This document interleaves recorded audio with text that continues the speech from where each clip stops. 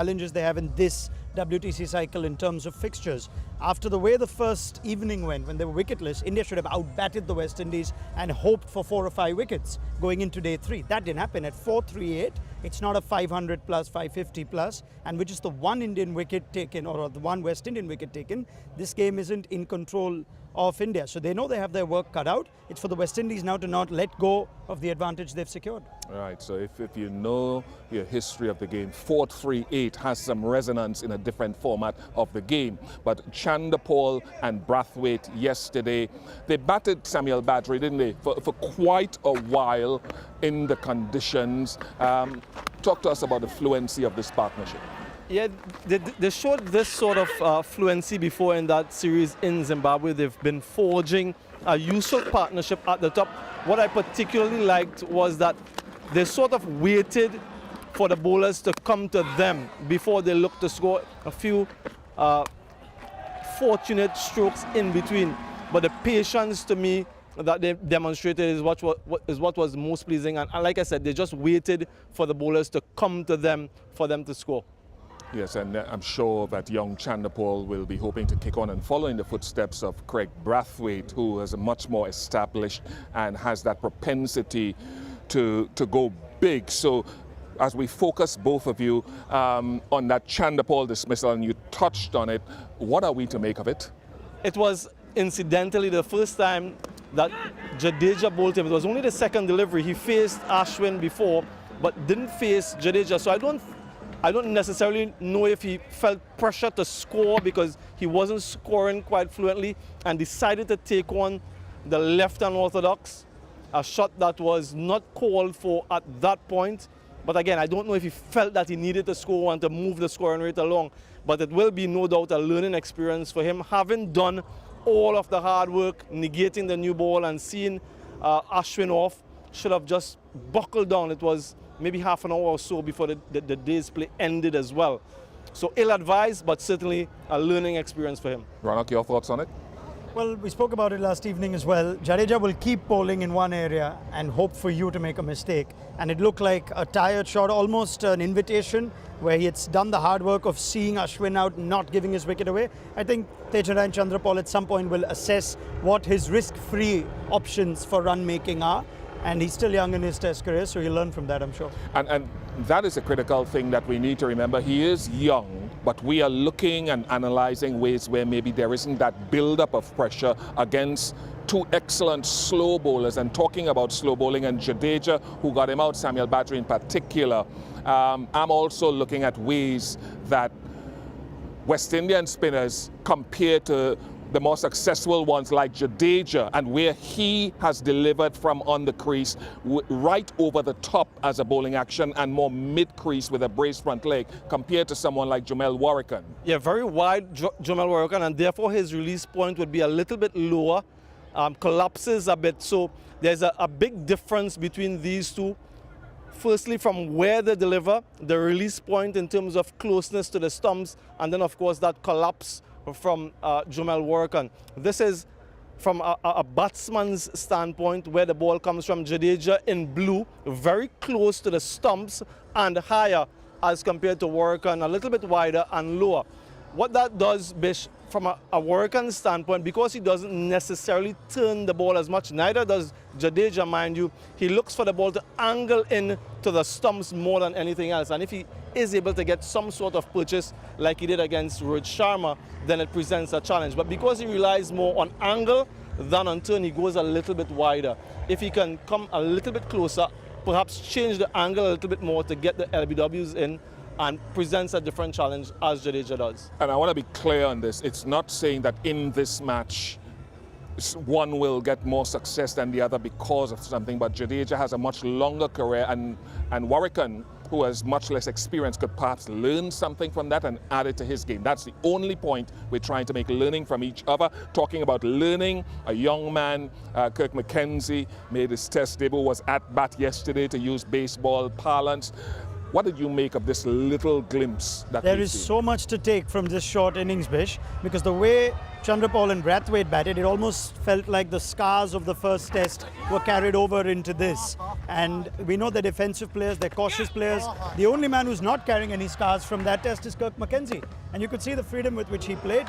This guy looks like a test number 3, small sample size. But in what I saw from Raymond Reefer and now Kirk McKenzie here, I know who I'd be picking if I was selecting the first test. Right. I'm pumping the brakes on this here a little bit, Samuel Badri, because look, being West Indians, we've seen glimpses, and this is an ongoing development in a young man. How much do we need to temper any expectation from him? I think we need to do that. Similarly, with the debutant Jaiswal, when he scored that century, the expectations will always be there. He started well, just into his first innings in Test match cricket, 10 innings in first-class cricket, so just 9 matches before. So we need to see a lot more of him, but certainly from what we've seen, as Ronak alluded to, seems to have the skills that are needed at this level. We'll see more of him today. I want to see him against the fast bowlers who no doubt will start this morning and how he copes with them. From a temperament standpoint, and his ability to withstand those challenges. So lots to look forward to from both him and Athanase. I think only 2 in the last 20 years, 2 batters for West Indies have made their test debut with less matches or around the same number of matches as Kirk McKenzie. So press the brakes and pump it a little bit. So we're going to see McKenzie a little bit later in this day at the start of play. So India have been going through their processes and they will be ready. We'll take a short break, and when we come back, we will find out a little bit more about the playing surface, what these guys have to bowl on, what does McKenzie have to battle.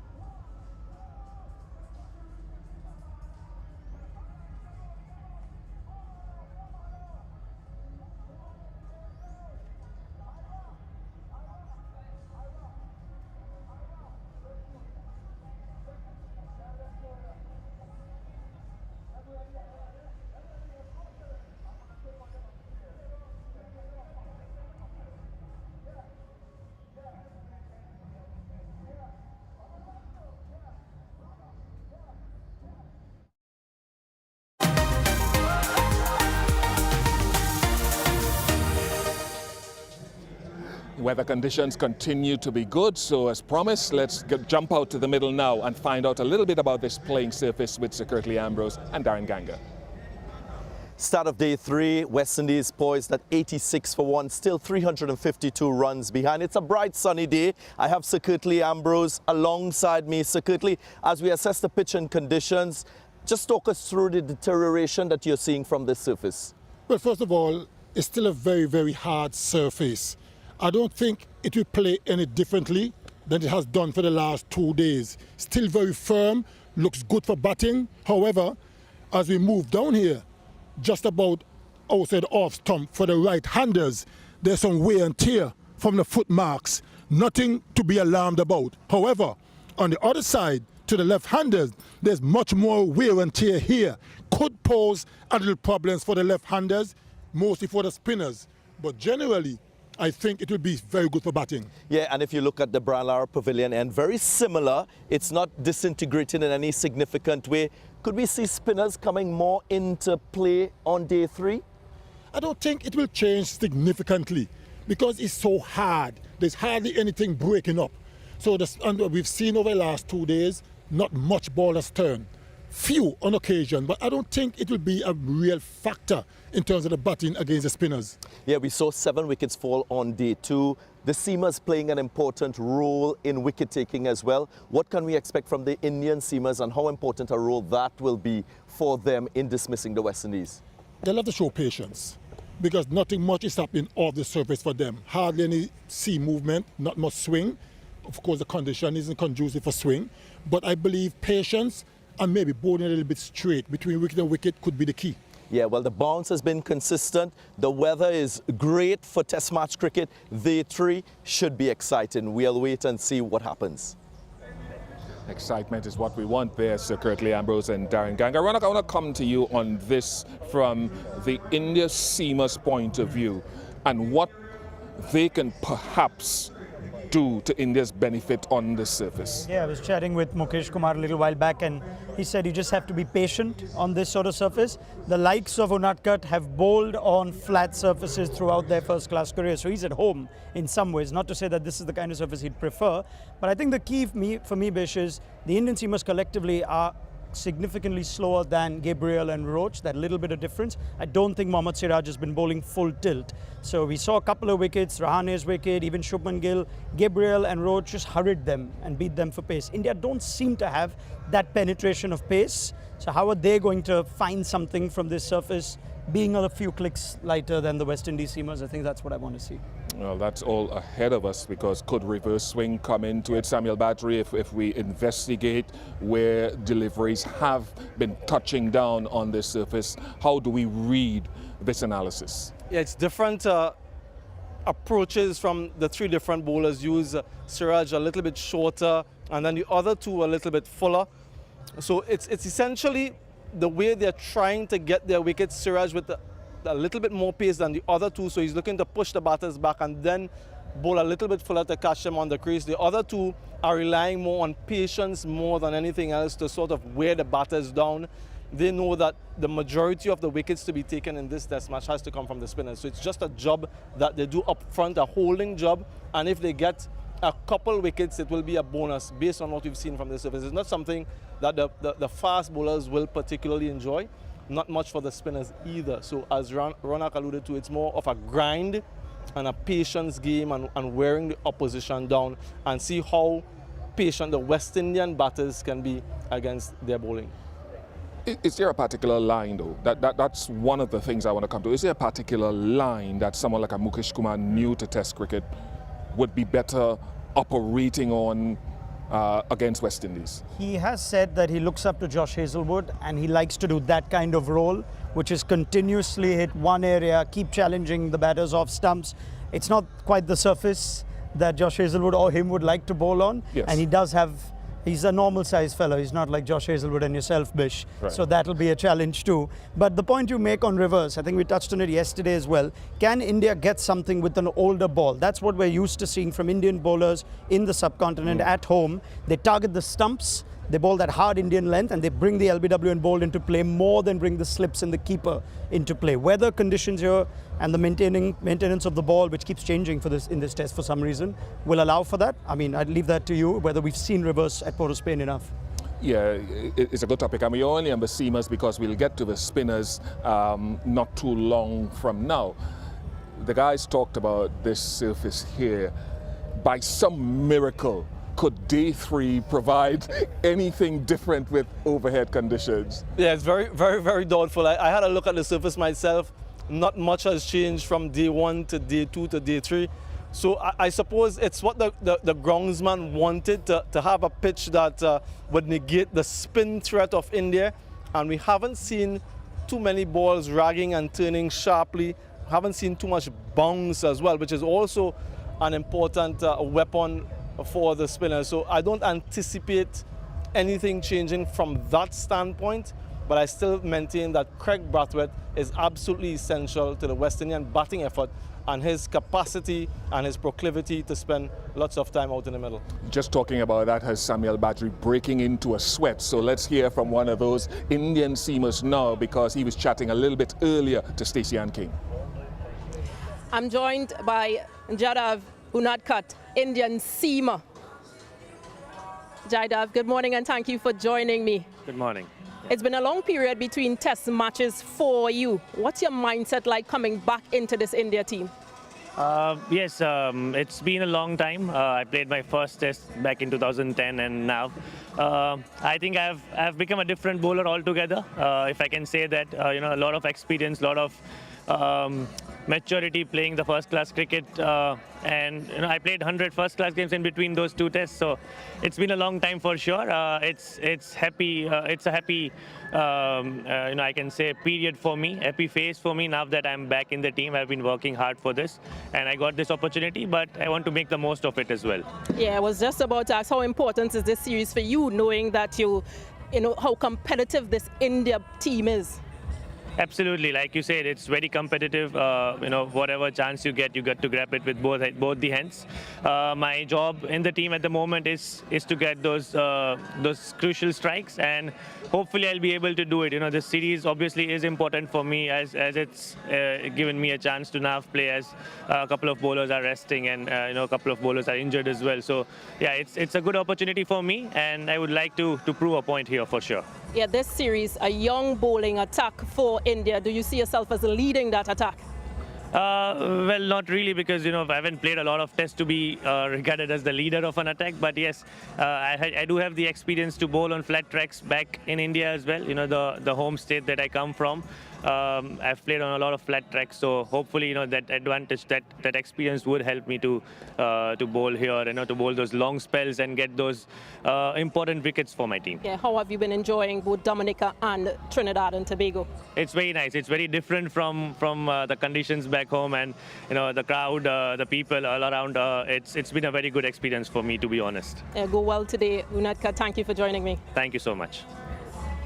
Really nice from Stacey Ann King. I just love the way she gets most of these cricketers to smile. They don't ever do that when they're speaking to me, maybe to Badri and to Ronak. Now that's the Pacers, right?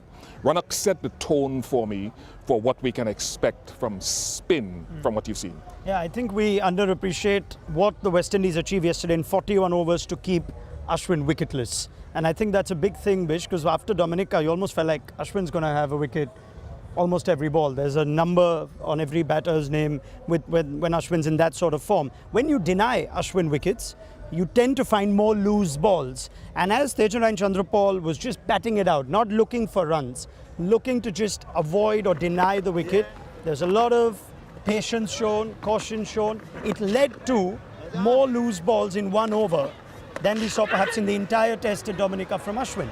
This was the 5th over, and you're going to have 2 balls that are boundary balls. It's not really, it's a hit me ball and help yourself ball, and that's not what you see from Ashwin.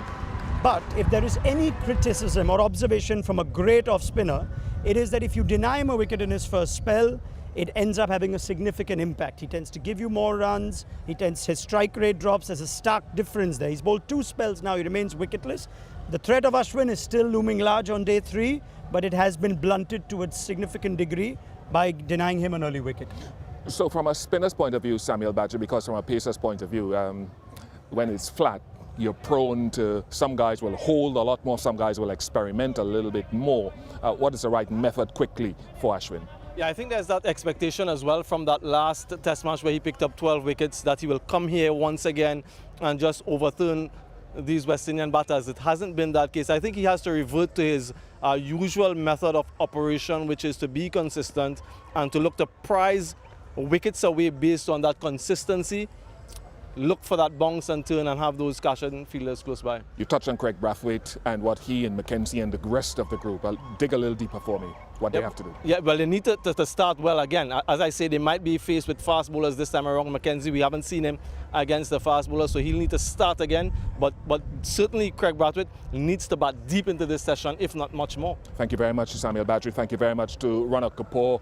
The beginning of play on day 3 of this test match is upon us. We're very excited to find out whether the West Indies can continue fighting back here at the Queen's Park Oval. They've had their final words of reinforcement. Jadeja's ready. He always is, whether it's with bat and ball.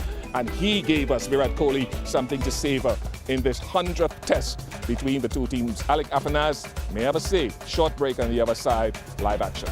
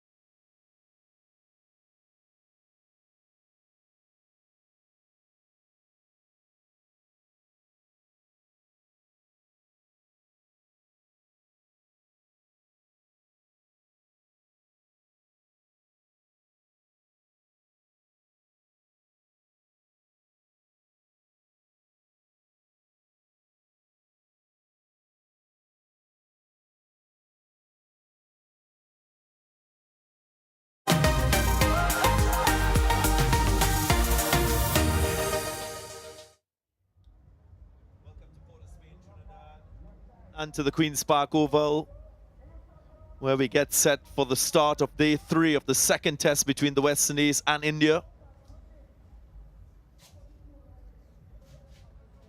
Aerial view of the capital city.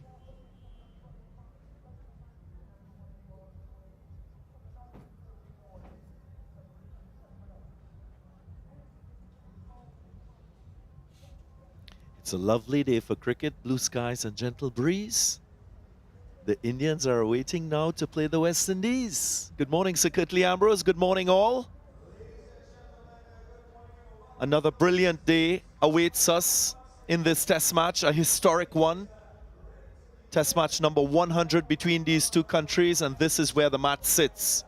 West Indies still trailing by 352 runs. Of course, on day 2, West Indies for the first time in the series dismissing India for 438. We saw a Virat Kohli century, 121 to be exact, his 29th in his career. And the West Indies in reply, their captain very much at the forefront of run scoring, 37 not out. Great to see the weather being kind this time of the year. Rohit Sharma with final words, that circle of love just before they take the field. And Sir Kirtley Ambrose, we expect another good day for batting. Good morning, DG Ganga. Good morning to our many viewers around the region. And hello to wherever you are, which part of the world you are, enjoying the coverage. Yes, another sunny day here at Queen's Park Oval. Very hot. West Indies will have to come out in a positive frame of mind. Continue the good start that they got yesterday. On the other hand, the Indians will want to try and pick up a couple of wickets early to get down into the middle of the West Indies batting lineup. Still a very good pitch to bat on. Not a lot happening for the bowlers in general, but we'll see what happens. A little bit surprised that you didn't react to my opening lines from Lord Relator, being a music person. You're quite right. It was in my mind, you know, to say I didn't know he was into calypso. Yeah, how fitting. Not too sure about your singing, but you do know the lyrics. Yeah, thanks to Lord Relator for giving us that lyrics. Quite a few fans at the ground already. We've seen a sprinkle on day 1 and on day 2. This being a Saturday morning. Can expect a little bit more in terms of spectators for the day's play. Kirk McKenzie, the 25 deliveries, his face, of course he's shown glimpses of his quality as a number 3 batter. Here he is on strike.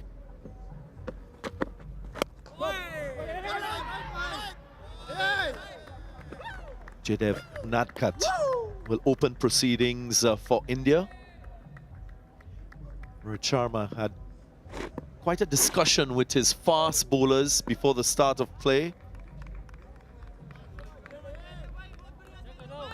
And maybe Sir Kirtley will let us know what that advice might possibly be for the fast bowlers, given the conditions before them.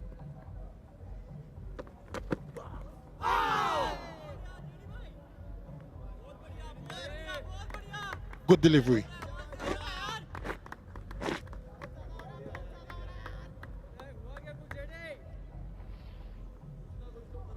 Just went past the outside edge of Kirk McKenzie's bat.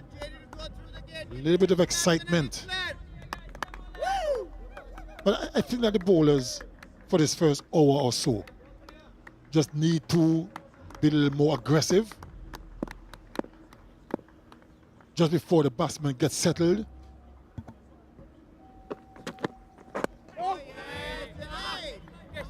I've always believed that batsmen are most vulnerable at the start of the innings, so they should be a little aggressive.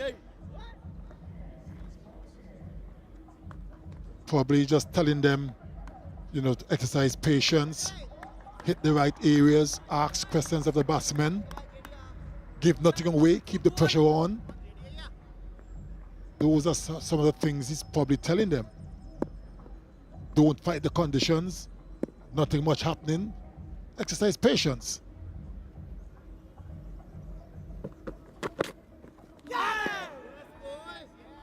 Another play and a miss. Maybe playing the line of the off stump, as you often see from top order batters.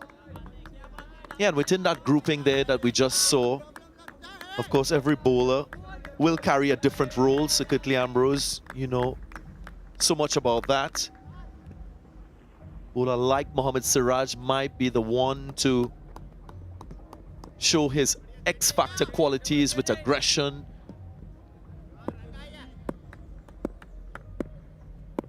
Others might carry that role of being patient and building pressure. Often talk about working in tandem as bowlers. But I'm in agreement with you. Early in the day's play, they must go on the attack. Try to break this partnership, pick an early wicket up, and expose this West Indian batting lineup.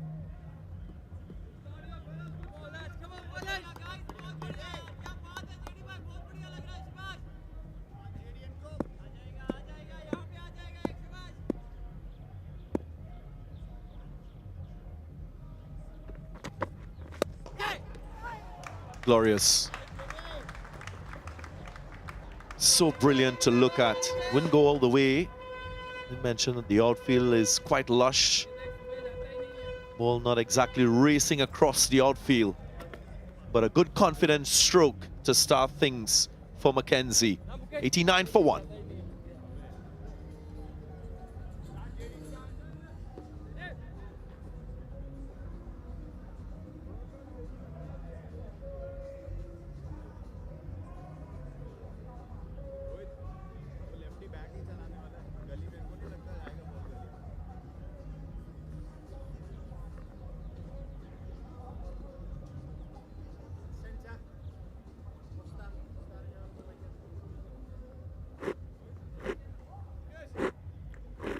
West Indies still trail by 349.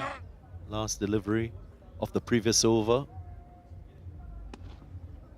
So McKenzie present the full face of the bat. That on drive. There is a certain feel-good factor that a batter gets when that stroke is played. New challenge, Mohammad Siraj.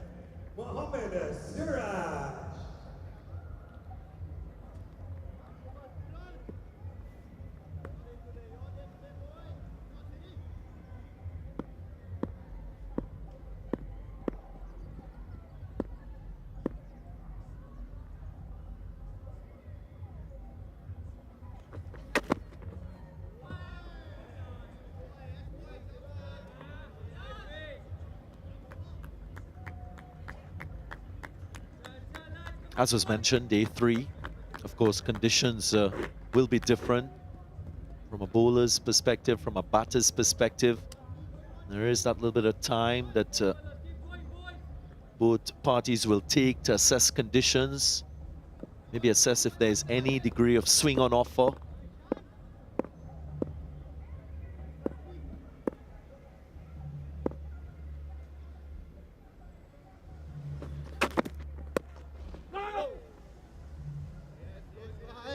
Both myself and Sir Kirtley Ambrose had the chance to look at the pitch.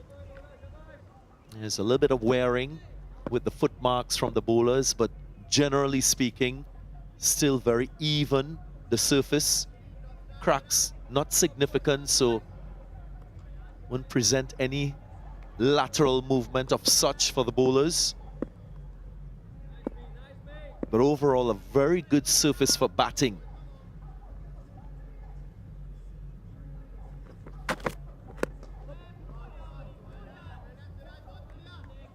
Really, really solid in defense, Kirk McKenzie.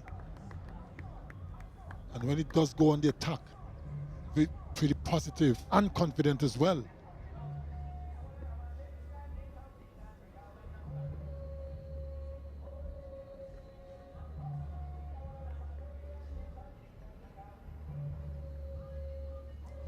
There's that discussion again. Maybe a change in plans. Still 2 slips in a gully. Very much a balanced feel to Kirk McKenzie.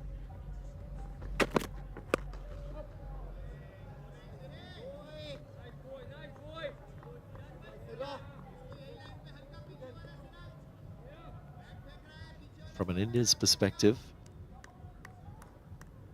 we saw Ashwin with 14 overs at the end of day 2, going wicketless as well. Don't often see that in Test match cricket when he bowls.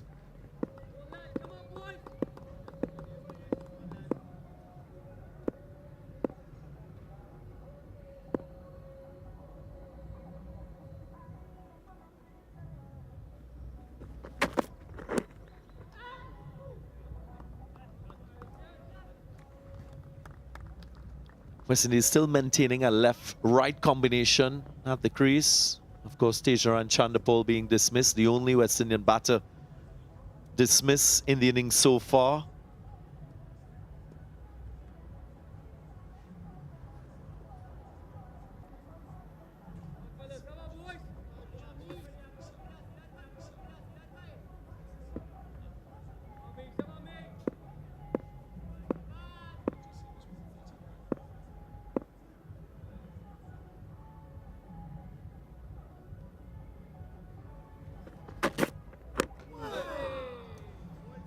A nice quick delivery from Mohammad Siraj. Maiden over to start for him. 89 for 1.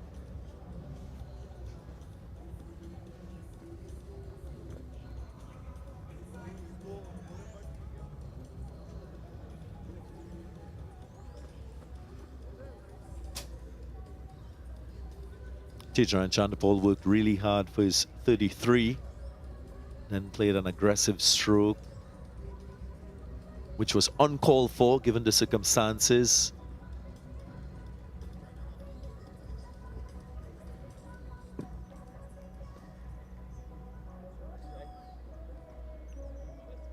Into the 44th over now of the innings for the West Indies.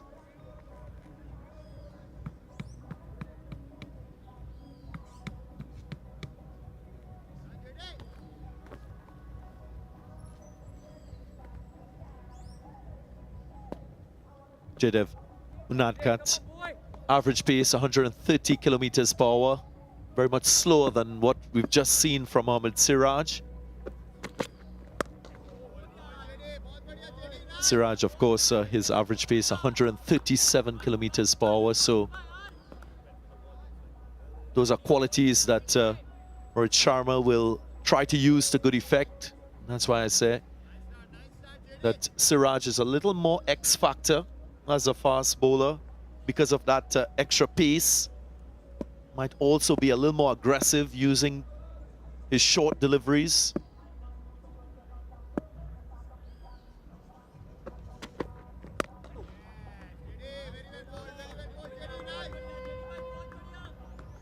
Because of the nature of the surface, where there's hardly anything happening for the fast bowlers, someone like a Unadkat, who's much slower, has to find a way to maybe get a reverse swing, because there's no seam movement at all whatsoever.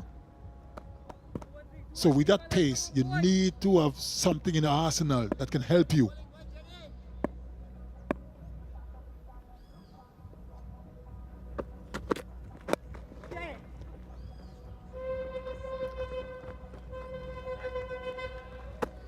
Brathwaite just turning the strike over. Yeah, we saw earlier Rohit Sharma speaking with his bowlers and again having that discussion with Mohammad Siraj. So Kirtley Ambrose, in your time bowling alongside maybe Courtney Walsh, Ian Bishop, was there ever communication that occurred between yourself and the other bowler as to who will be more attacking, who will be more defensive? What was that conversation like? It was always different. Depends on who is bowling at the other end. Someone like a Courtney Walsh, for instance, we never had to say that much. We know each other game so well.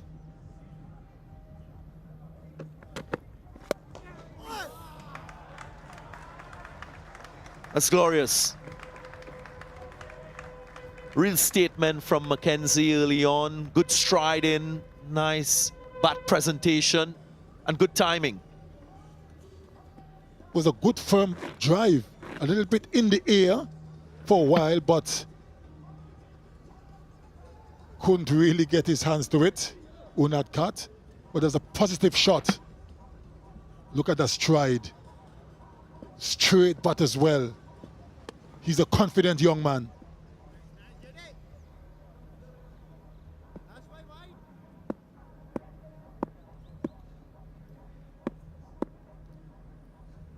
Two fielders catching now. Goes aerial. Intentional. And we'll get 4. That's good cricket from Kirk McKenzie, the debutant. Unadkat not express pace, and if you get close enough to the batsman, you can always go over the top, which he did that time. Good confidence stroke, giving Unadkat something to think about, and of course, Captain Rohit Sharma.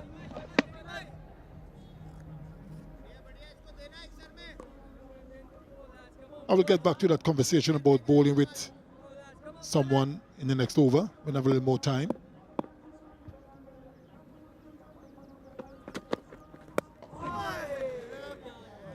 Just checked his shot. Slow delivery from Unadkat. 98 for 1.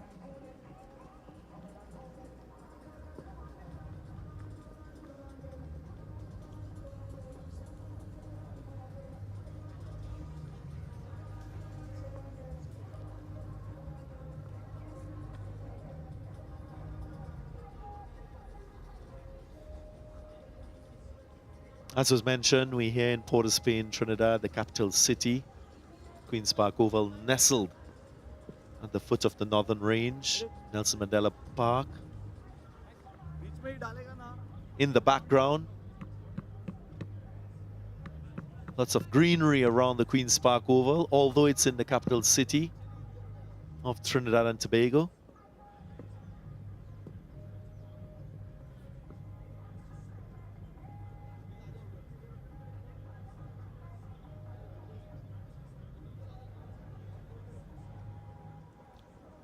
Different feel in play for Mohammad Siraj. For Craig Brathwaite, we've seen opposition teams at times use that leg slip, leg gully. Shubman Gill has now been placed there. No deep backward square though, just 2 slips.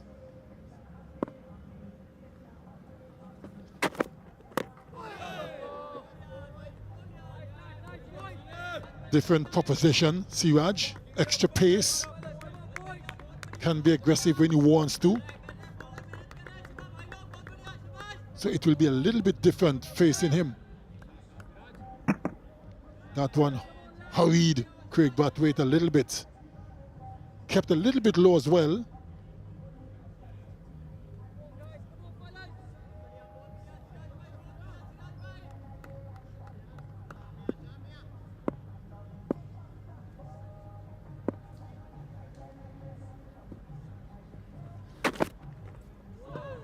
Just getting back to our conversation, DG Ganga, you know, if I'm bowling alongside Courtney Walsh, if it's his day where he's taking wickets, my job is simply to make sure I keep the pressure from the other end.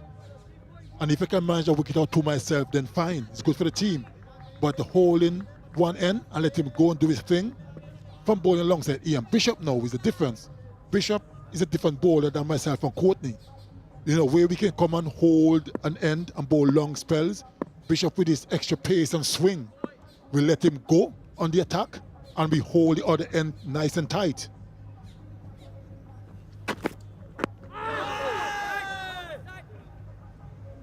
Stifled appeal, straighter line. That's exactly what I wanted to hear, because although you have 3 fast bowlers or 4 fast bowlers in a team, they all carry different roles at different times.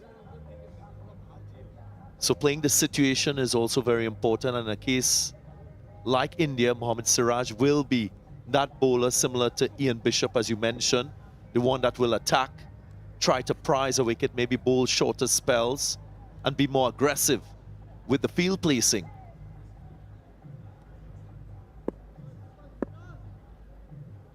Whereas a Mukesh Kumar, Unadkat will carry that holding role alongside a Mohammad Siraj. Fumble in the field.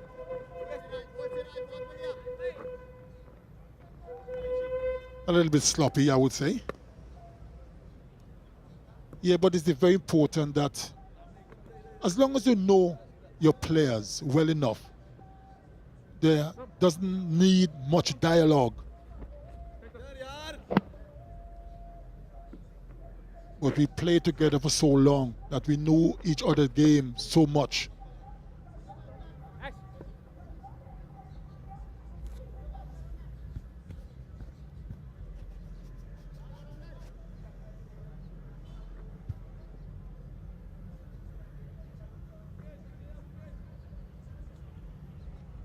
Deep backward square now for Kirk McKenzie.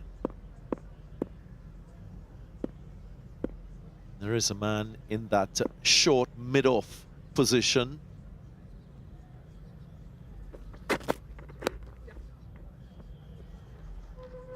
Hundred comes up for the West Indies.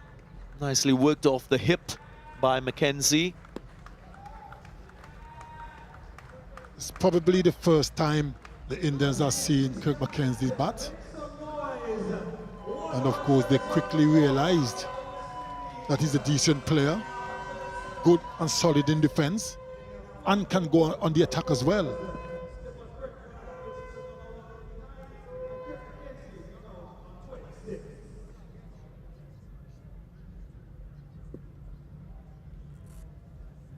McKenzie averages just shy of 40 in first-class cricket, but the significant thing for me is his average to pace bowlers and to spinners, very similar. 57 to pace, 42 to spin in his short first-class career. Shows his level of competence as a batter. 101 for 1.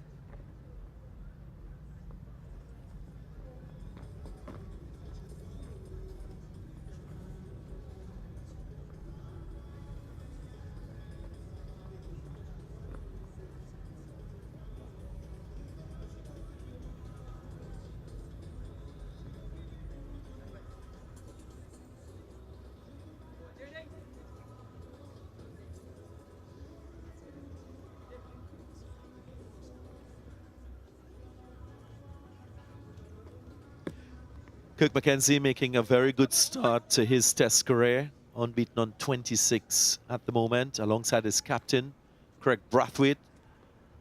Will also try to mentor him through this experience.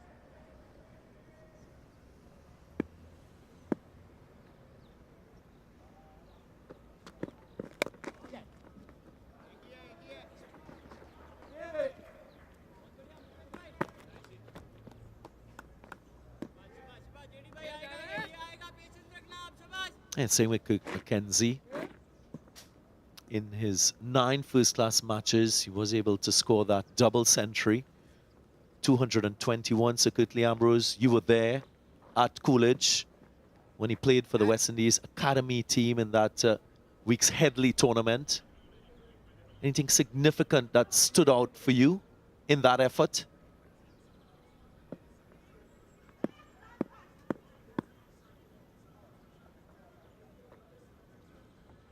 He really played well. He was very positive in his stroke play. Even in defense, he was solid, put away the bad deliveries on a regular basis.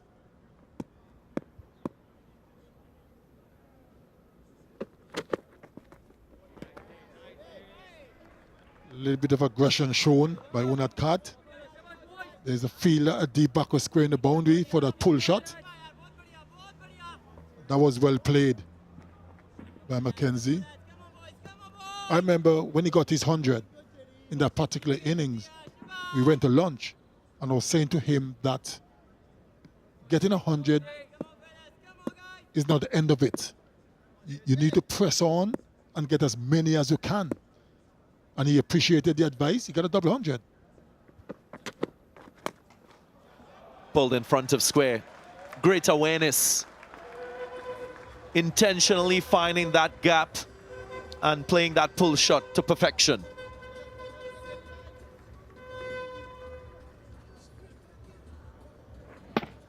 Played it very well. Didn't bounce that high. And look at that shot. Played it down deliberately. With a bit of disdain, I might add. Of course, more time on the ball because of the pace from Unadkat. A little bit slower than Mohammad Siraj.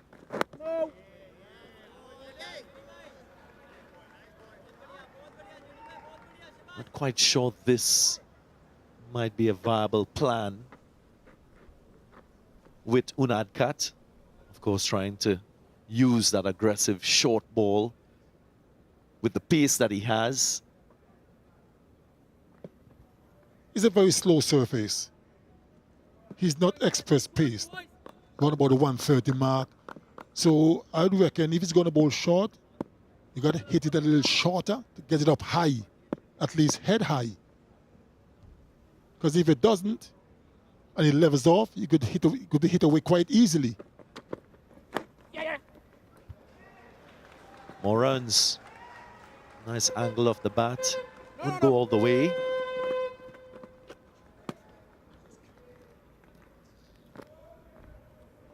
What McKenzie will have to be mindful of is the fact that Unadkat might be trying to set him up for the slower one, the fuller delivery with that fielder at short mid-off.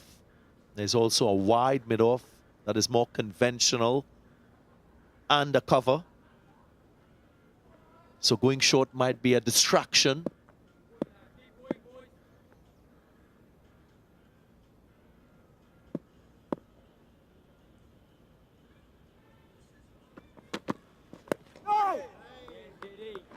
There's that fuller length.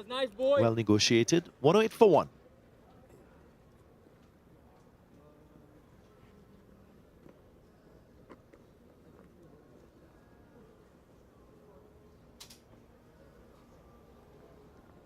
Not surprisingly, spinners carrying the bulk of the workload with the ball for India. Both Ashwin and Jadeja, 24 overs between them.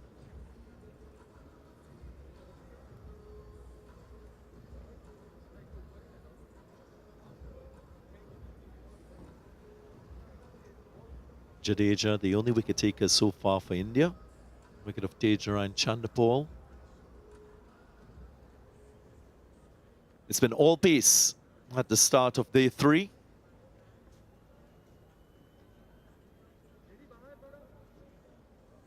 Just approaching the half hour. It's extremely hot. And I'm quite sure DG Ganga that we will soon see spinners introduced into the attack.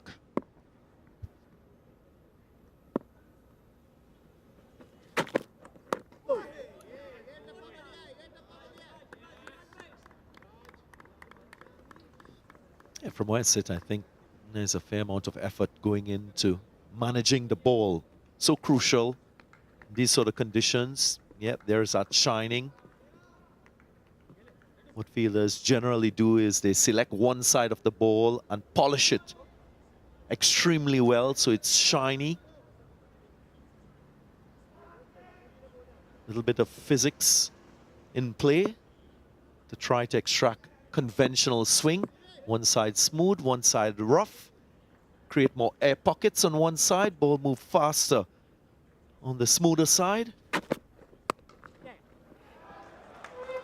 Beautifully played. Will go for 4. Fine stroke by the West Indian captain.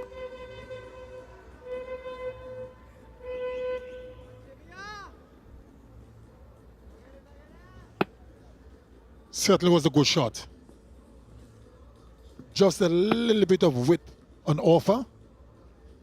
And Craig Batway, the West Indies skipper, cashed in. Good positive stroke. And the chase was all in vain.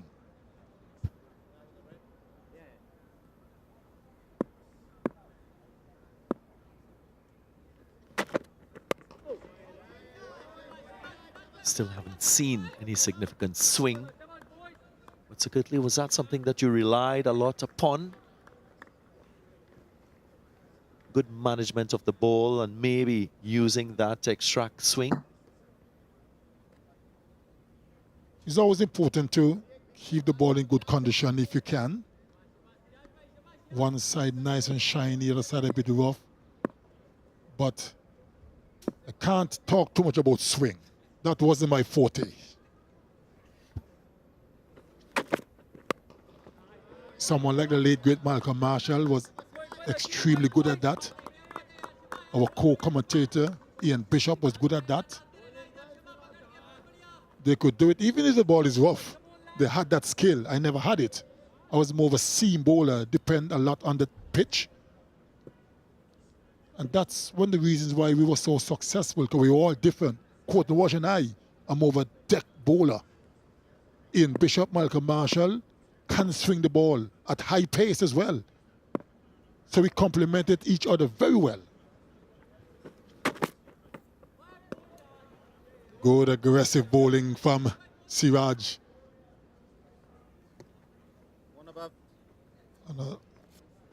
Craig Bathwaite, not interested. Just let it go. But I do like aggressive bowling. Always excites me when I see fast bowlers are aggressive. Make life uncomfortable for batsmen.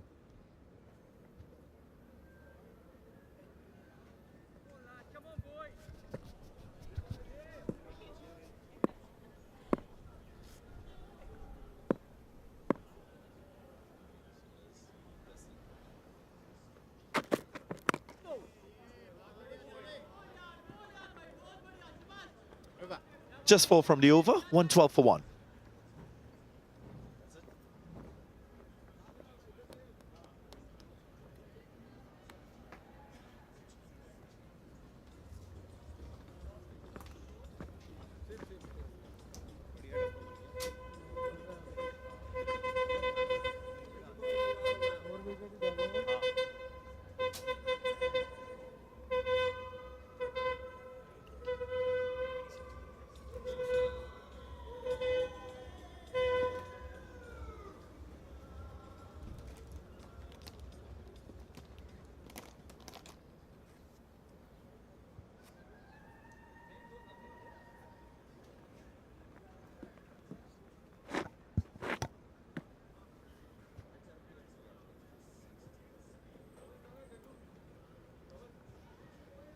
Real positive start by the West Indies, as Mukesh Kumar is into the attack. Places Jaydev Unadkat. 4 overs yesterday in his debut test. Spoke to him at the start of before the start of play and said it's got to be patient. Surface like this, similar sort of feel that Unadkat had for Kirk McKenzie, with 2 men really close catching for the drive. Short mid off and short mid on. He's going to start round the wicket.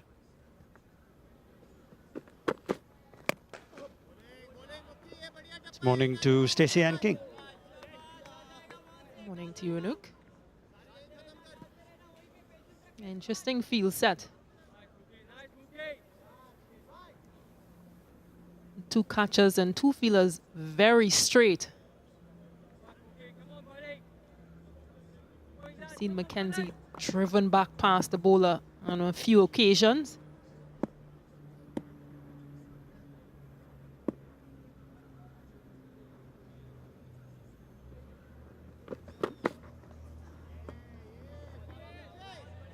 The track has offered little or nothing to the seamers. They've really been just relying on accurate lines and length. And Mukesh Kumar Already mentioned his wonderful story, chatting with him earlier and asking him how much Test cricket means to him. Remember, he's the product of outstanding results in the India A setup and first-class cricket. He was called up to the Indian ODI side even before he got picked in an IPL auction.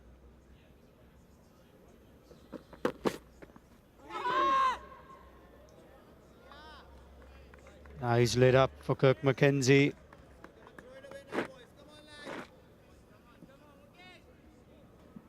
And not a bad offer as well, because he might have noticed that there's no point fielder. So just trying to get anything in that region.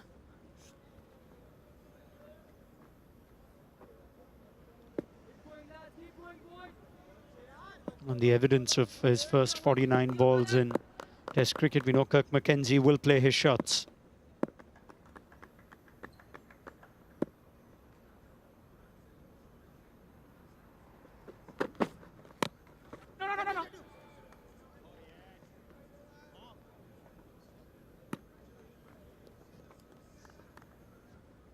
He just seems to like to feel the ball on his bat. Would have faced a number of spin deliveries yesterday during the time that he was out there, and this morning, we've seen what he can do against pace. Yeah, it's a good point you make on the plan that India are employing against McKenzie. The field is a vacant region at point, lots of space on the offside.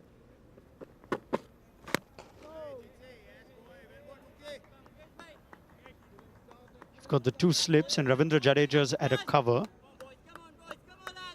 No one at point, no one at deep third. We see now Ajinkya Rahane, who's working on the ball, will resume position at short mid-off for the drive. Shubman Gill's just across the surface. Two slips and that's it. Then you see Jadeja right of screen at a cover point. More a cover. So inviting McKenzie to play outside the off stump. Oh. No run, beautiful. Keep it there, boys. Stay patient, boys. 1-1, 2 for 1.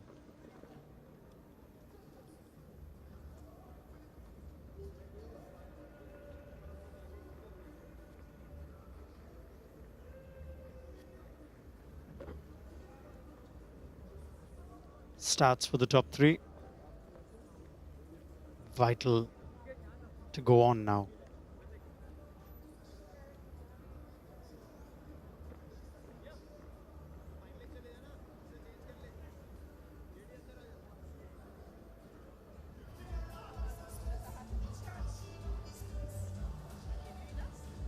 Hot day.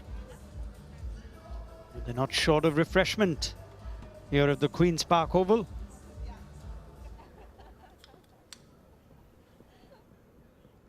Well-connected person, Stacey Anking. You got me some food without me having to move a muscle. Can you arrange some of that?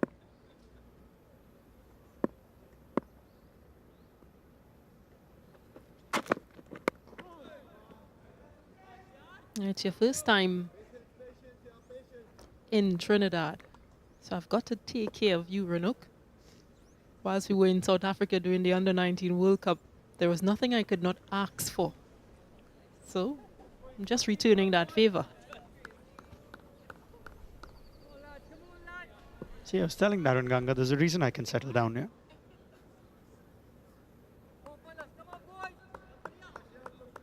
Well settled Craig Brathwaite, though, at the moment. It's a different kind of plan that India are trying for him. There are two fielders close catching on the leg side. You can expect Siraj to attack the stumps. There's one of them, Ajinkya Rahane at a short mid-wicket. Shubman Gill is at a leg gully.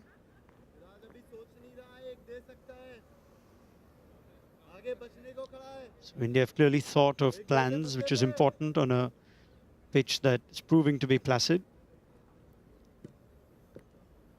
Still has the two slips, the form of Yashasvi Jaiswal and Virat Kohli. But you got Shubman Gill, left of screen. Got a conventional square leg in Unadkat and a short mid-wicket in Rahane.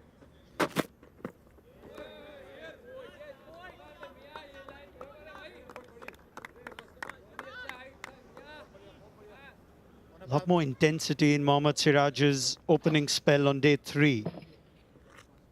The ball he bowled in his first over at 142. Which quite comfortably was his fastest delivery, is averaging about 137 speeds.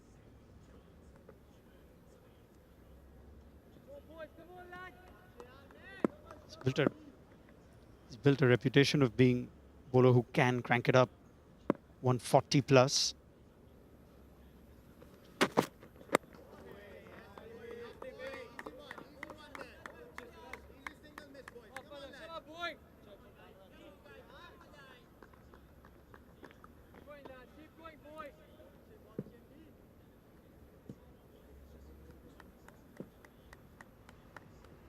Into his 11th over. He's bowled 11 balls in excess of 140. So the effort ball on an average once every over. It is hot though.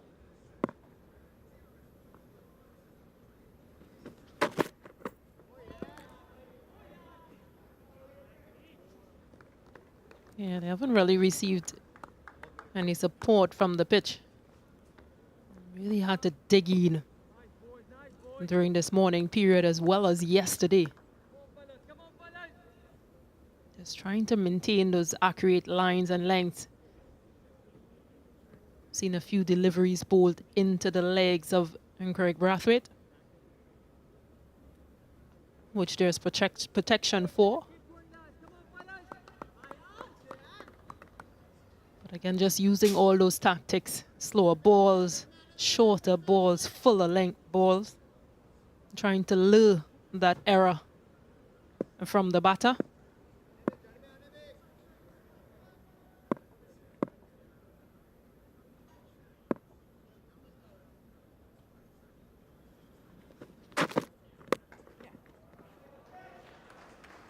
He's found the gap there. It's a big one on the offside.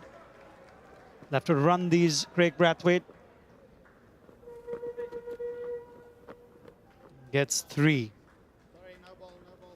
Should have been the end of the over, but Mohammad Siraj has overstepped, so it's a no ball.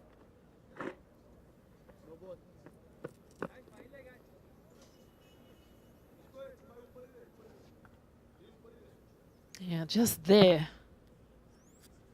Nicely opened the face, Craig Brathwaite, and guided that delivery down. It's a tight one, but it's a definite no ball.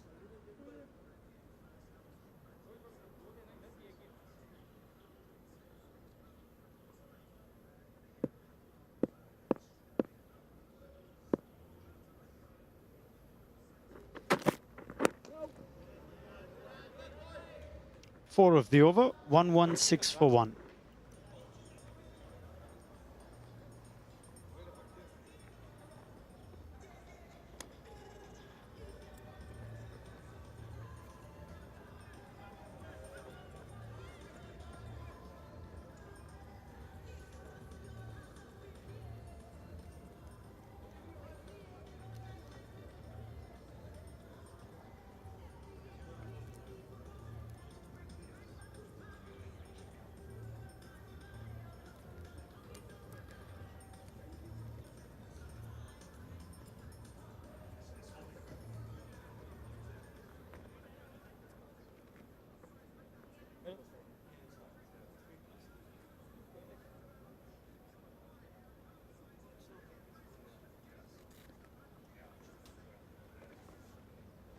Mukesh Kumar to continue.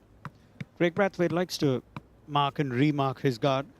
Second time he's done that today already.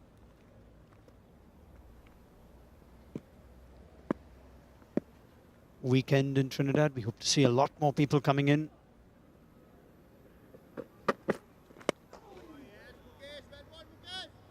And they will attack the stumps, the Indian seamers.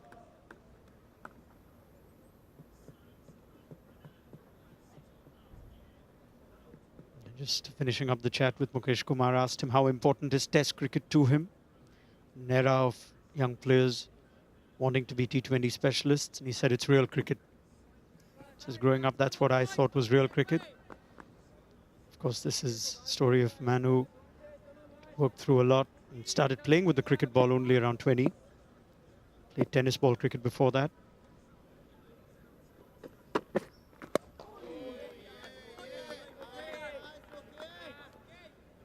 And just sometimes the importance of understanding that part of things. He started playing hardball at the age of 20, you mentioned. So that playing age, he still probably can't say that he's at his best now. But just understanding biological age and playing age, sometimes a player comes into their own just in their late 20s, 30s, when they started later.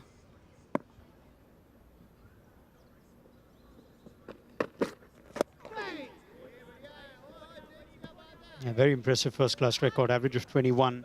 Made a real impact in India A cricket. Excellent series against New Zealand A. It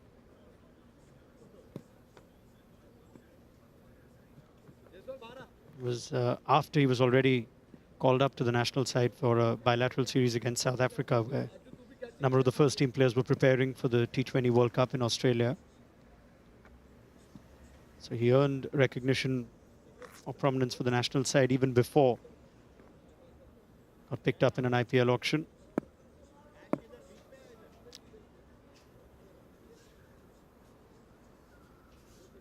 Sky's the limit now for him.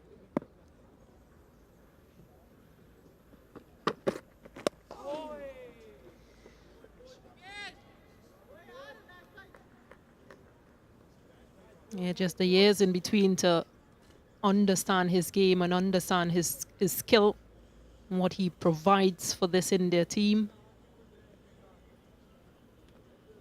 And generally a young bowling attack in this series. And in spite of challenging pitches for fast bowlers in India, he's got a high percentage of top order wickets in first-class cricket. So those wickets you saw, those numbers, since 2019-20. He's got over 81% of his wickets, batters who bat in the top order.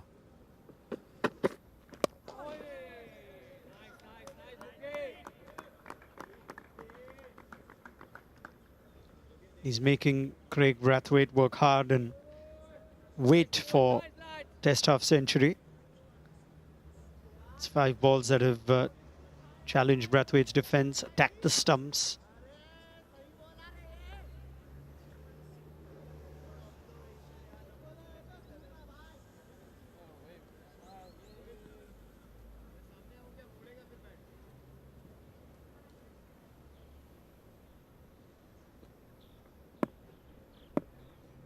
Ajinkya Rahane has come even closer now to the batter.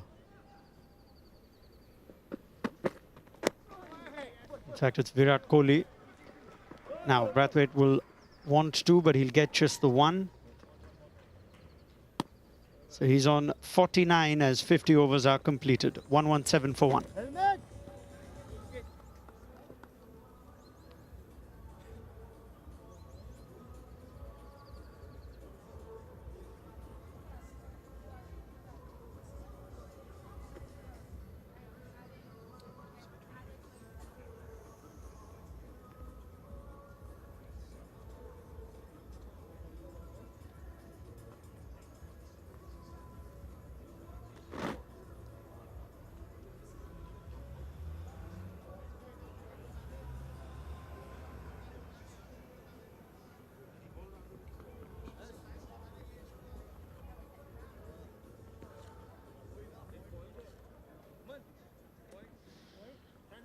Into the attack is Ravichandran Ashwin. Wicketless yesterday. Surprising result. for ease with which he got wickets in the first test. Different surface though. And that man played him well, as did Tejnarayan Chandrapal. He's going to start over the wicket. Dismissed Brathwaite in both innings in Dominica around the wicket. Nicely.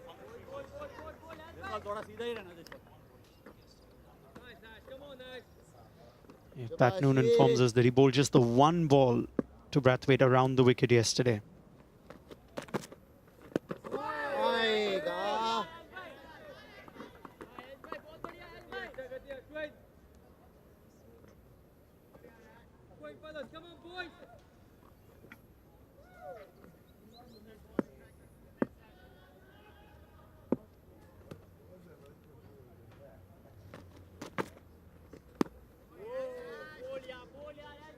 Yesterday wasn't successful against Brathwaite because, in my belief, he was bowling a bit quicker yesterday.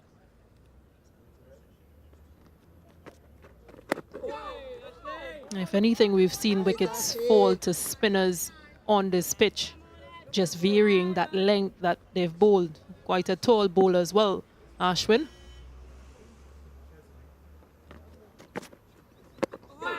Yeah, but this looks much better from him today. Excellent bowling, Ash. Excellent bowling, Ash.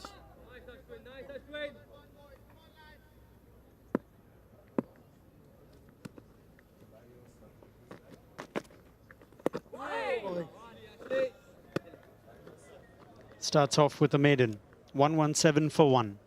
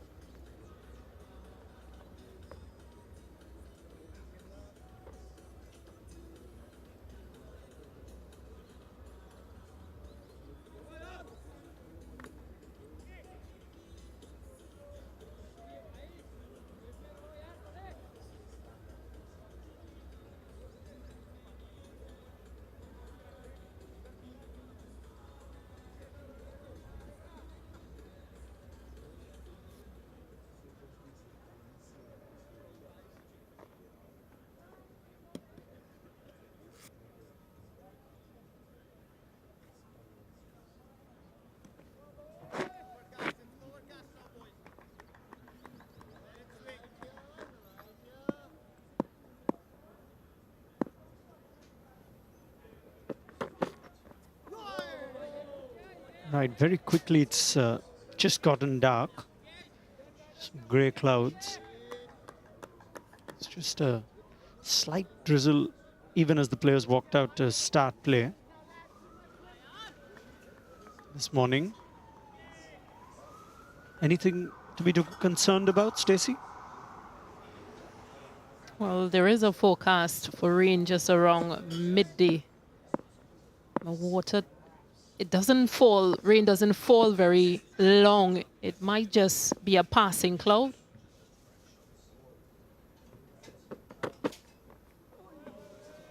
Yeah, that's one of those clouds that should be in Manchester right now. Let's send it back. Don't need it here. It's got a job to do to secure the Ashes for Pat Cummins.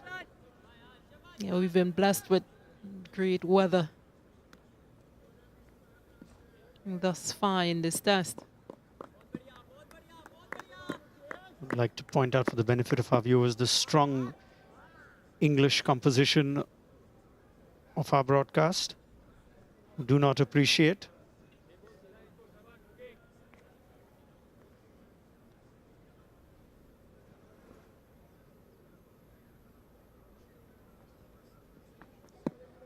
Man back for the pull shot, deep square leg.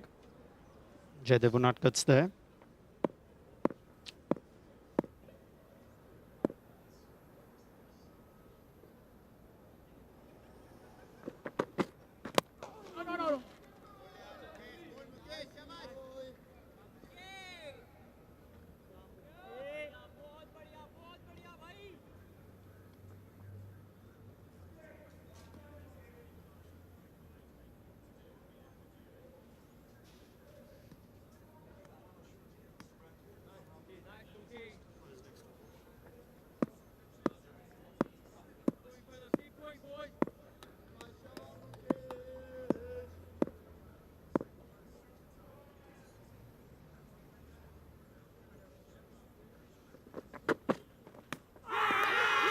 Gone!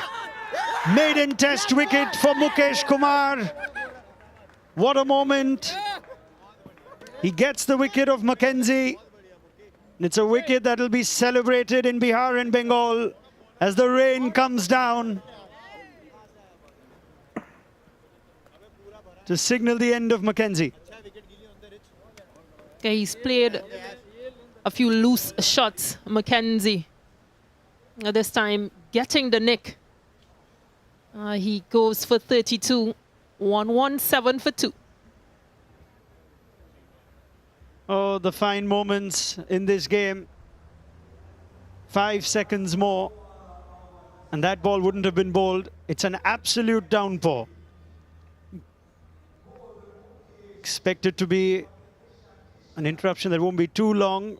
Ground staff at the Queen's Park Oval in action. And even as they get the covers out, the intensity with which the rain came down just as Ishan Kishan completed that catch has reduced. We will still have an interruption in play here. It's an interruption that India would be a lot happier going into. In fact, bright sunshine just as we speak. You could see it on our pictures.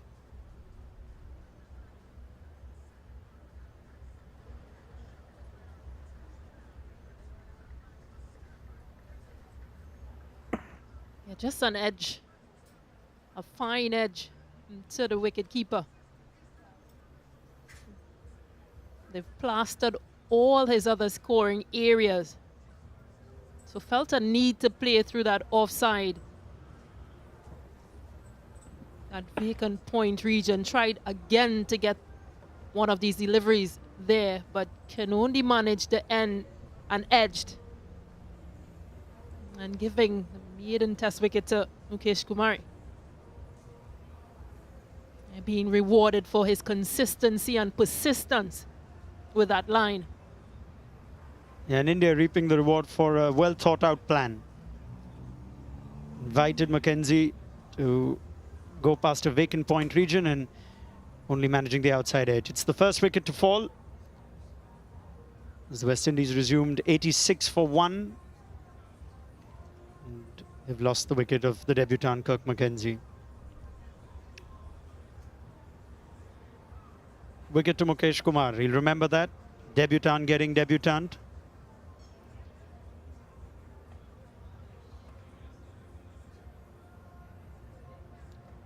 West Indies still trail by 321. Craig Brathwaite, one short for 29th Test 50. Mukesh Kumar and Ravindra Jadeja with the 2 wickets so far.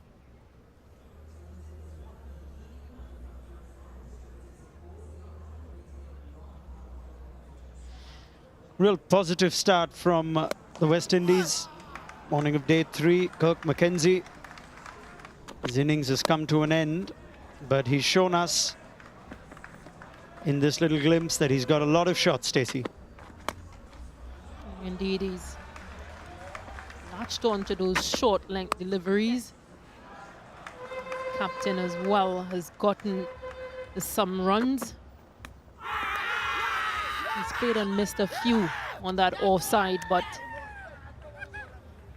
he's gotten that edge. And he had to go. Well, Craig Brathwaite has to restart in a little while from now. But with a new partner, Kirk McKenzie, a really promising innings. He now has the disappointment of being dismissed for the first time in Test cricket. There's so much to like about this young man. Let's find out a little more about Kirk McKenzie.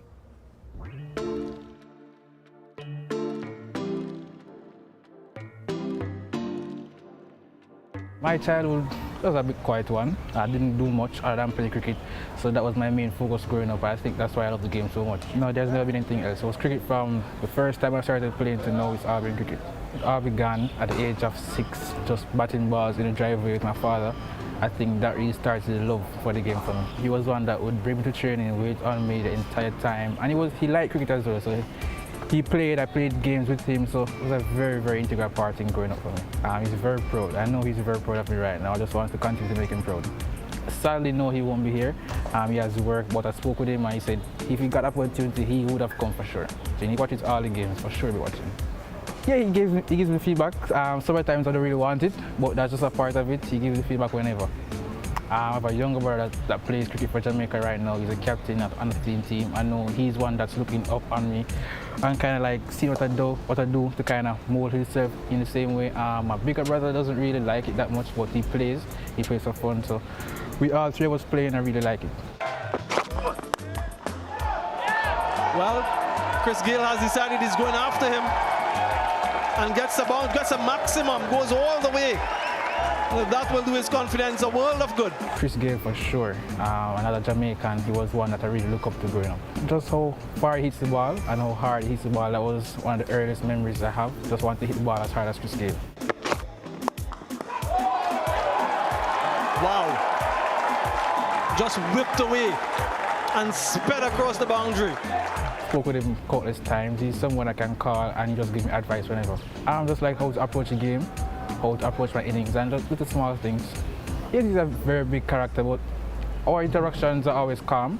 He's very calm in person, just tries to tackle me and not just give me right advice. Sweetly struck. I think it was during the World Cup. I think West Indies played against Ireland there. I think that was my first game going to Savannah Park. I think rain fell. That was a memory I have. Rain falling that day. But it was good memories. Going to watch cricket live for the very first time. I enjoyed it. My primary school didn't play much cricket, but I did play like community cricket at that point, so I was still active. I really started playing real competitive cricket when I went to high school. That's when it started for me. One of my earliest coaches was way behind his father. His name is Ambrose Hines. I started with him from 9 years old to about 15 years old. He has been one that kind of shaped me in the person I am right now. Someone who doesn't allow me to be me. Being me means I'm very relaxed. Someone who pushes me past that point, so I like that. I've known Coach Kohli for a very long time. He's from Jamaica as well, so we have had long interactions. He knows me, he knows when I'm not feeling well, when I want extra work. I don't have to tell him anything, then just read my body language and he knows what to do. So being with him right now, I think that's a very good thing for me. So he always tells me to trust my process. That's one thing he stresses on, just trust my process.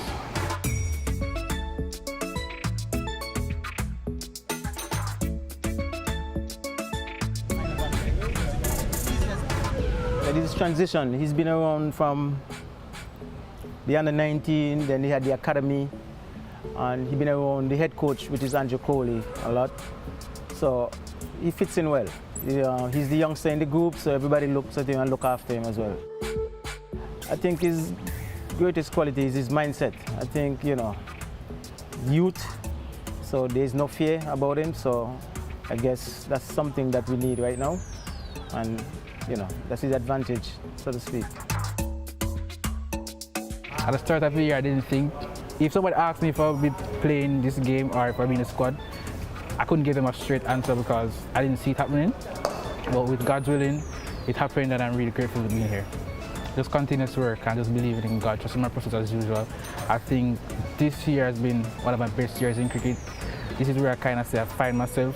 But I think it's just my process, trusting my process and trusting my game has been a really big part of it.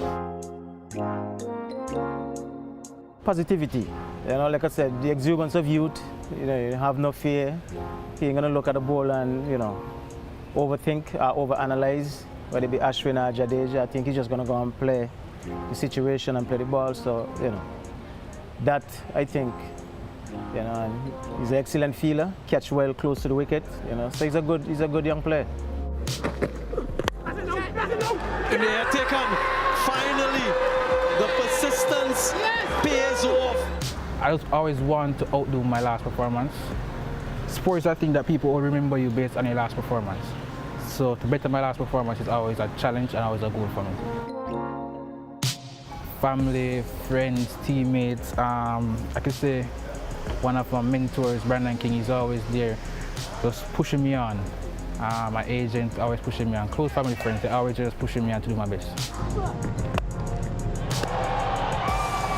Brandon King's going to be aggressive anyway. I'll say me and Brandon King were the same. Personality-wise, he's someone I can call on for anything, not just cricket, but anything that's life-related, anything. And he always has some good advice to give me. I like that. He's a very open person. He's going to be very honest with me. He's not going to try to tell me lies to make me feel good. He's going to be very honest with me and very straight, and I like that. Kirk, he's one of the young boys, but for me, he's very willing to learn, easy to captain, a very good cricketer, has all the skills and the mentality to go far in cricket, but he's kind of quiet. But he's definitely a joker when you get around him, get to know him. Yeah, definitely typical Jamaican.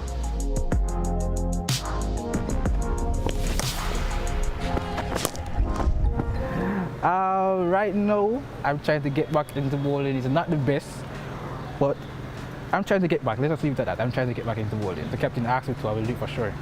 He's not going to have any bowling to do in this test match. I've told Craig he's not going to bowl. He did a bit in Bangladesh. I gave him 1 over, I think, and I asked him why. So, no, definitely not going to. I'm a wicket taker. Anytime I come on, I take wickets. That's just it. Alex is a really good friend of mine. I think the A-team tour and these kind of things really bring us closer. I was very, very happy for him. Kind of disappointed he didn't get to raise the bat, but I was very, very happy for him.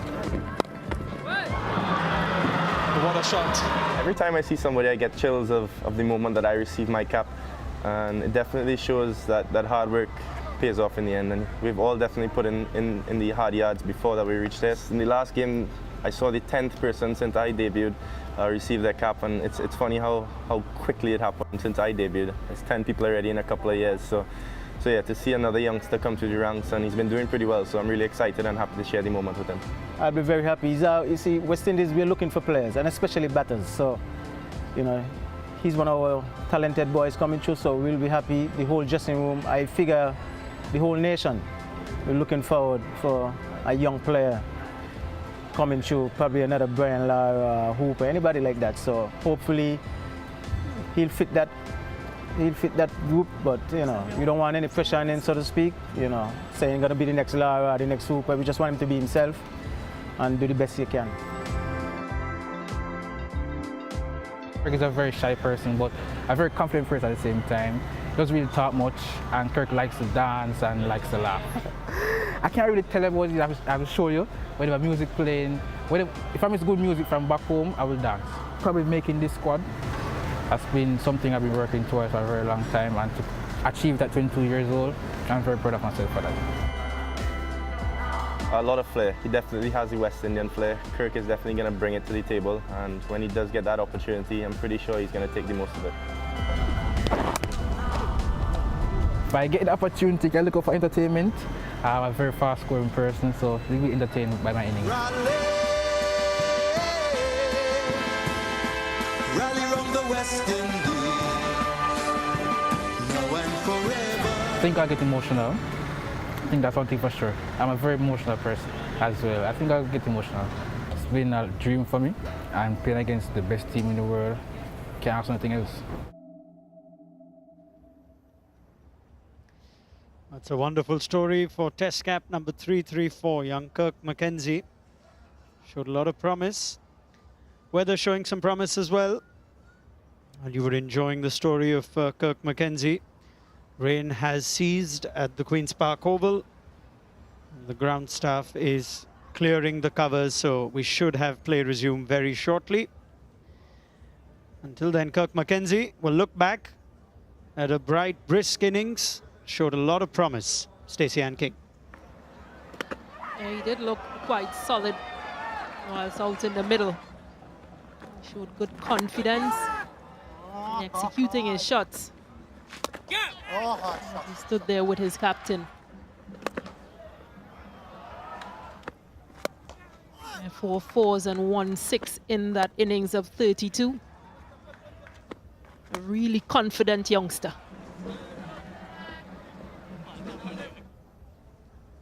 And Jamaican born, looks up to Chris Gayle. Could see some of Chris Gayle in that. Dismissed though for 32. As Mukesh Kumar claims his first test wicket. Craig Brathwaite, 49 not out, will resume in a very short while from now as the West Indies trail by 321.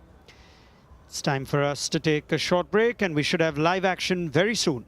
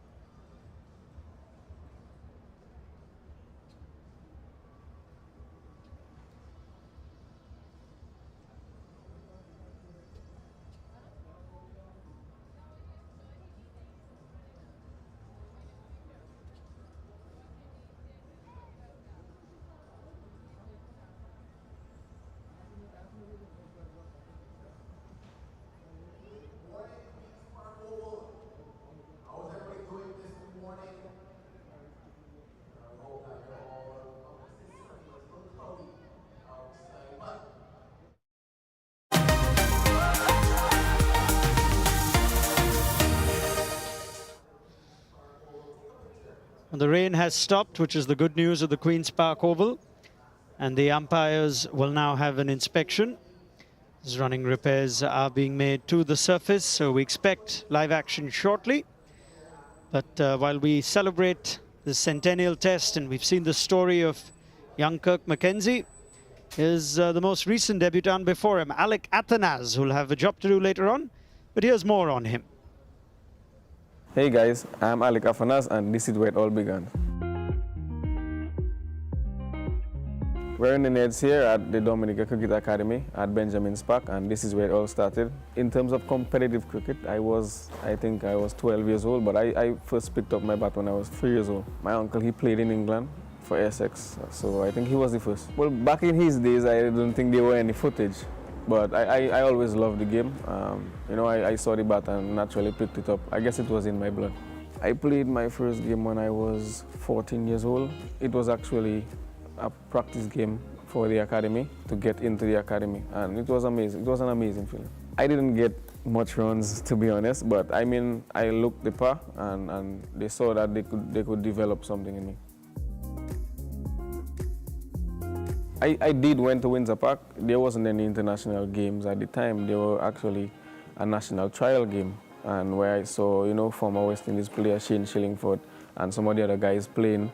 And that is when my dad actually took me, and that is when I really saw, you know, and really felt the love for the game. And, you know, I actually told him one day that I would want to play some cricket there, and it's very fortunate that I get to play at home. I mean, the people of Dominica, they love cricket. They love West Indies cricket in general, and we don't really get much games. So I think anytime we get cricket, you know, it's really a party. I think it's because of the love for the game. I love cricket. I don't see myself playing anything but cricket or doing anything but playing cricket, you know. And to me, just the will and the dedication, like you said, to get better and to play at the highest level. My first impression of Alec was in 2013. We had an under-19 tournament, and he was playing in the opposition to my team. And he just looked like he had a different class.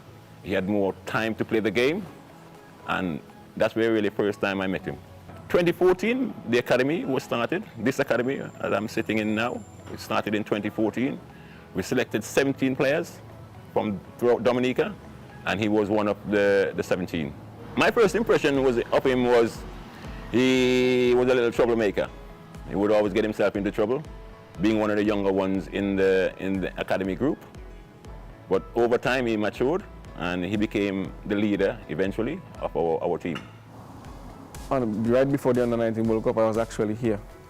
We didn't have this indoors built yet, so it was outside, it was just 2 concrete strips, and that is where my coach Sam Kennan and I, we worked tirelessly, day in, day out. We trained twice a day, actually. One at 6 and we end at 9, and then we have some breakfast, and then we came back again.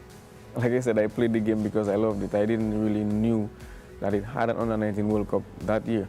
And I just trained day in, day out because I loved the game. And from me getting that call-up directly after putting in all that work, it was really, really special.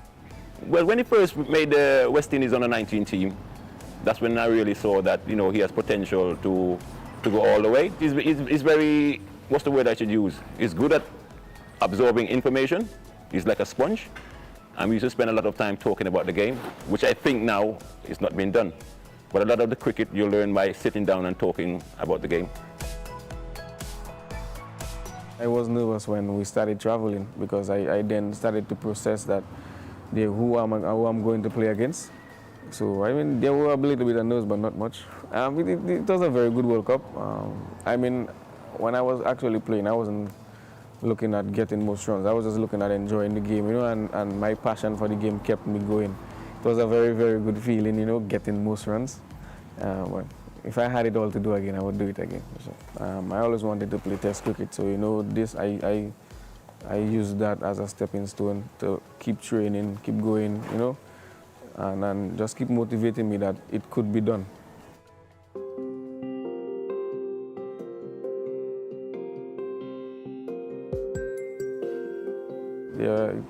Hurricane Maria actually came here, took place on September 18th. I think it wasn't directly before the World Cup, but it was before the World Cup, and it made, getting in contact with the people above a bit difficult, but that is one of the things that made me tough.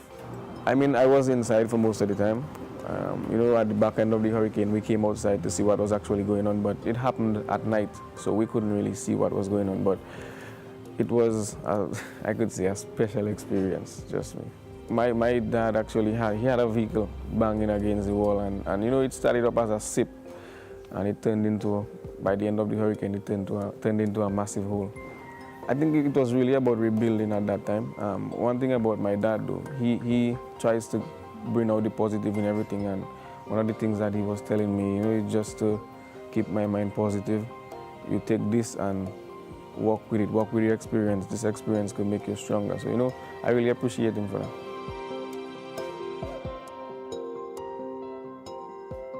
I worked with Coach Kohli when I first came onto the Windward team. Funny story, he's the one actually that helped me to get onto Dominica's senior team. So, but he's very good. I love having conversations with him. He always breaks down the game very simple. He understands my style of play, and one thing I like about him, he always encourages. He never tries to tell me, you must do this, you must do that. He always tries to work within my capability. I think West Indies were down here to play against Pakistan, and I got, I was the emergency fielder, and as the emergency fielder, you don't bat that much. So, he took me into the net, and he threw some balls at me, and he allowed some bowlers to bowl at me. And, he asked me, he asked my age and stuff, and asked why I'm not playing cricket at the higher level. And I told him my challenges, and, he actually spoke to the chairman. He got me a game for Dominica, and when I played the first game for Dominica in some 50-over game, I actually scored 100. And he was right there, and that helped me to build and to grow to go onto the Windward team. Alec had just finished playing the Under-19 World Cup, and he was in some really good form, and we had drafted him for the finals. And I remember him, just that cool head, young teenager, just walking to the wicket, and at the end, when we won, he was knocked out. So that was a really good memory. for him, and I've obviously had the opportunity to spend some time with him in his junior years.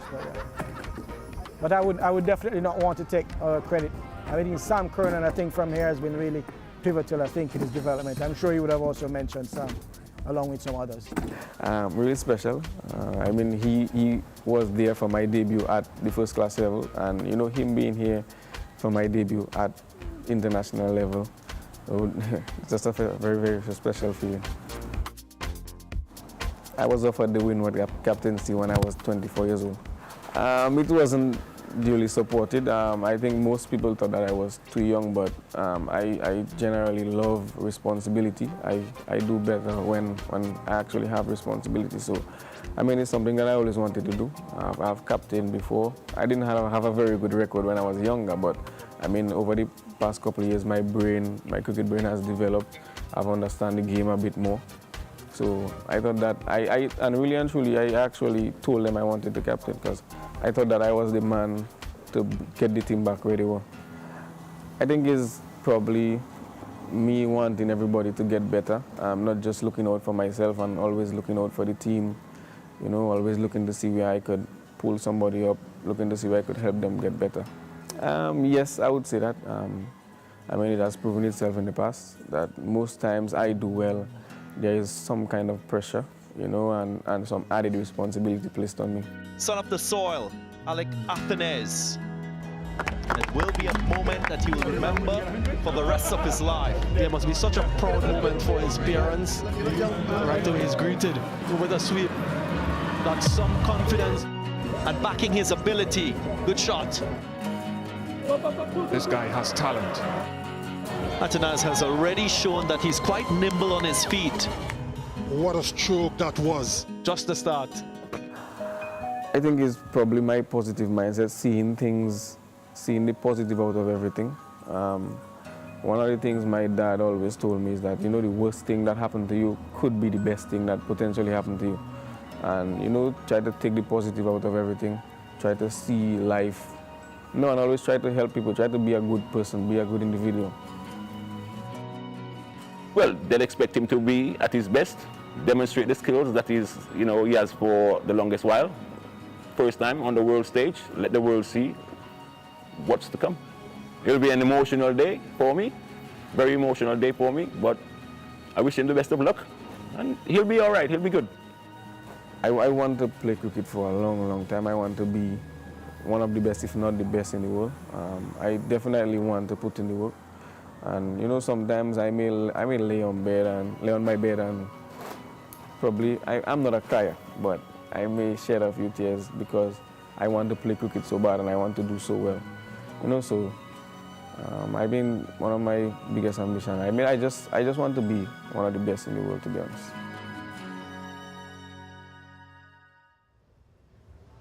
Well, he'll get his moment, Alec Athanase, but he'll have to wait for now. Just as the umpires were walking out for an inspection, instant downpour of rain. So as it turns out, the second Cycle Pure Agarbathi test powered by Yes Bank. Rain has interrupted play in the morning session of day 3 with the West Indies still trailing by 321 runs. The wicket of Kirk McKenzie. Final bit of action that we got to give Mukesh Kumar his first test wicket. And as the players and officials and all of us wait for slightly better weather conditions, we hope that it's only a passing shower. It's time for us to take a very short break here at the Queen's Park Oval, and we've got highlights from this test series coming right up.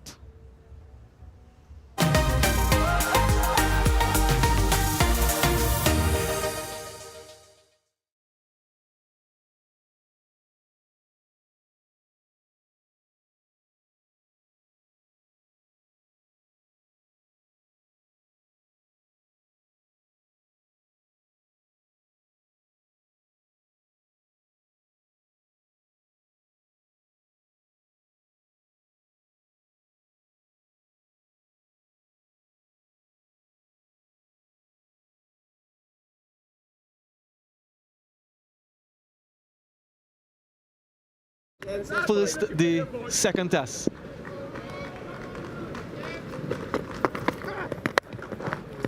What a start.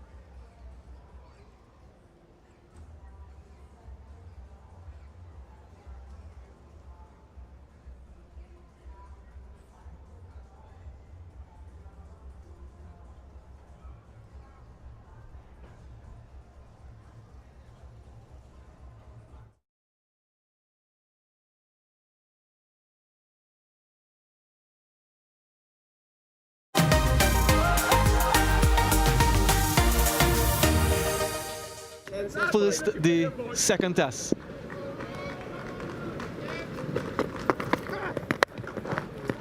What a start.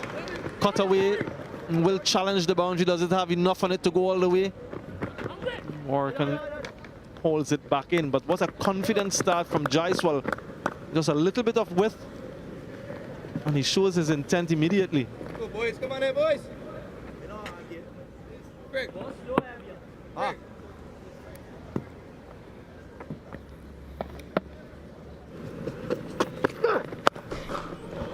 What a shot.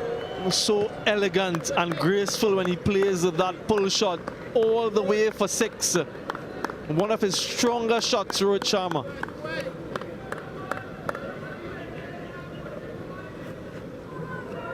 Slightly short from Kima Roach. Only bounced about waist high.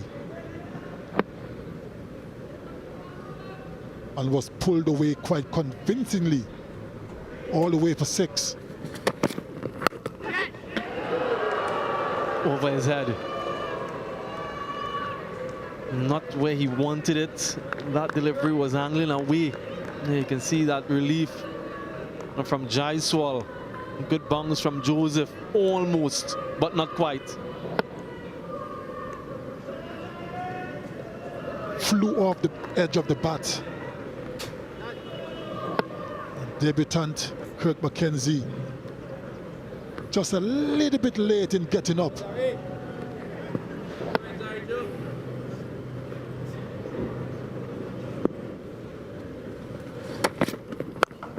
Pull away nonchalantly. That was disdainful from Jaiswal. Another 6.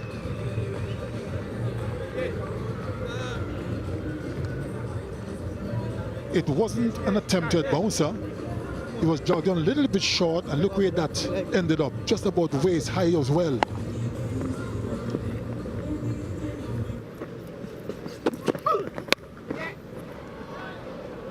Jaiswal's given that a bit, and he's going to get another boundary. He's in a different mode in this second test.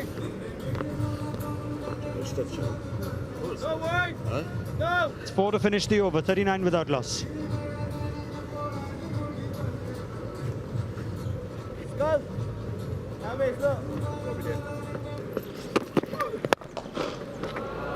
Well, that is a shot to celebrate a Centennial test. Beautiful from Rohit Sharma. Textbook in nature. This cover drive. Got to the pitch of the ball, presented the full face of the bat, and this is why he's rated so highly. Rohit goes for the pull shot. Fielder in the deep has no chance. Indian captain's on the charge, and he brings up 50 of the partnership.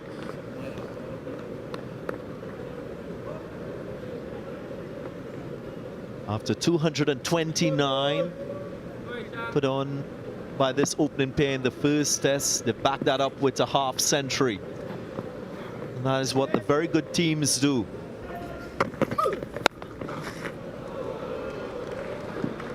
Cut away, and he helps himself to four with significant ease. Jaiswal, who's going at a runner ball. Loves the stroke, Jaiswal. Spoke about his supreme balance in that first test match, and when he's at the crease, it allows him to access the ball offside, doesn't fall over. Catch it, catch it. And as he comes off the boundary, Jaiswal says thank you and gets it to his right and above him for four. Yeah, he's been impressive in that first test, and he's continued that innings into the second. Swept away nicely and convincingly with ease.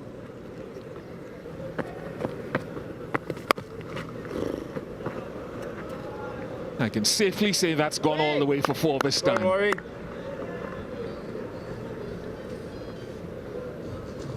I just dismissed with ease. And again, the placement.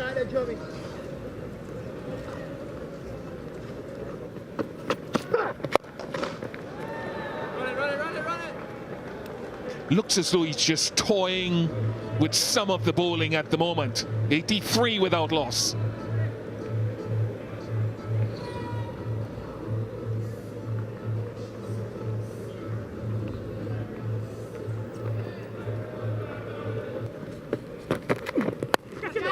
And that's the shot that I was talking about, not necessarily the back foot one, but I mentioned in Dominica we did a package where he likes to drive off the front foot on the up.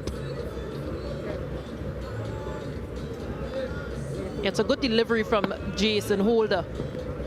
Just got through that slip gully region. That is 50 for Rohit Sharma in the most emphatic fashion. His 15th in Test match cricket to go with 10 Test hundreds. And this coming off that 100 in Dominica in excellent form. And he certainly isn't finished here. That's 50 for Rohit. An amazing shot. Coming over 74 deliveries, 5-4. Again, a short of the leg from Roach. Aggression shown and dispatched. That's what I thought then, more runs. Because I was watching a master craftsman allow the ball to come to him, wait for it to move, play it late, and negotiate any lateral movement, which was a little transition, I thought, from earlier years. And it's not the easiest thing to do. You've got to make up your mind as well to accept those critiques in terms of your strength. What's that edge found? Just squeezes through that slip cordon, goes for four. Frustrating for Jason Holder. Kirk McKenzie, the debutant. Should have done better. Should have done better.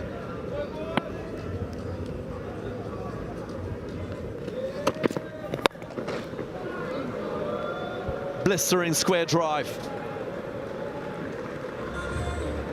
Full face of the bat presented, and then that wrist movement to open the blade. Was fully committed in the stroke, Jaiswal. Very much in control of the stroke on the up. Risky though, but the execution was good. It was hit with a tremendous amount of power.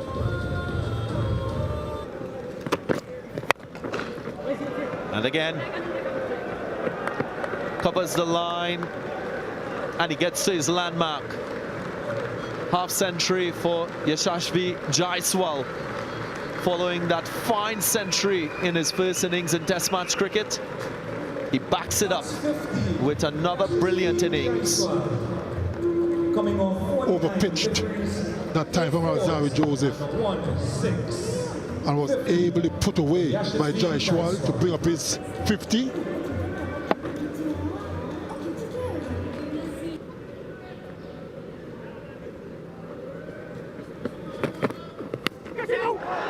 Edged and dropped. Atanaz, the fielder, on the cusp of the lunch interval. Couldn't hold on. How big a price will the West Indies pay?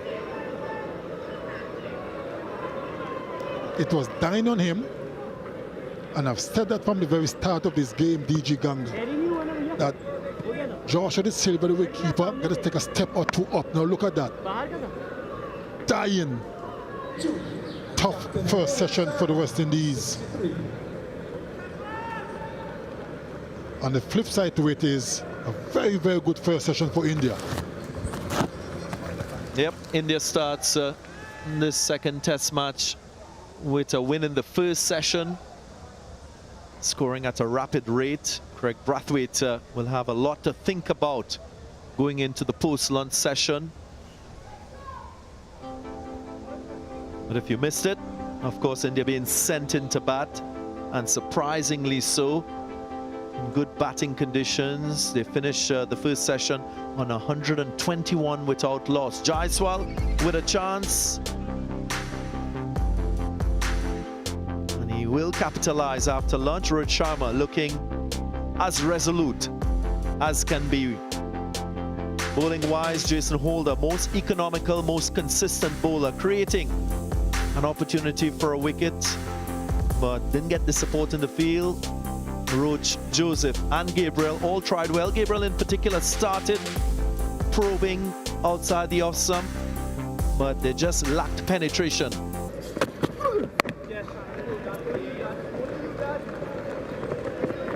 First runs after lunch, and they'll come in the form of 4 for Rohit Sharma through a vacant third man. We talk about that gap, just being able to use the pace, Really good, Shango. guide it down to that third region. Just the awareness from Rohit Sharma.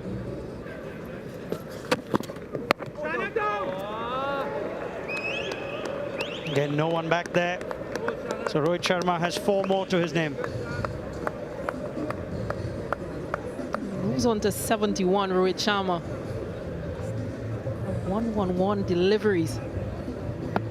Just using the pace once again. This time around, Blackwood just fetching that one. Doesn't give chase.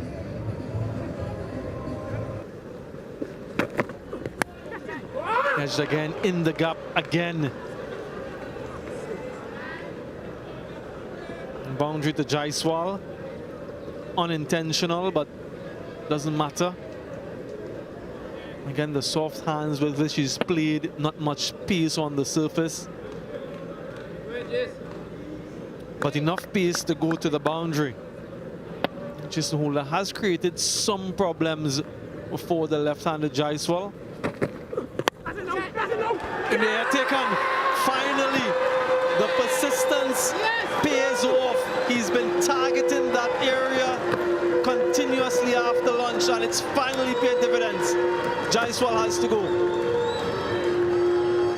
I talked in Dominica. I want you to look at this, folks. I talked in Dominica, and I talked this morning about the propensity of Jaiswal to go hard at these sorts of deliveries, induced by the fullness of length. It's a good catch as well, but reward for good patient bowling by Holder. Jaiswal goes for 57, 139 for 1.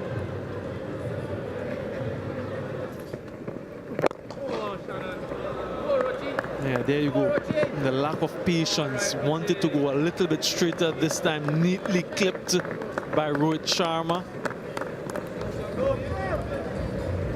Yeah, I don't have a problem with him going straighter. What he did there was he lost his length. And just simply with the angle it was clipped away. Couldn't hold his length as he went straight. So that's something he's going to have to do better, but this may be coming towards the end of his spell. He'll try from behind the wicket, from in front of the wicket, not interested. Umpire Kettleborough certainly, they'll have a discussion here, consideration for the review, and he's taking it.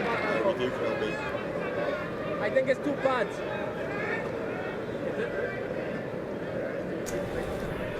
TV umpire to director, we have a player review for LBW. On-field decision is not out. Check the front foot and it's a fair delivery. Front on spin vision, please.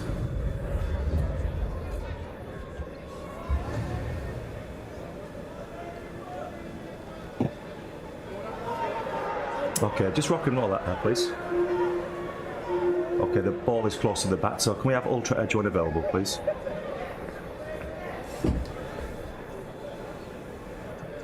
Okay, just freeze it there. Yeah, just take it back one frame and freeze it there.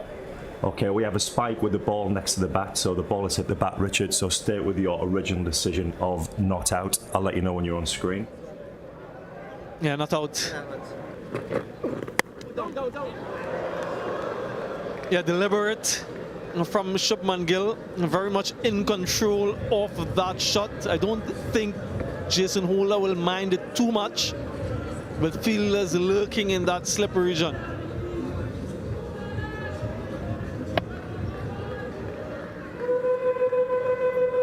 And Holder will say, if I can just creep a little bit tighter, that's about 6 stump. So if I can creep maybe 1 stump in or 2 stumps in.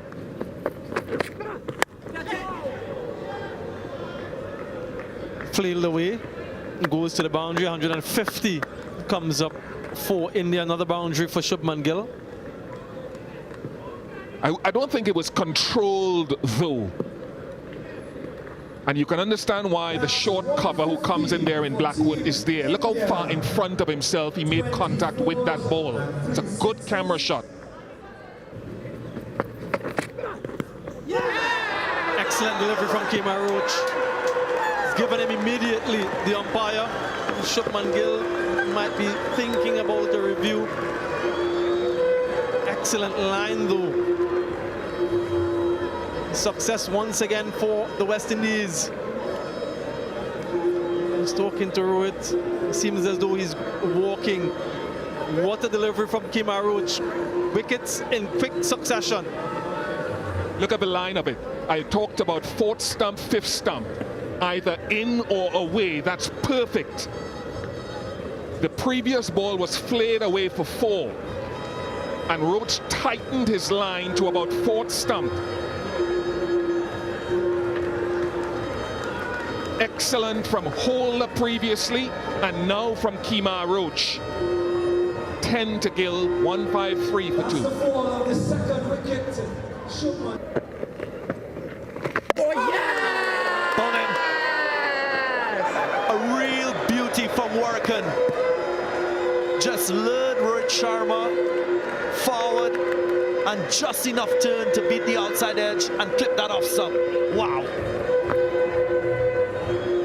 Being rewarded for nagging, that nagging consistent length and line. What a delivery. Joel Warrican. Really impressive. Loses balance. Gets the Indian captain. Rohit Sharma goes for 80. 155 for 3.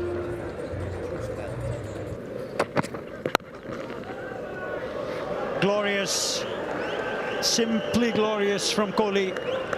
Vintage Virat helps himself to his 2nd boundary. Too full, a little too wide. And that was a brilliant stroke. Look at that. Got a good stride in. Got to the pitch of the ball. Effortlessly. Bolden. A beauty from Gabriel to give him his 1st wicket. He rattles Rahane Stumps. And India have lost 4.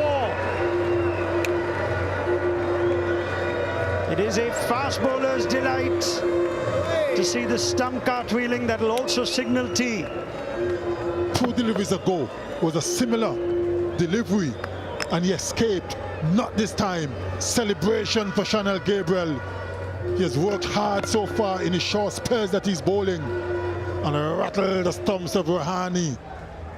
Fast bowlers love that. It's a wonderful sight. All India first session. West Indies have crawled their way back into the game. Very good session.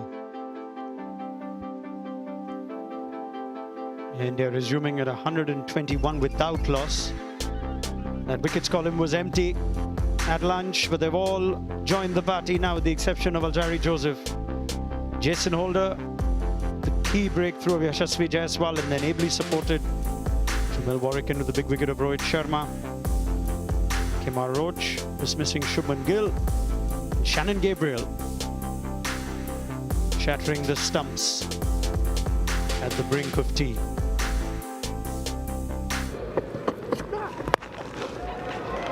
Does not escape with the long half volley. This time, Kohli finds the gap. Such a wonderful player when he's playing strokes like that. Over-pitched delivery from Kemar Roach, and look at that, pose for the camera as well. All timing and the placement as well. Nice shot. Just too short. What a wonderful piece of timing from Virat. That's one of the hallmarks of his batting. He's got superb timing. Look at that. Hardly any power whatsoever. A little bit too short that time from Kemar Roach. Does. But it squirts away for 4. But that's not a controlled shot. It's a similar shot to where Roach had him dropped in Dominica.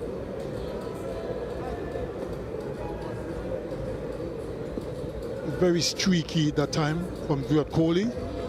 No fault of Kemar Roach. It was a good delivery.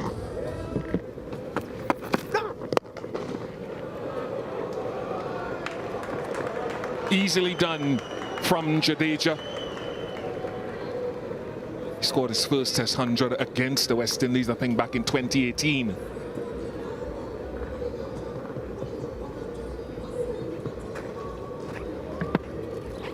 Over-pitched from Kemar Roach. Went just past Captain Craig Brathwaite at a short extra cover. Finds a gap.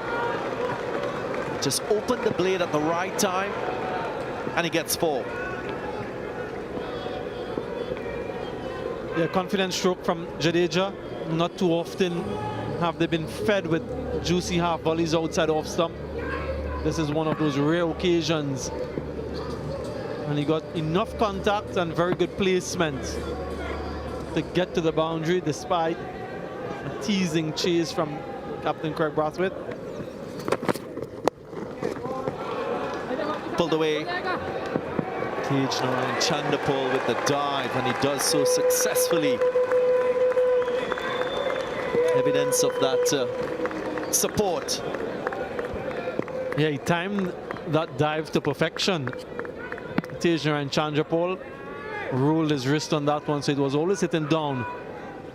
Good commitment. Catch it! Uppish, but significant for Virat Kohli. Out of like 4. Yeah, I feel like Brings 4. up his 30th Test match half century in his career to match his 28 Test centuries, and back-to-back half centuries for him in this series. Very well played. Yeah, there's a smile. There'll also be a boundary check. Yeah, that might be 4. A little bit uppish from Virat Kohli, but we don't retire before the next time. yeah, confirmation there. But in the gap, more importantly. More runs will be 4. Very much in control. Jadeja on top of the bounce and guided it neatly. I'd be very interested to find out how many runs have been scored in that third region throughout the course of the day. Very well controlled. and quite deliberate.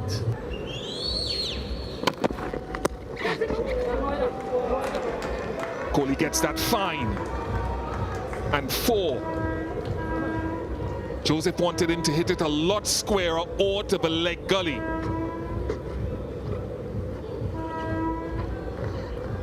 Again, the placement from Kohli. There is a short, fine leg in play. Just got it fine enough to beat those 2 fielders. Down rate. Launches into that, Kohli. It's outside. It's a beautiful way to bring up the 100 of the partnership as Kohli marches into the 80s. He's too good a player to miss out on that type of delivery. Threads the needle, so to speak. Goes through the gap. Offside. Helps himself to 4 more runs. That's the 100-run.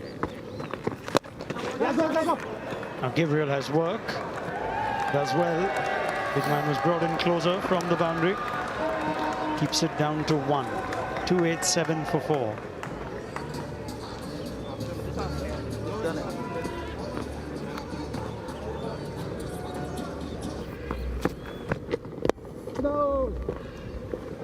I'd like to see the speed gun on some of those. 288 for 4. Time.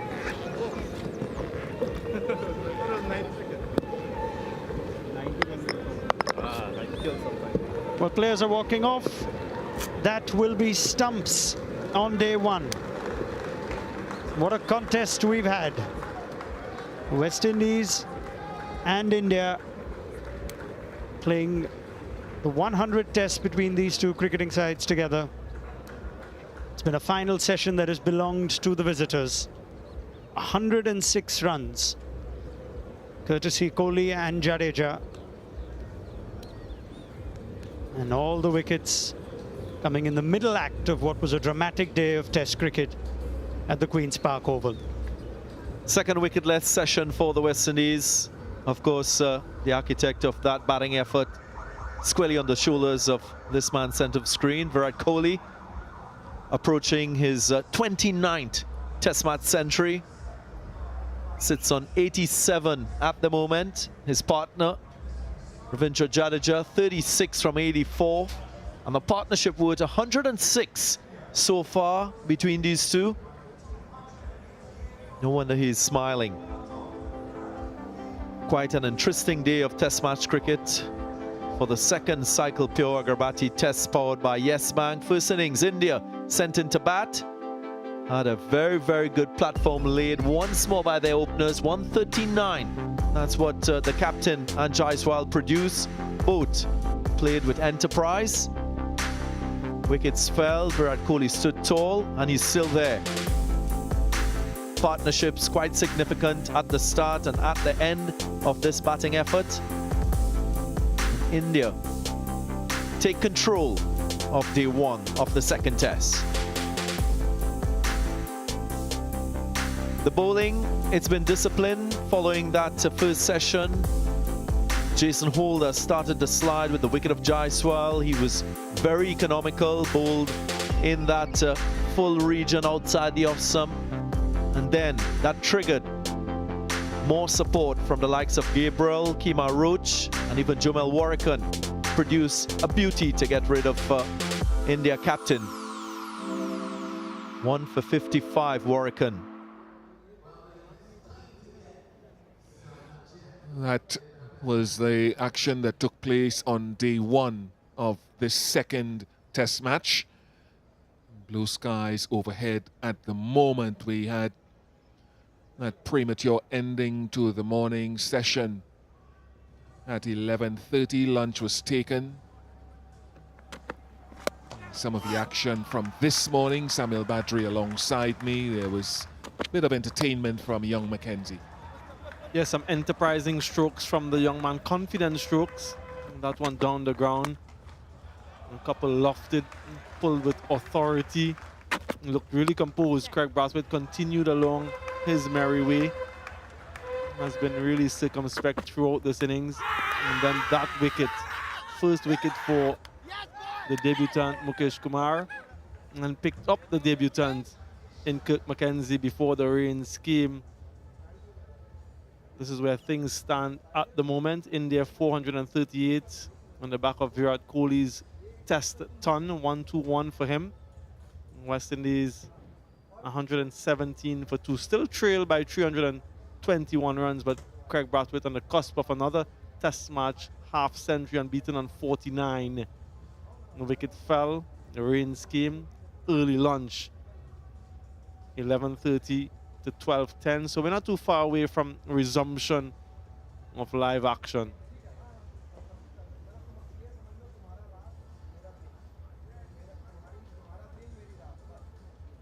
So play will resume in about 15 or 16 minutes time at 10 past 12 local time, and the overhead conditions are quite good.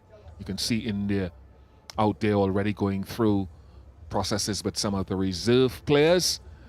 In the meantime, though, we will have a look at one of the young West Indian players, Joshua Da Silva, and his journey along his path so far. Enjoy. The first time I picked up a bat, I can remember, as far as I can remember, I was probably about 3 or 4 years old, maybe even younger, but I used to play cricket in my dad's bedroom. He would lie down on the bed because he didn't want to get up, but he'll throw the ball at the corner and I'll be batting in the corner of the room, and I'll hit it and the dog will catch it and bring it back for him, and then we'll go again. We'll just go and play in the front yard with a tennis ball and a cricket bat. And my dad used to bring me here in the Oval, in the Jeffrey Stallmeyer stand. He used to sneak me in, actually, my aunt and himself, and she used to hold me behind her back and sneak me in the Stallmeyer stand. And yeah, just make sure that I get in just to see Australia, England versus West Indies, whichever one it was. My favorite thing about cricket when I was younger was just being able to hit the ball as hard as I could. I didn't really know about technique or anything like that. I just wanted to bat, but that's pretty much it. I didn't want to do anything else. I was more a batsman, and I actually took up wicket keeping because no one else wanted to do it when I got into secondary school, and that was actually the first time I played hardball cricket was in Form 1. Then when I got into St. Mary's College, quite a few people, there was Aaron Kirbinali, Dewan Balwant, Andre Lawrence, and David Furlong. All of them helped me quite a bit early on. Oh, what a response. What a good shot that is from Brian Lara. I looked up to, of course, Brian Lara, being from Trinidad, the Prince of Port of Spain, and both of us from Queen's Park Cricket Club. As a wicketkeeper, Dinesh Ramdin, and also a lot of like Adam Gilchrist, Brad Haddon. Was a big Australian fan growing up. My first class game in 2018, I could actually remember it like yesterday. I walked out to bat. We went in second, and my hands were shaking, and the opposition wicketkeeper was like, "Why are your hands shaking?" I was like, "Well, this is my first game and I'm pretty nervous." And I remember slog sweeping Shillingford for 4, and then yeah, the nerves were pretty much calm from then. In 2019, the Super 50, we called ourselves the Ultimate Rejects. We were all guys who didn't make our main franchise teams, and we kind of all came together because nobody made their team. So we called ourselves the Ultimate Rejects, and it just so happened that we gelled really well from the beginning, and we went on to win the title, and it was actually a pretty good tournament for me. My first List A 100, that was my favorite moment of that tournament against Windward Islands. Yeah, I remember that in the Brian Lara Stadium. My dad was there, and yeah, I got pretty emotional with that one. My first time I raised my bat and helmet for West Indies in any form. The hardest thing that I had to learn was probably patience. There are a lot better bowlers, a lot better everywhere, all around. Everybody's a lot better. So for me, I just had to kind of calm myself and try to play to my strengths and just have the ability to do what I know to do and what I train to do. My key ambitions were obviously to make West Indies. It happened a lot faster than I could have ever imagined, but at that time I just wanted to play cricket and play cricket at that level, because once I got there, I got a taste of it. I really wanted to excel and just do my best as quickly as possible and get to the top. CPL was pretty good. That was the COVID year. It was tough. We went from bubble to bubble, but being around like Chris Lynn, Ben Dunk, and a few other overseas, and just seeing them and how they operate in the franchise system, it was a good first taste of it, and yeah, I've definitely learned a lot from that experience. The best advice I probably got was keep it simple. That was the most important thing, and ever since then I've tried my best to just not overthink the game, because we like to overthink cricket and it makes it very difficult, and yeah, it just complicates things. So that was probably the best advice I got. And my first call to West Indies from Roger Harper, I can remember exactly what he said, and yeah, a few tears came to my eyes, and I went to my parents straight in their room, and I was like, I made it, as a reserve even, but I still made it somehow and got on the field just to catch a few balls. I knew it was going to be long going to the airport, away from my family and everyone. During COVID as well, we didn't know what to expect. All I knew was a charter flight, and luckily it was business class seats, because that 8 hours is never nice. But yeah, I didn't know what to expect. That tour, I can remember it like it was yesterday. They had a full game room, golf simulator, pool table, everything you could have asked for to make us comfortable. The only thing was we were in a bubble, but for me, I was just really excited to be there and just be among the guys and be in the West Indies setup for the first time in the test team. So it was a really good experience. Mentally, I was just excited. I just wanted to get out there, wanted to do my best and just be around the guys. Subbing in the third test, I remember being on the balcony in Manchester, and coach told me, Josh, you might have to go in. I was like, coach, I don't have my stuff on me. He's like, all right, where's it? In my room. So I actually ran across the field, took off my shoes over there, which I had on my fielding spikes, ran to my room, put on my batting spikes, which are half spikes, and put on my keeping gear, ran on the field from the hotel end, and then slipped because I didn't have on my full spikes. So I remember that very well. I was very nervous. Jason, when I came on the field, made it pretty easy. I would say he took off my hat. I was wearing a floppy and he presented it to me, and yeah, that definitely helped me a great deal. And yeah, I did a pretty good job other than that one missed chance, but it was a good experience. My test debut, I remember it. Roger Harper gave me my cap number 322. Yeah, I still couldn't believe it happened. At the time it did, it happened a lot quicker than I could have imagined, and it couldn't have been a better debut. That's whipped away through the onside. Yet another familiar shot from this man, Joshua De Silva, who's played a super hand here. Yeah, my maiden test 100. Actually today, our fielding coach Griff, he sent me a picture of me celebrating and that, and he said, this is the guy he wants to see. And I think about it every day. I look back at the footage all the time. And for me, I would just like to get back to that feeling, because there's no other feeling than scoring a test 100. Goes down the ground. He thinks he's got there. He certainly has. What an innings from Josh De Silva.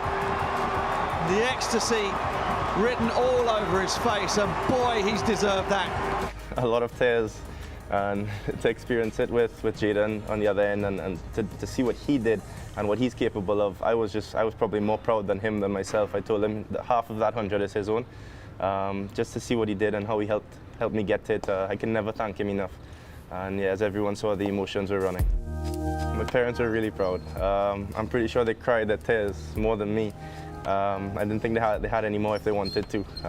But yeah, as I called them in the night, they're pretty excited, and they didn't have much words, much less me. Captaining the A team in Bangladesh, not a very easy place to tour, but the opportunity was second to none. It taught me a lot. The pressures of being captain definitely shows when you reach a higher level. I think I have pretty good qualities of leadership. I think I'm there for the boys, and I just want to make sure the boys get what they need in order to go out there and perform to the best of their ability. I'll give everything for them, and that's most important. The quality Joshua has that make him a good player is his fighting spirit. That never say die, the warrior-like, On the field, I think, for me, he's not as talented as most of the players around, but he have that fighting spirit, that warrior spirit about him. So sometimes you're not going to be as talented as everyone, but at least if you have that fight, this cricket requires that fight, international cricket. Playing at home, it's been a dream come true. We were supposed to have one against South Africa in 2021, I believe, but it never happened because of COVID. But now, the 100th test match between India and West Indies, to be at my home ground and to get this opportunity, I don't have words to explain it. That's pretty much all I have. From being smuggled into the Stallmeyer stand to actually being there singing Rally around the West Indies, and then being out there with West Indies in the Queen's Park Oval, it's definitely going to be a special moment, and to have my parents there in the stands watching, can't ask for anything better. I'm pretty sure I'm going to be looking for them every ball. Every time I catch a ball, I'm going to be looking around where they are. I'll spot them once and then probably not stop looking at them. It'll be really a special moment. Would love to captain West Indies in the future. Obviously, Craig is doing a fantastic job, and I'm just there to support him whenever he needs. Jermaine as the vice captain, so I'll wait my turn, and hopefully in the future that opportunity presents itself. My main goal is just to be the best cricketer I can be, on and off the field, do the right things, do the basics well, and support my teammates as great as I could. The future is in his hands. He's been playing for West Indies now for 2-3 years. He's been fast track, A-team captain. His performance, you know, his stability, his awareness and so forth, and on off the field management, he's on the right path. The dream next few years, probably get the average above 40, score as many Test 100s as I can, get into the ODI team. Yeah, just play cricket. Once I'm playing cricket, I'm very happy. So once I'm enjoying it, I'm loving what I'm doing.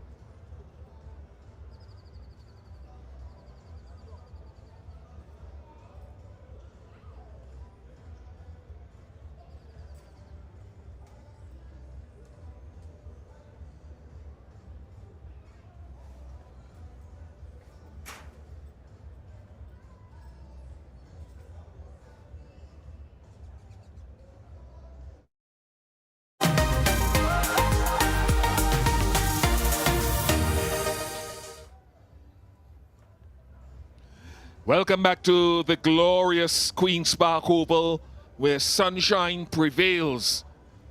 And after a shortened first session because of inclement weather, lunch was taken at 11:30. Restart now at 12:10, 3 minutes away.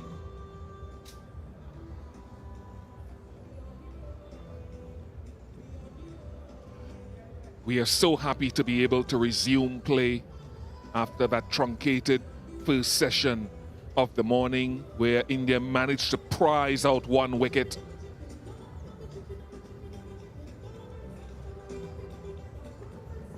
Craig Brathwaite, though, is still there.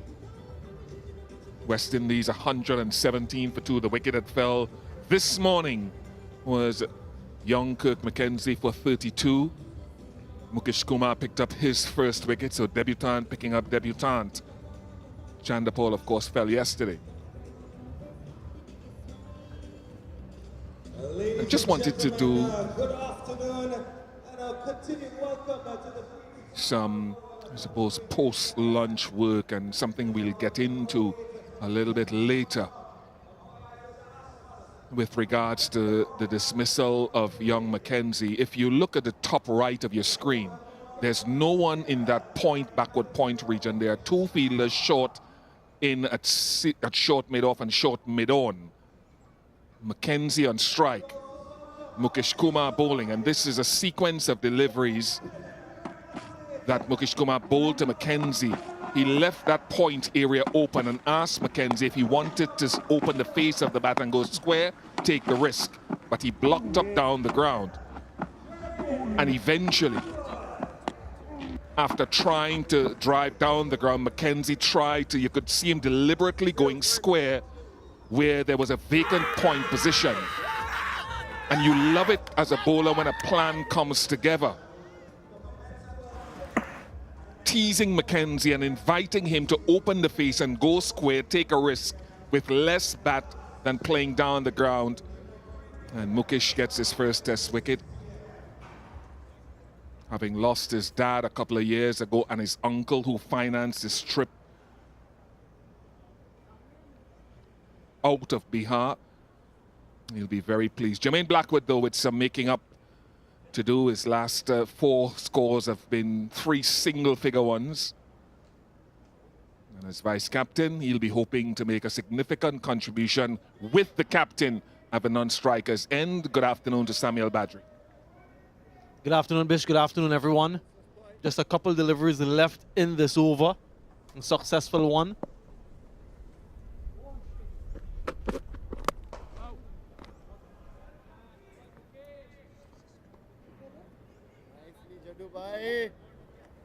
Just before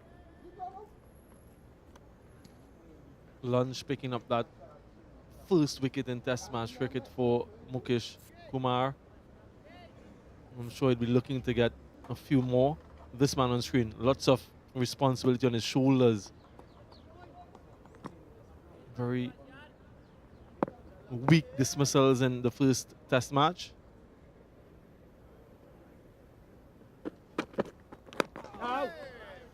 That's why that man is there at short mid-on in addition to the normal mid-on. 117 for 2.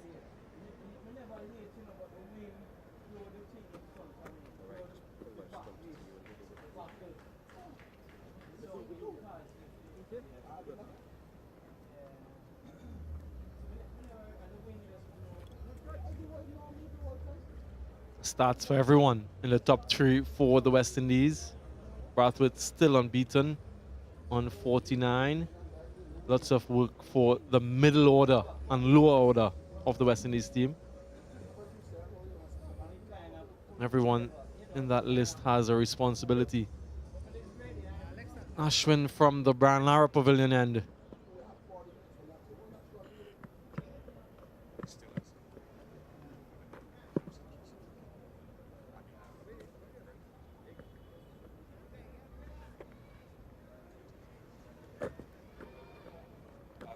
आप रख लो भी pocket में पीछे नहाने वाले के पास हाँ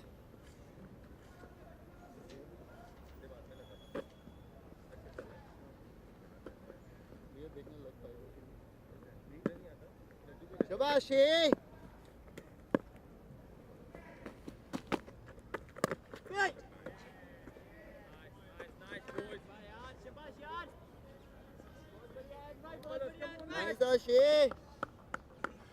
Of course, we resume at 12:10 local time. We go up to 2:40.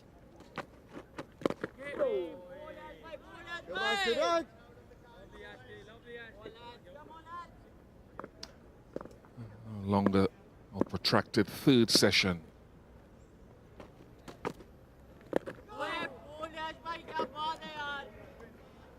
Craig Brathwaite averages currently over 60 in Test match cricket at the QPO.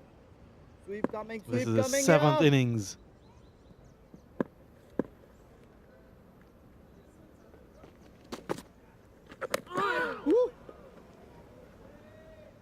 Has that determination in his face. Too defensive here, Ashwin. Once again, some turn here from Ashwin. Very slow, flighted. Not much rough outside the right-hander's off stump. So very little in that regard for him. Yours, yours.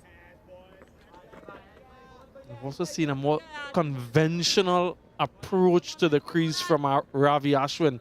Spoke to us at the end of that first test, Bishop, about trying things in the middle of a game. Middle of an innings just to get the batter uncomfortable. 117 for 2.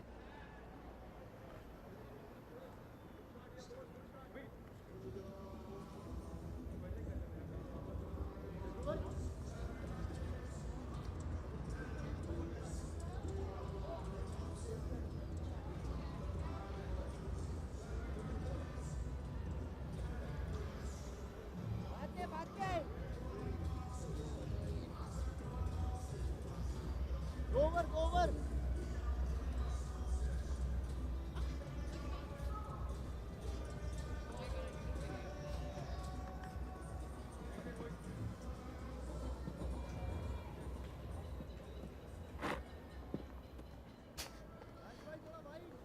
Spoke about Mukesh Kumar looking to attack the stumps yesterday in his first spell as something that would come in later. And Blackwood off the mark. And you could sense today with his method of operation that this is largely targeting the stumps simply because there may not be enough pace in the pitch to bring the slip fielders in as often as would otherwise be the case. In fact, this is going to be more of a ringed field with one of those slips coming out now. And Virat Kohli into where's he settling? Short mid-wicket. And a short mid-on.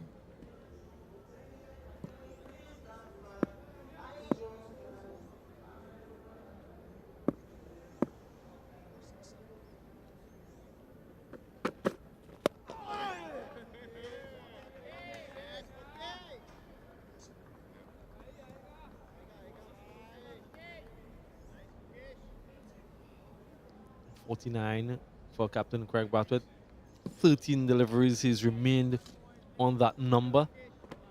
He doesn't seem to be bothered by that landmark, unperturbed.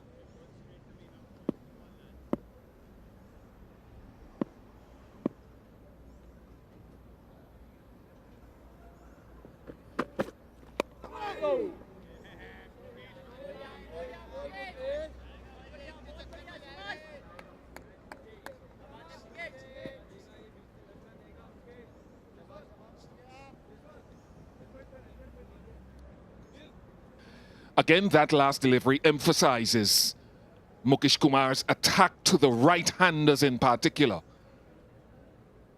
Even in the morning session, Brathwaite had to be mindful of not missing the line of the ball. Another move in the field.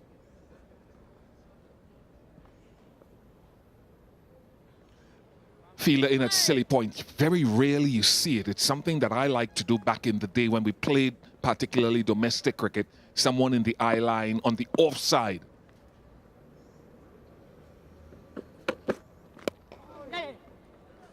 A welcome 50 for the West Indies captain Craig Brathwaite after a lean run of form in South Africa and in the first test match. He will welcome this, his second slowest half century in the format, and he knows there's much more work to do. You can tell by his very subdued celebration that this is just the start. Spoke about taking the responsibility himself and leading the way with the bat. Welcome return to form for him.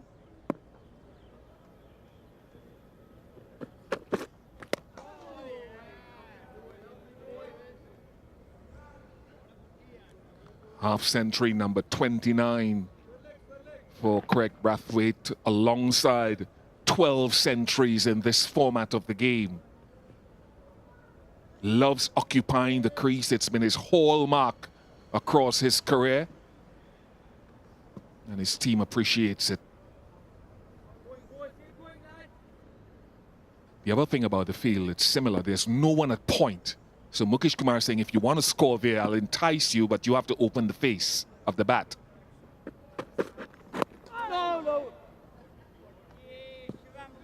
120 for 2.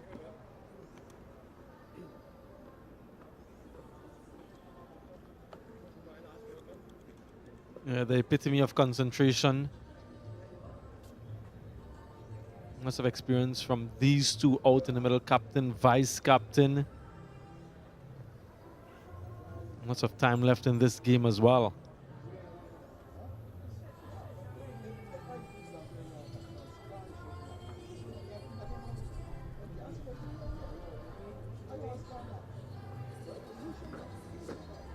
Carlton Sinclair, granddad of Kevin, on the left with the flag.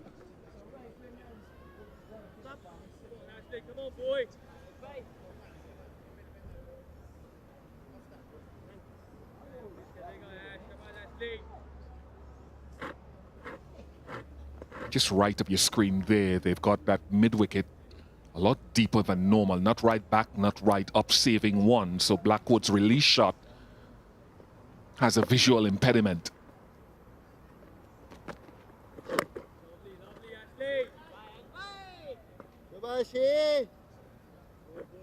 Still has the mid-on and mid-off quite close, and perhaps asking Blackwood if he wants to go aerial and over the top early in his innings. Go right ahead. And Ashwin, no doubt, will be tossing the ball up over his eye line. And tempting him and probing away. It will be a great test of resilience and patience and restraint for Blackwood. Nicely, Rohit bhai. How much does he trust his play along the ground? Shabashi, shabashi.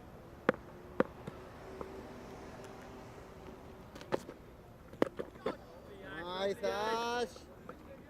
This is really good from Ashwin. Good areas. Ash bhai, ek zyada ghumegi pat pe aayega.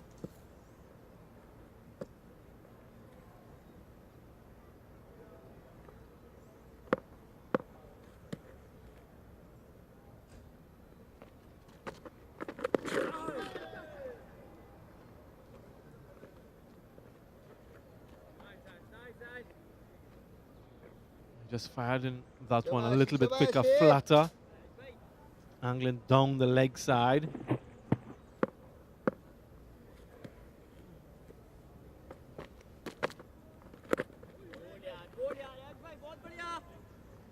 Maiden over, still 120 for 2.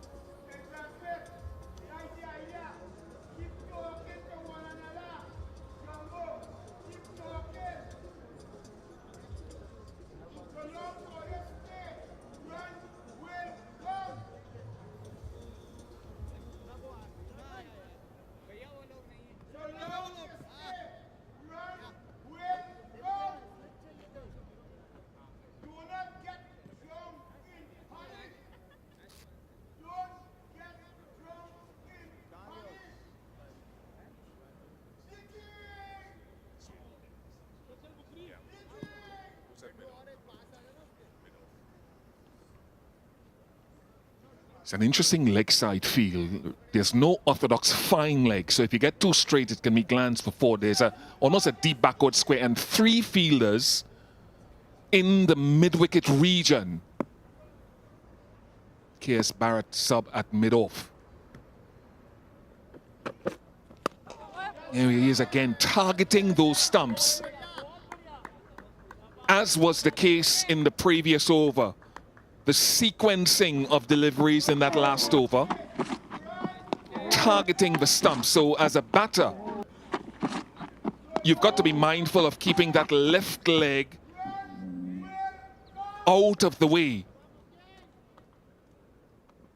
And Brathwaite loves to close the face of the bat into that mid-wicket region and square. So they've blocked up straight and asked him to close the face more to get a run.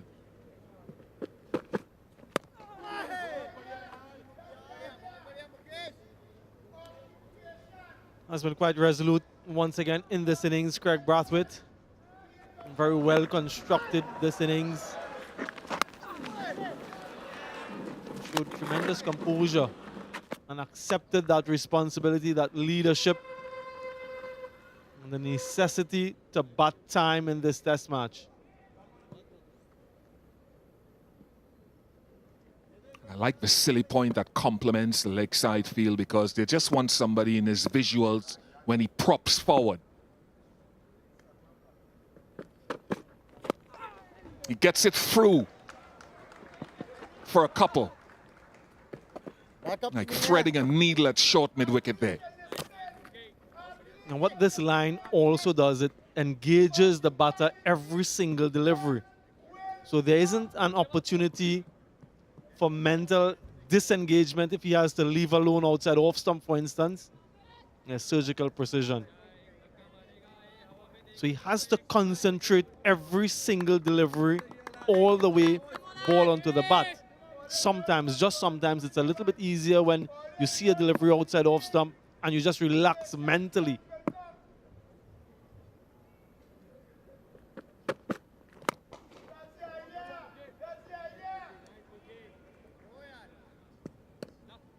Watch for the pace off as well. It's an interesting method that you're talking about there as well. I was sharing a thought with one of the West Indians this morning who shall remain nameless. And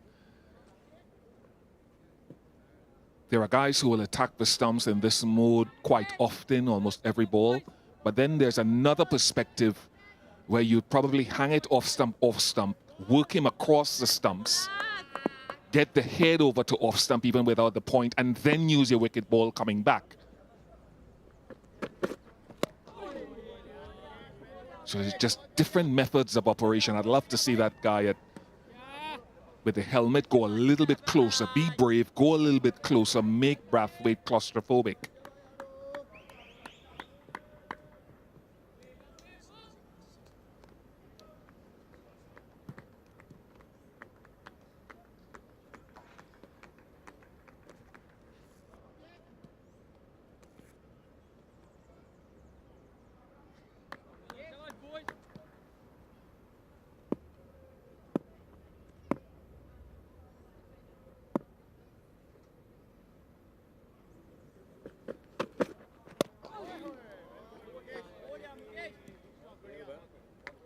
One, two for two.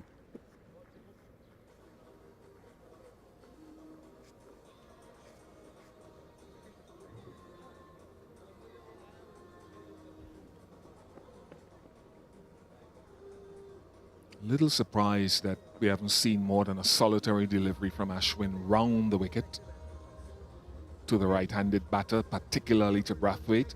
But Ashwin knows his craft better than most.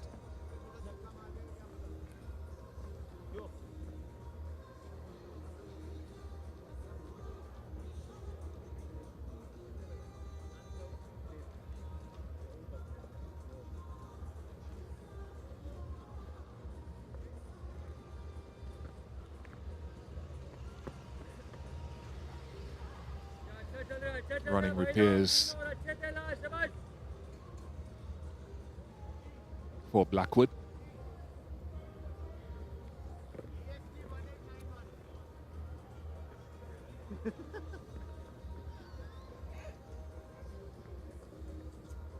Young Malik Athanas next in to bat. Top scored, if you remember, in both innings in that Dominica test on debut.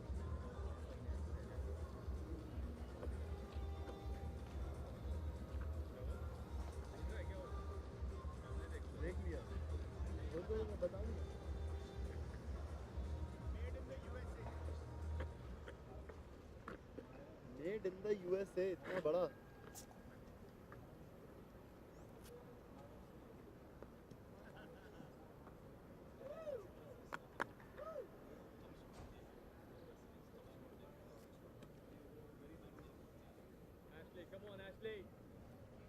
Kohli in a short mid-wicket with a deep mid-wicket way behind him.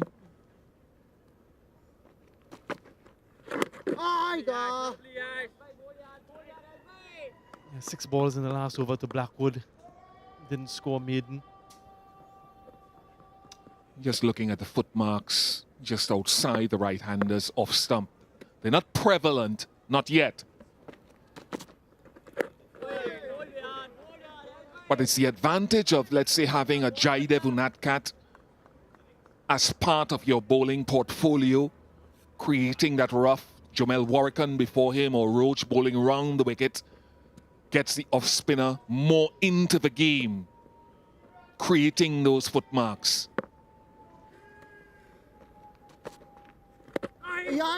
That's where Ashwin is continuously aiming for Samuel Badri, and because they're not prevalent, so not every delivery will perhaps land in there, but it's a little target to aim at, a little bit of drift.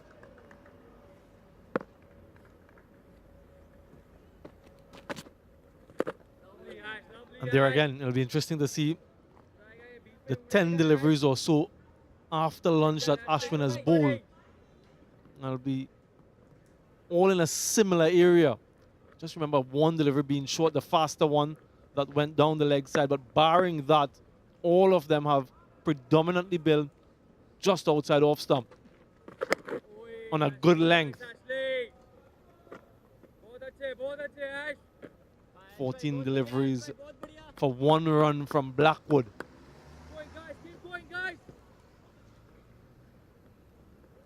Could hear once someone saying border che, very good to Ashwin. Yes, boy, yes, boy, yes, boy. Another maiden over, 1-2-2 for 2.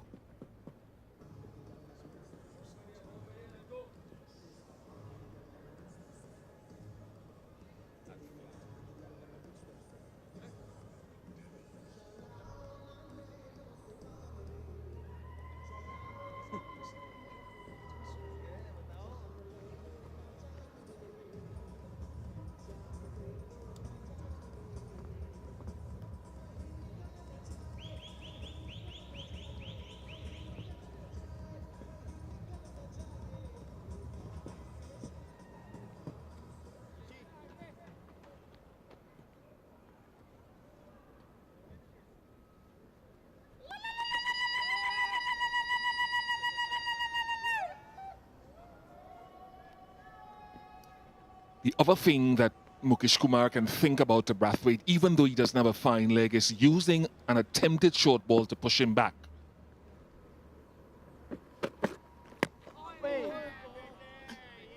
And I say that simply because Brathwaite knows, as a top-order batsman of some repute and experience,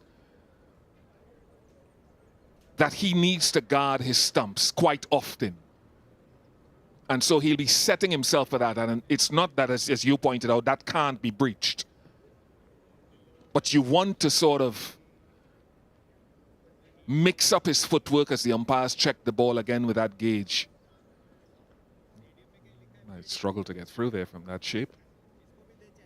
He does struggle. Looks a little oblong. It's a terrible batch. It'll be the 5th time. Or 4th time with the 5th ball if it is changed.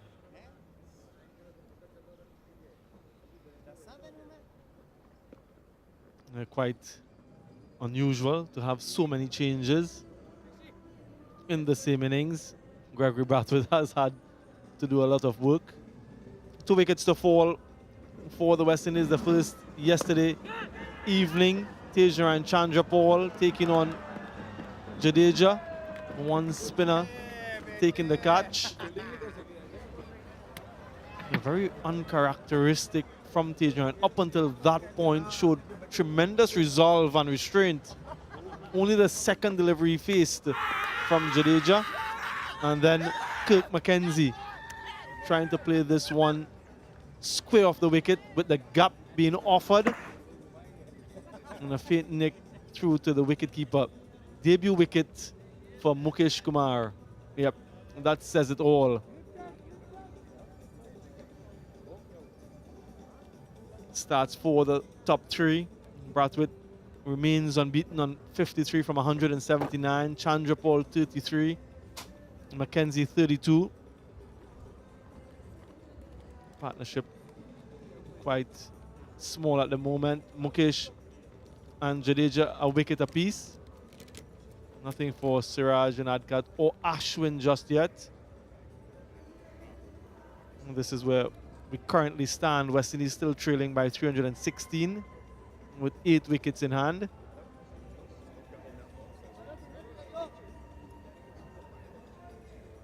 Once again, fans have an opportunity. If they use their Caribbean Issues MasterCard, visit westindiescricket.com, windiescricket.com to get details of a 20% discount on any West Indian home match. Cash in on that opportunity. Lots of games to follow this test match, the white ball leg of the tour. 3 ODIs and 5 T20 internationals. And of course, England visit the Caribbean later this year in December.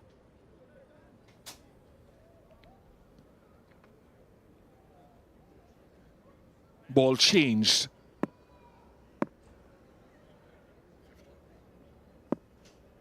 Fifth ball used in this innings. Yeah, I thought the bouncer would be a key thing, and with a harder ball, I assume it's harder, that he's tested it out early,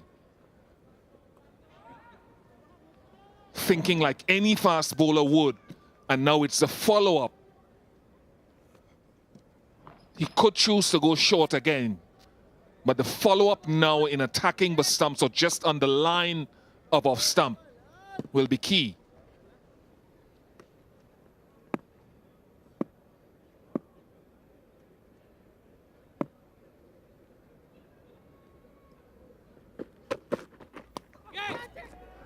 Yeah, he does go short again. And it's risk reward with no fine leg, but it's gone all the way for 6. But you can understand what Mukesh Kumar is thinking. Well played though, Brathwaite. Yeah, just trying to change things up slightly.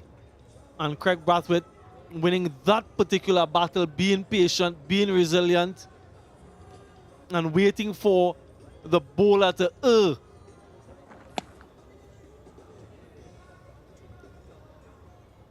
Goes all the way for 6. Craig Brathwaite knowing that there isn't a fielder at fine leg. This is what he does so well. He just waits and waits and waits.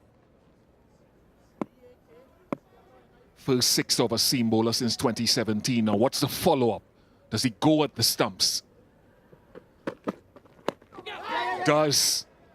And so you see how the plan goes. That's not part of the plan though. Brathwaite says thank you very much for an extra 4 runs. 5 in total. And that's 11 runs in 2 balls for Craig Brathwaite. And that's some acceleration. Jadeja seizing on the opportunity, but because there's no fielder at backward point, there's no one to back up. So the slip fielder tried to get across, couldn't do so in time. Resulted in an unforced error, so to speak. Yeah, shouldn't take away from the fact that for the very rare time, Brathwaite clipped that one in the air. But where there were previously 3 fielders a short mid-wicket, And now 2. That hurt. Ouch. Number 49. As a bowler, that hurts right into your gather delivery stride. Sometimes it might just be better to finish off the delivery. Could be also a case of injuring the batter, but yeah, you're right. To pull out that late at the height of your acceleration is always difficult.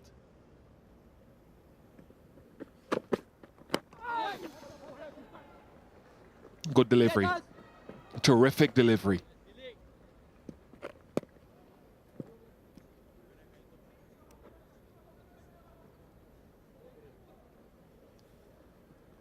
I think that Mukesh and India wouldn't mind bowling consistently at Jimin Blackwood to test what he does with this line. As it is, he gets a single immediately, gets off strike, which is good from his standpoint. And over to you, Craig. Still only with 2 at short mid-wicket compared to 3 last over.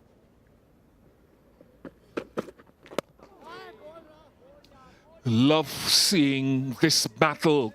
1-3-4 for 2.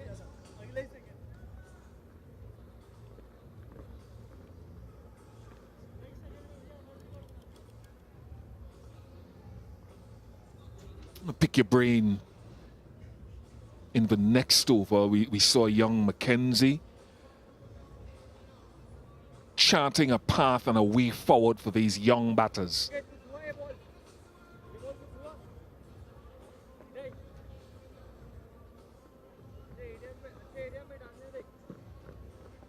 McKenzie showed us a few strokes that he has some ability that we'll need to see a bigger sample size. Come back to that. Mid-on drops back. Nicely.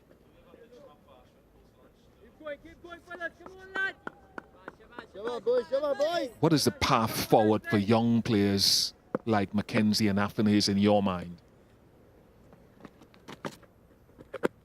It's something that has been discussed quite a lot in the region. After this test match, there isn't any red ball cricket in the region until January next year. Our first class season usually runs in the first quarter or so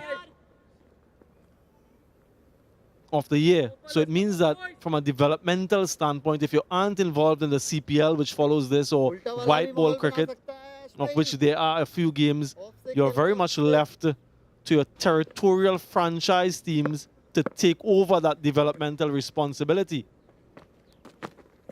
How was that? I deliberately tried to go a little bit straighter, fired in as well, faster from Ashwin. And once again, down the leg side. So it's worked now for the franchise teams and the franchise coaches to continue what has been started at the international level, to get these young guys on that pathway for excellence. And I'm sure that those coaches are looking on throughout the region because, as I mentioned, they go back there, and that's where a lot of the work has to be done. Yeah, work to do. I wonder if a carom ball was applied one of those last couple that were too straight. Meat and drink.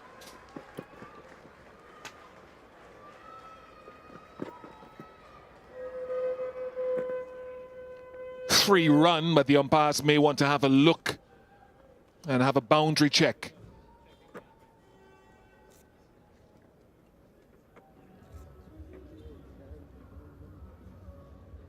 Yeah, Shubman Gill, I think he did well. Yeah, seems to be okay. Just that left foot, is it touching? Very close. No visible movement. You have to look at it from another angle. It seems to be okay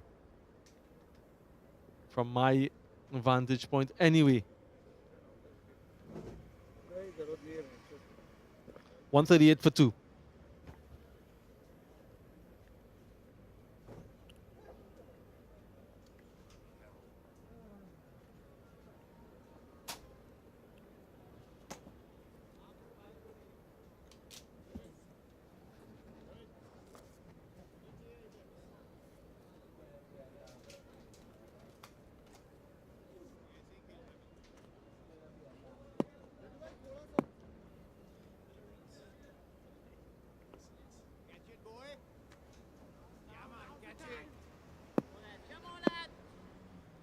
.59 overs, 138 for 2, the West Indies.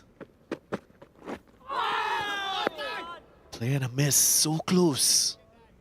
Mukesh Kumar operating from the media center end. Of course, with clear plans, though, to Craig Brathwaite. Afternoon, Stacey Ann King. Afternoon, Darren Ganga. Yeah, nice battle between this pair. A few short deliveries, a few boundaries, and a few close ones just going past the bat.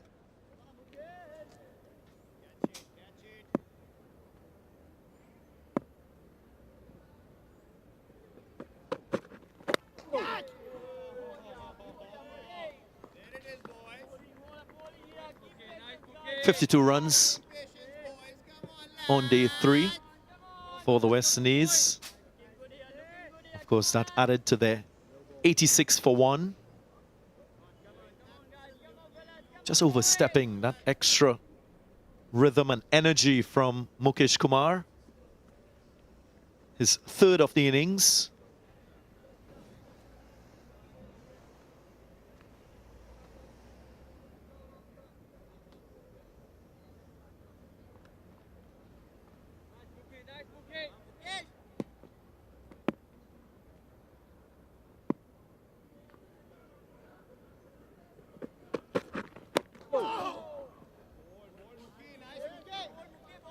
Craig Brathwaite will also need to be mindful of the subtle changes in pace from Mukesh Kumar with this type of field. That's a good strategy to use as a fast bowler. Oftentimes you get accustomed to a bowler bowling one pace, it becomes easier. But if you have those subtle variations happening, it requires you as a batter to adjust your back lift.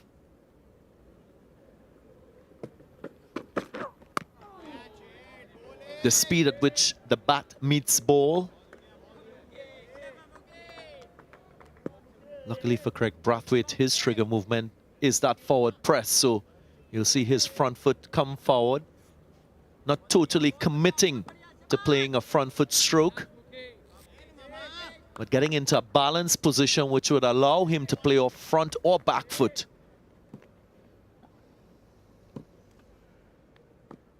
And it's important as well for those pull shots that we've seen him play, just to not be too wide.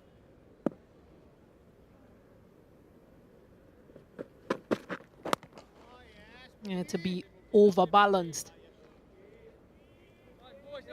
He's done well so far, 67 from 189. Again, they talk about the importance of spending time.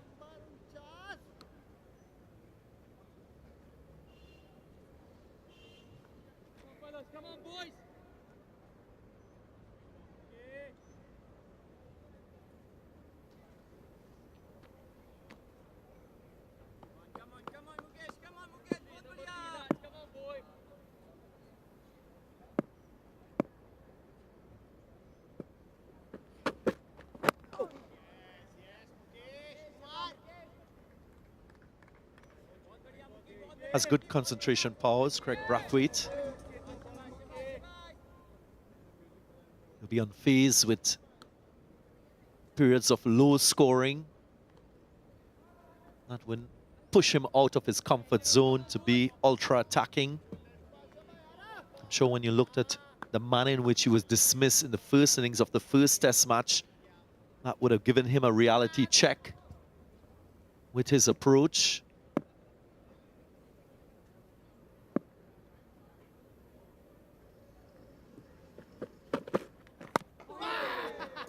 Just a little bit fuller.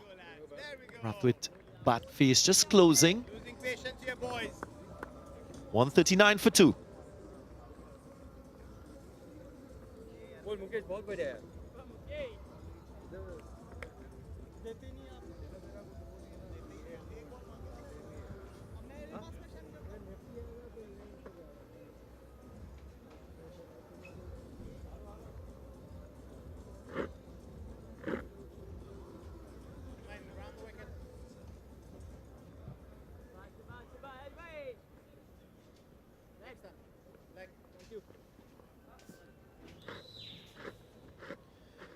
Wicket for Mukesh Kumar, his first in Test match cricket.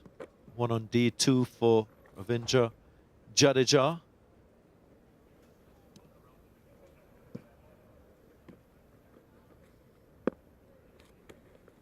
Ashwin from round the wicket.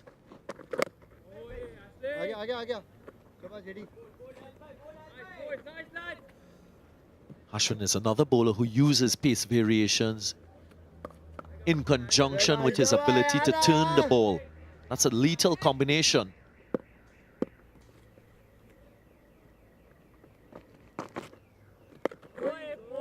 And also being able to employ those lengths around and over the wicket.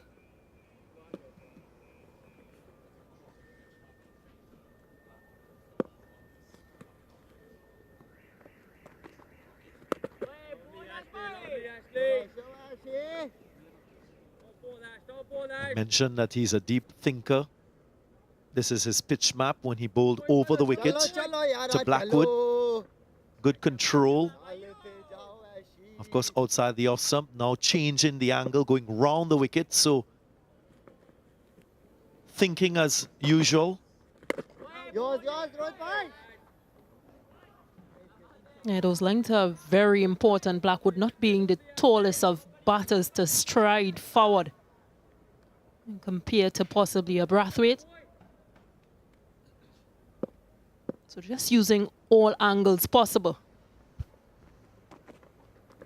Yes, go.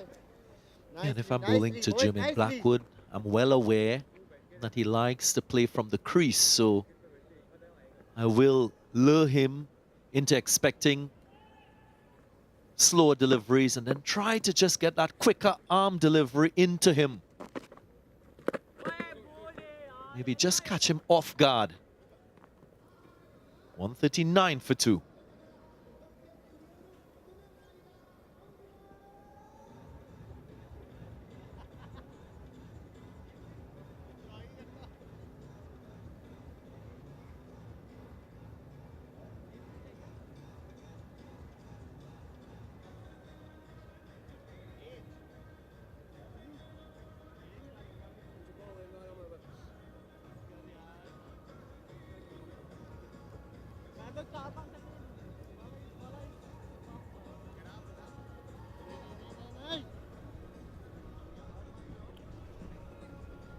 Run rate 2.2 for the West Indies. One stage in the innings, it dropped to under 2.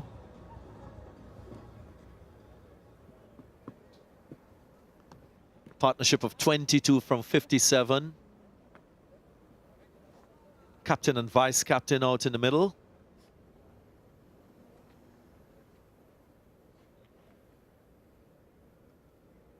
First bowling change for the second session from the To follow Mukesh Kumar is Mohammad Siraj.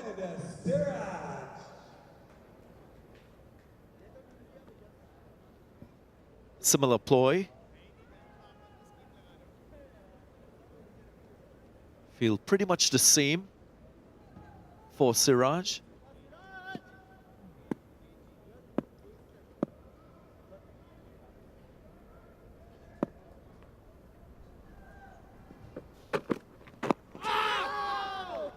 down.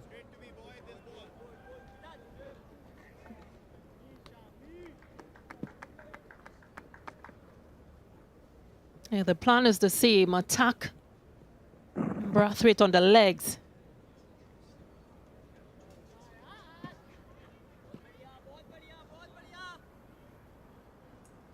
You'll also have to be careful that line because there is no deep fine leg in play. The fielder is much squarer.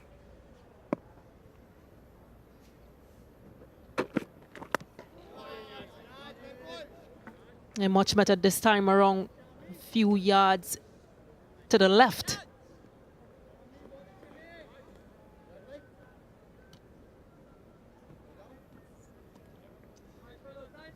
And it's just a plant, that thought in the mind of Craig Brathwaite that there is the option of a short delivery for Mohammad Siraj. I think majority of the deliveries will be wicket to wicket line, good length, fuller length. But he will just check his technique with a rare short delivery with this field. There's our good length delivery as well. And all credit to Craig Brathwaite. He is batted without too much concern for this plan. Of course, his 5th half-century in Test match cricket against India. Hasn't converted to 3 figures against this opposition. He's got 12 Test match centuries.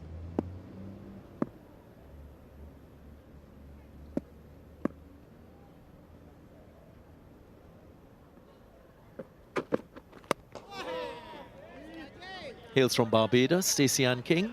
Went to Combermere School in St. Michael's. Started playing first-class cricket at the age of 15.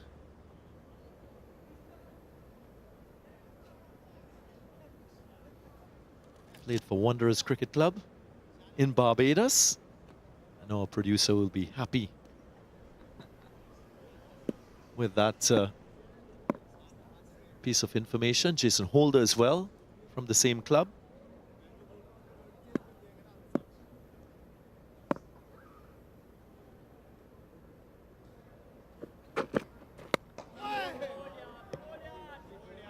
And West Indies' highest run scorer in this format. He's been part of 2 major partnerships. Opening one of 71 between him and Tej Narayan Chanderpaul. And then a 46-run partnership from 105 deliveries between him and McKenzie.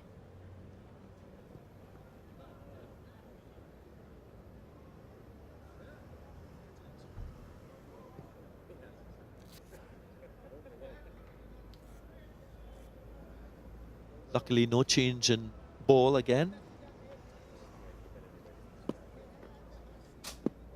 5th ball being used in this innings.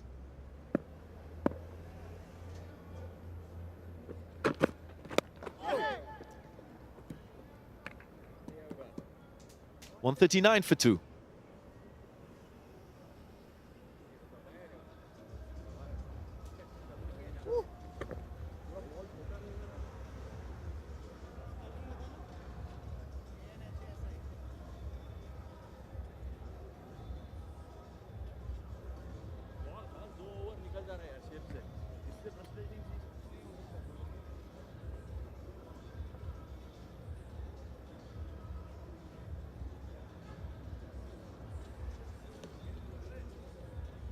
West Indies still trailed by 299 runs.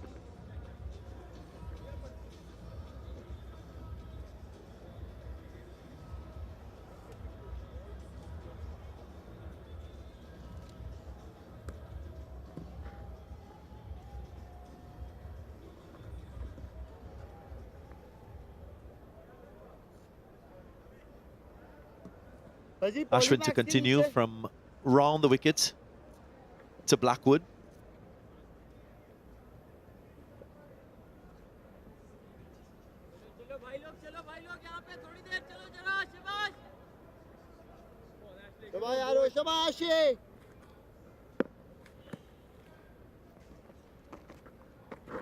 Oh, nice bounce, There nice is that bounce.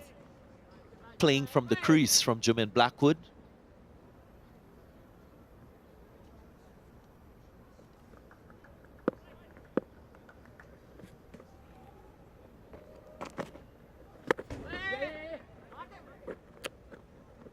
And finally a single, and that's probably what you want to see a bit more from Blackwood, going forward to play those deliveries rather than opting to go back.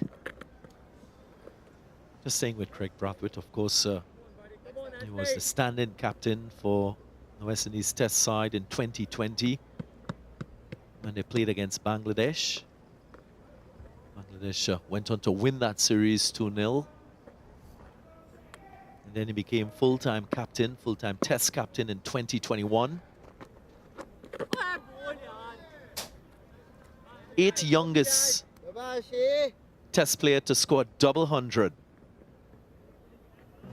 2nd youngest West Indian to do so too, behind the great George Headley.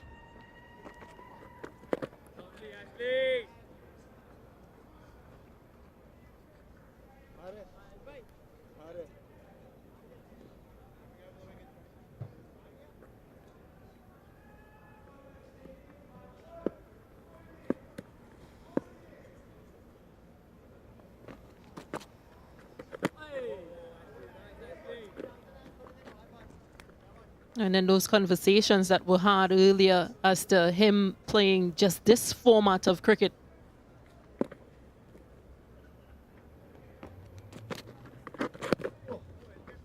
And how he keeps himself motivated. Yep. Just 1 run from the over.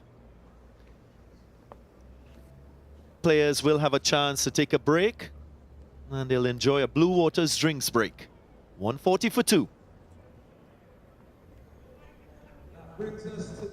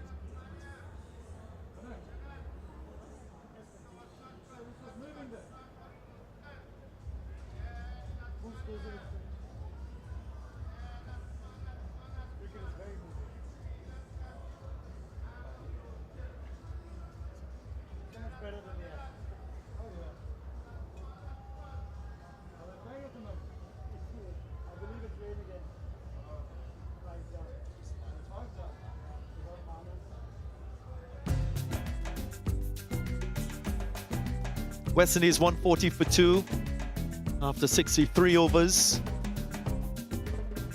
Batting in their first innings, still trailing by 298. Their captain, Craig Brathwaite, quite resolute in his approach. 67, unbeaten at the moment with the vice-captain. Just 1 wicket to fall today, that of the debutant, Kirk McKenzie. After looking so comfortable at the crease, he flashed at one outside the off-stump. Gave a special moment for Mukesh Kumar on debut as well, picking up his maiden Test wicket. And lots of emotions in that celebration.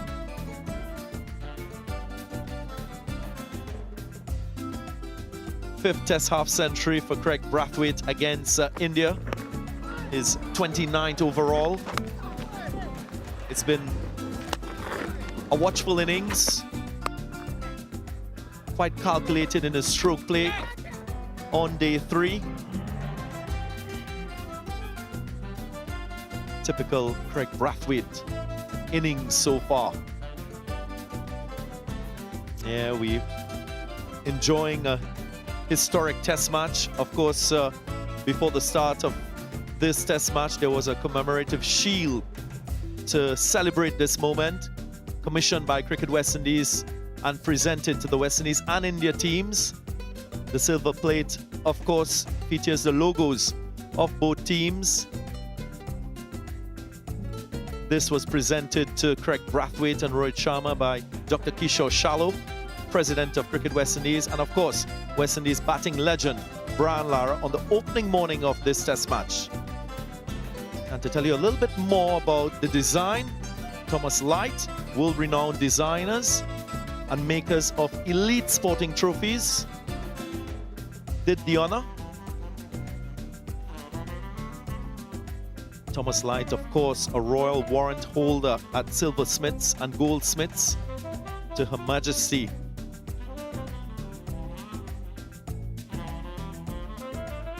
Of course, a contemporary luxury brand. So a wonderful keepsake to commemorate this historic test match.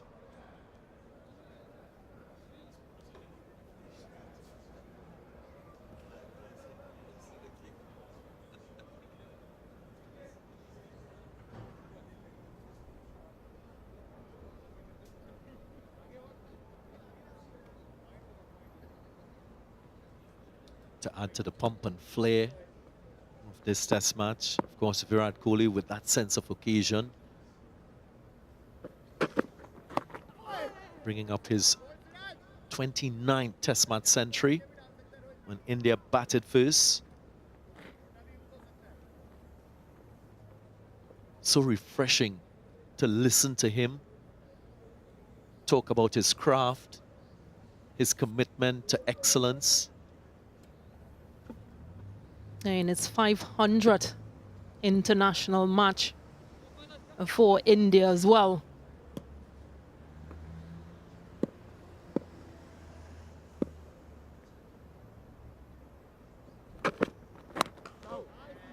And then those 4 half-century plus scores from Jaiswal, Sharma, Jadeja and Ashwin. But as you mentioned, that 121 stands out from King Kohli. And no wonder they're ranked #1 in the world in Test match cricket. It's a performing team, performing in all departments. Nice blend of experience and youthfulness. As youthful as this man. Test 100 on Test match debut. Of course, a team operating without their senior statesman, that of Jasprit Bumrah, still recovering from injury. Mohammad Shami not here too.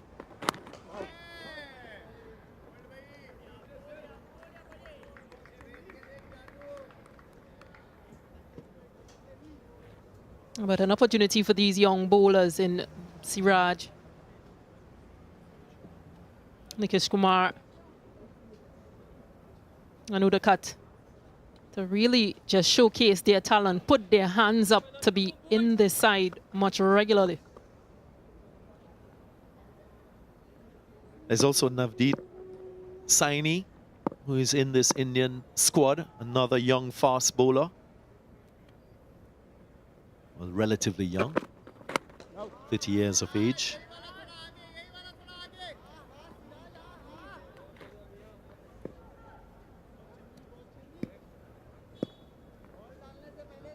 I totally enjoyed that interview earlier this morning with Unadkat. And just talking about him coming back into Test cricket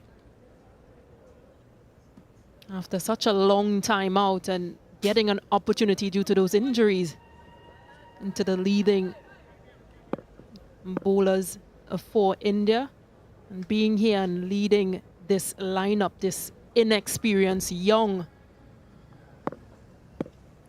pace attack for India.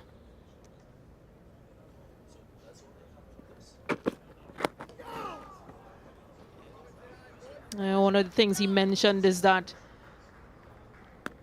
it's played on quite similar tracks, like these flat surfaces that really hasn't supported a pace bowling, but just being consistent and maintaining accurate lines, just how much that has helped him throughout his career.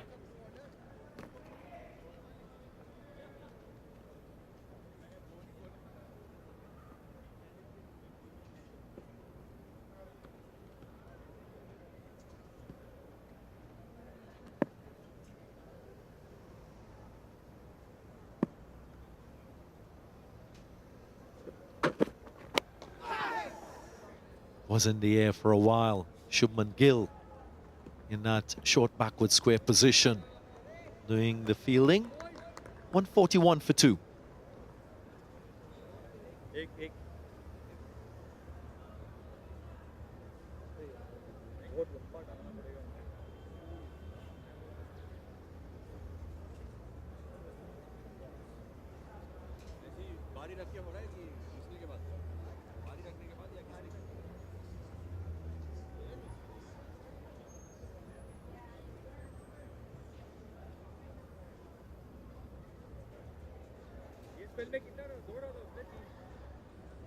India plugging away, trying to prize the wicket of the West Indian captain, Craig Brathwaite.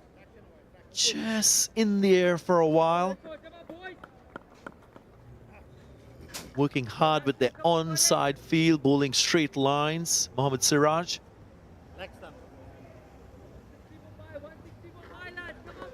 So important to remain balanced when you're being attacked in that sort of manner. You want to be falling over offside, losing your base. Very much the same when facing a bowler from round the wicket. That angle opens you up a bit. It's easy for your head to fall over offside, lose your balance. Not be in a position where you can have optimal swing. Optimal swing of your bat.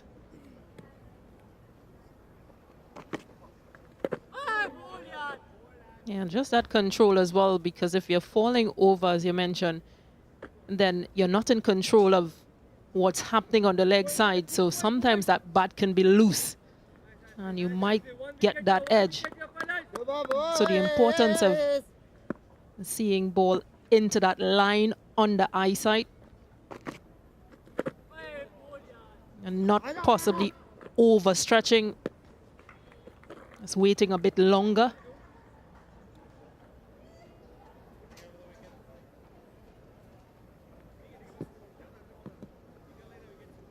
He goes over the wicket. Not a lot of assistance from round. Changes the angle once more.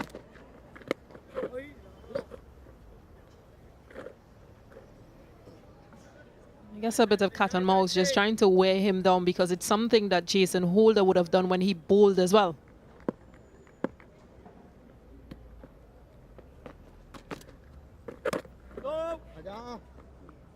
He bowled a few deliveries around the wicket and then bowled a few over the wicket.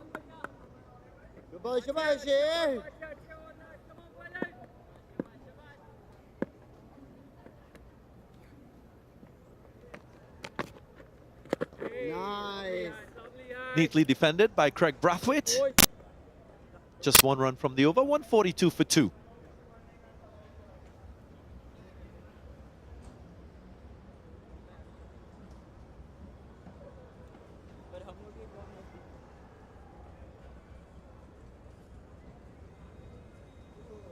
इसी over में ढूंढ सकते हैं भाई, आश भाई तो तुरंत आ रहे थे।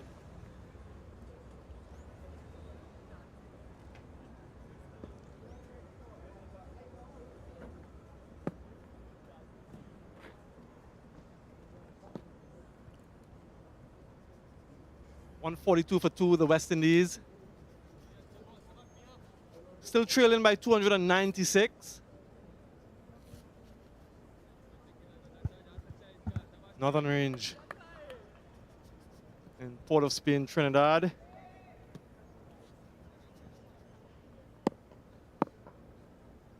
Siraj from the commentary box end.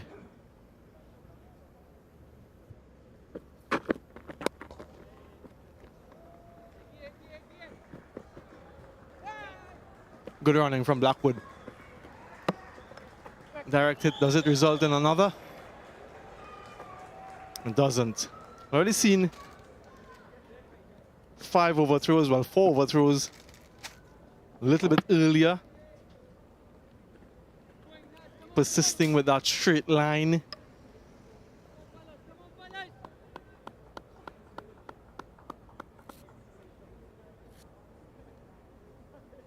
Secretly Ambrose alongside me.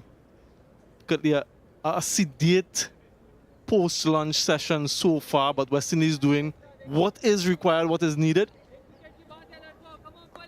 They certainly are. It's a situation where they have a huge total ahead of them.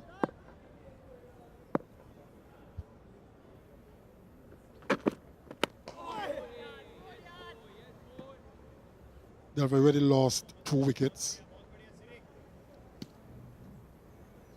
But Captain Craig Brathwaite, we know his powers of concentration is huge. He's doing a decent job so far for his team. German Blackwood just needs to stay there with him.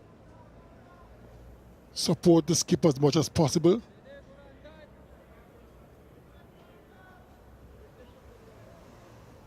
And let the India bowlers work hard to get wickets.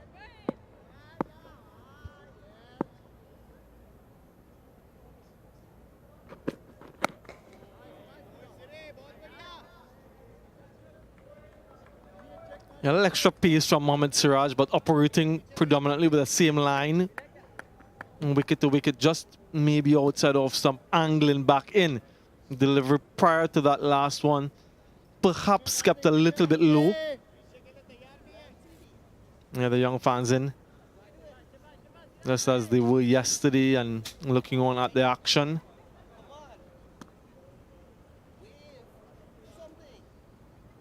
Yeah, they seem to be a little bit reticent.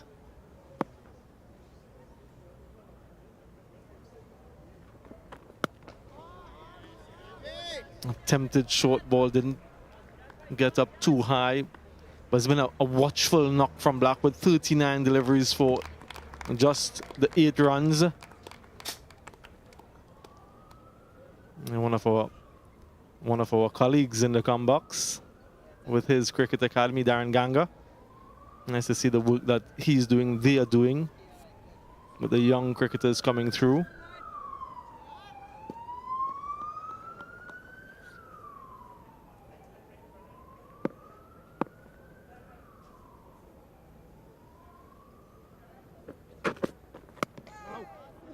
One can clearly see the plan. It's a 6-3 field. 3 on the offside, a slip, an extra cover, and a mid-off. And 6 on the onside, which means the line is going to be straight.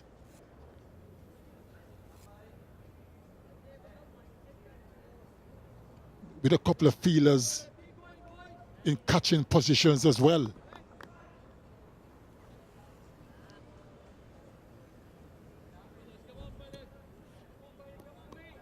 Still a decent pitch to bat on. Hasn't misbehaved at all during this game so far.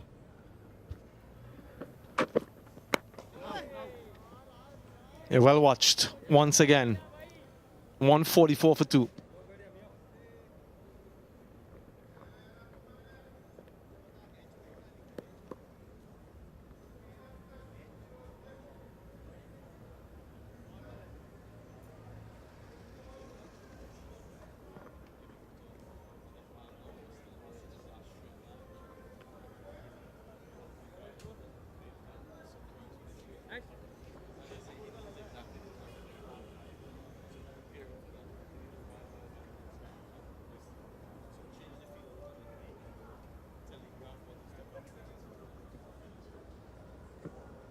Nice and relaxed looking camp at the moment.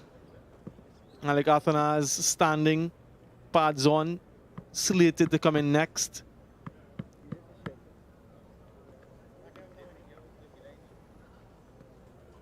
Another youngster looking on, Kirk McKenzie. I'm sure he would learn from the experience of his first test innings at the Queen's Park Oval. He almost got himself in a bit of a tangle there, Craig Brathwaite. We saw the last delivery yesterday evening, a full one from Jadeja, almost got him in a tangle as well.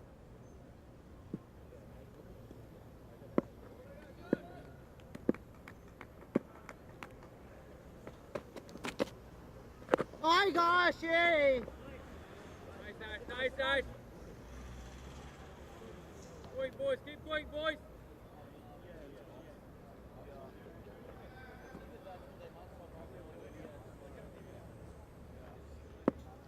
Long way from home. My God, ball, Ashe. Going, boys, keep going, boys.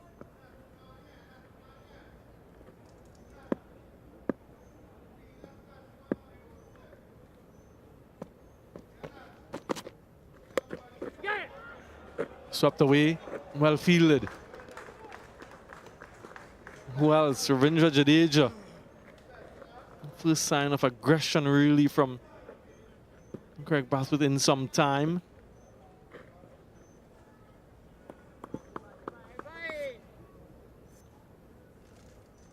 Ashwin no doubt would be enthused by that particular stroke.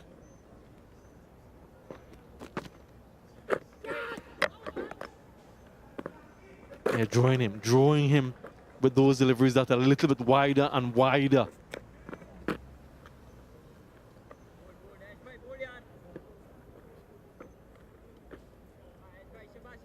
Yeah, traditional seam position for the off spinner.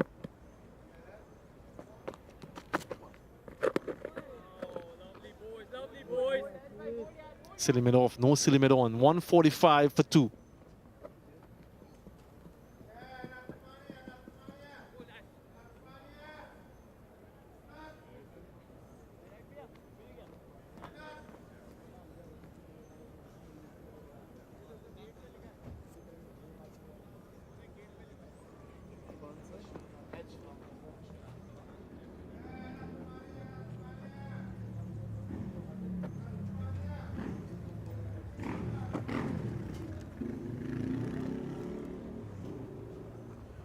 This partnership, just 28 runs from 93 deliveries. West Indian coaching group spoke about batting through day 3. Usually the moving day in Test cricket. Get an idea, great an idea of the direction that this Test match is heading. West Indies doing a reasonable job at the moment. 145. 8 wickets in hand. Changing bowling from the commentary box then. Ravindra Jadeja replaces Mohammad Siraj.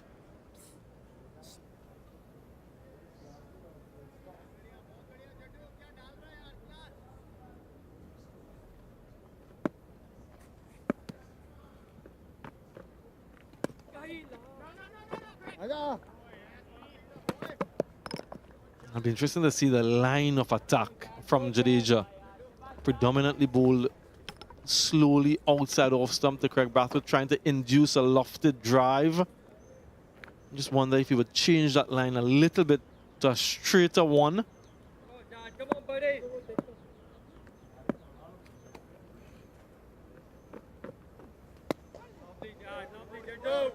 Jado.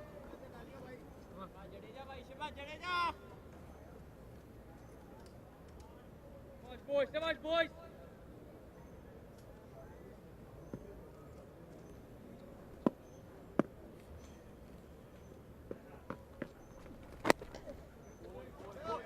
It's a long, hard, tough grind for both teams. Runs aren't easy to come by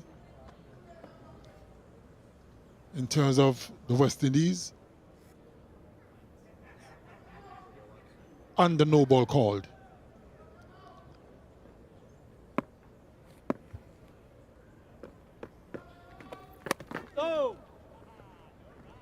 It's always amazed me young Badri, when spinners bowl no balls. They're not running anywhere. They're ambling in, not really striding out. Well, I'm glad that you're amazed. I'm angered and irritated by it. Come on, boys.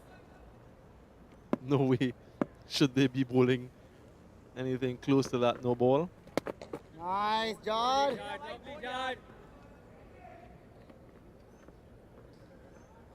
Nice, Jaydev.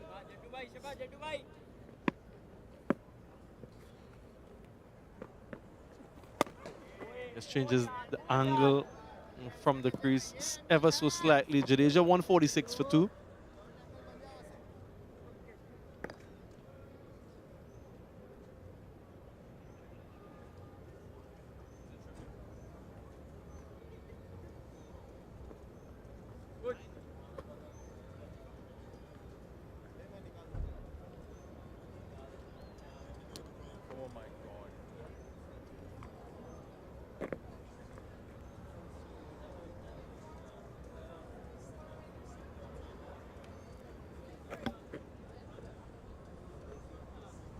.146 for 2. Athana's the Silva holder.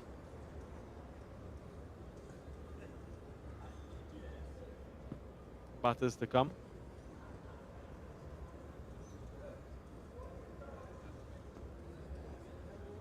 Centennial test between these two teams. Another look at the ball, but it seems to be okay. Ashwin will continue. Has bowled unchanged since the luncheon interval from that the Brandlara Pavilion end.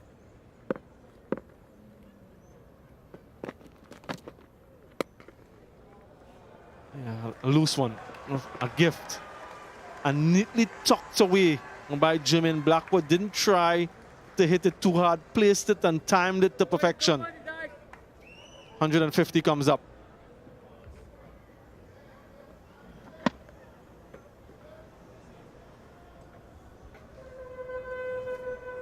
That was well played, because he could have gone for a full-blooded pull shot from that full toss. He didn't. It was a bit of a whip. Played it in the gap. A real loose delivery from Ashwin. I mentioned the Centennial test. 100 test trivia, West Indies versus India. Off-spinner Jack Noriega's 9 for 95 against India in 1971 at the QPO. Best bowling figures in test history by a West Indian bowler. In an innings, that is. Almost taking all 10. Of course, a few bowlers have taken all 10 in an innings. Played 4 test matches for the West Indies, Jack Noriega. Had some interaction with him as a youth cricketer coming through the system. A wonderful gentleman.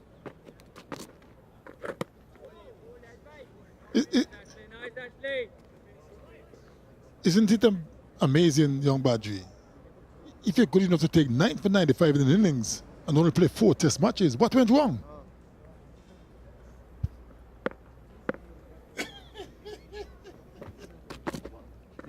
You're just hearing about Andy Guantum's century in his own innings and never played thereafter. 69 overs, 150 for 2.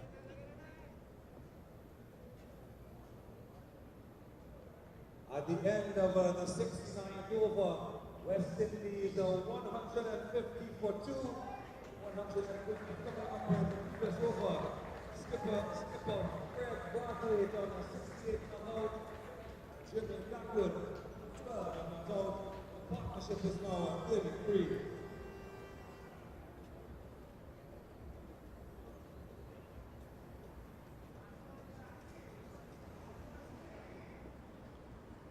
Secretly, unfortunately, sometimes you're just in the wrong era. For Jack Noriega, Lance Gibbs was wrong at that time. Great off spinner himself, so it was a little bit difficult to be in a team that was dominated by fast bowlers to begin with.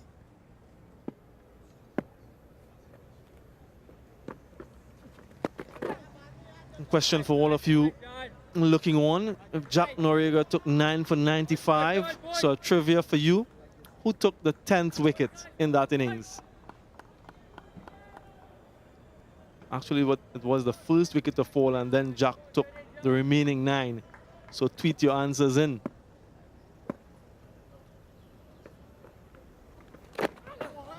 And also, coincidentally, secretly, as there's a shot from Jadeja, direct hit. We'll have a look.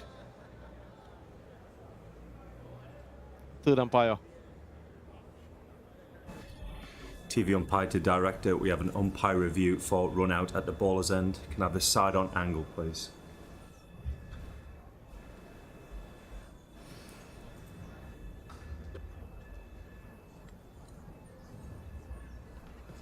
Okay, yeah, freeze it there. Batsman has made good his ground, so I'm ready for my decision on the big screen. Yeah, no alarm is not the best technique to get back to your ground from Craig Brathwaite. Not all is well that ends well for him. Sort of dipped his bat over the line as opposed to sliding it over the line. I guess he felt it was comfortable enough for him. Just a reminder to do the proper things all the time. Make it habitual.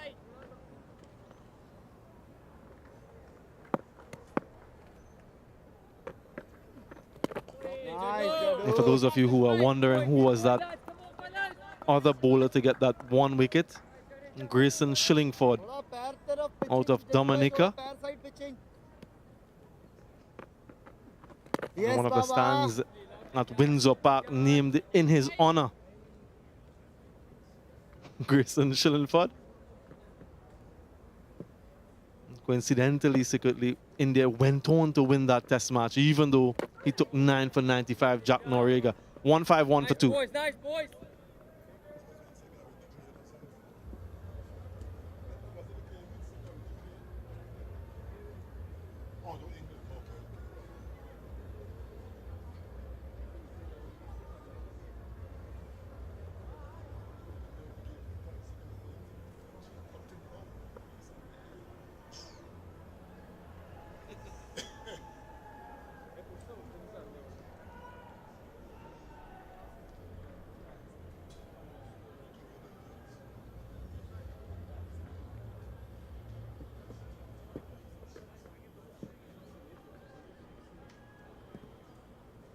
Yeah, just trying different things, Ravi Ashwin, in terms of over the wicket, round the wicket.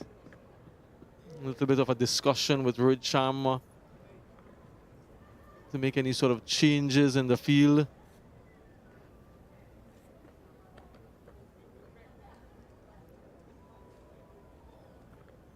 It seems to be the same modus operandi.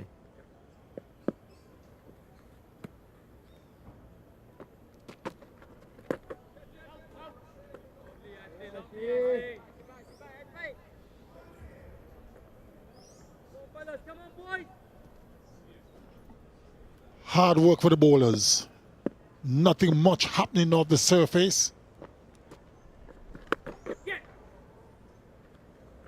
Hardly any turn. Pitch hasn't misbehaved. Shabashi, shabashi. But the Indian fielders are certainly encouraging the bowlers.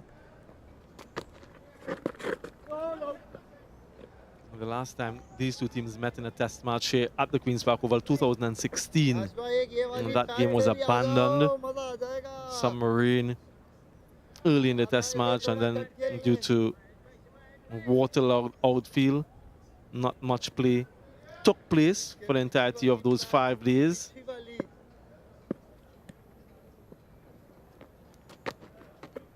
Yes, boy. Ashwin featured prominently in that series. 2019, they visited again. Didn't feature in either of the 2 test matches. And then we're back in 2023, a further 2 test matches. Aja, aja, aja.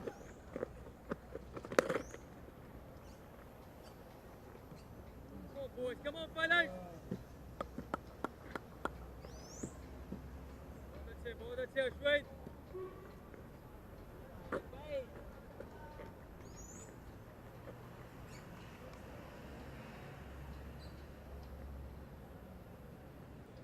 Not too often you see Ravi Ashwin bowling 25 overs and going wicketless due to some resolute batting and a docile pitch. 152 for 2.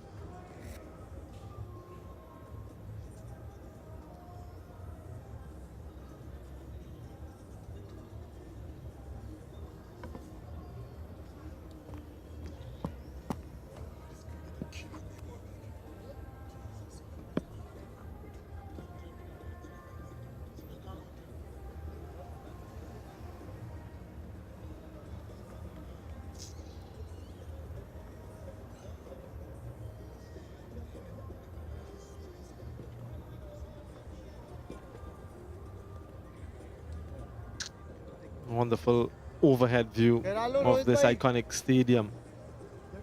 Stadium that is transformed for T20 cricket whenever the CPL comes around. Not as busy for this test match. Still a decent crowd in.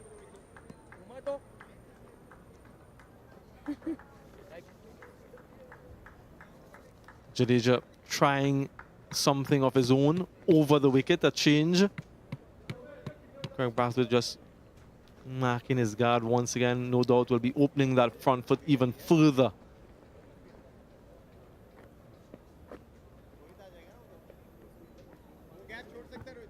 West Indies still trail by 286 runs.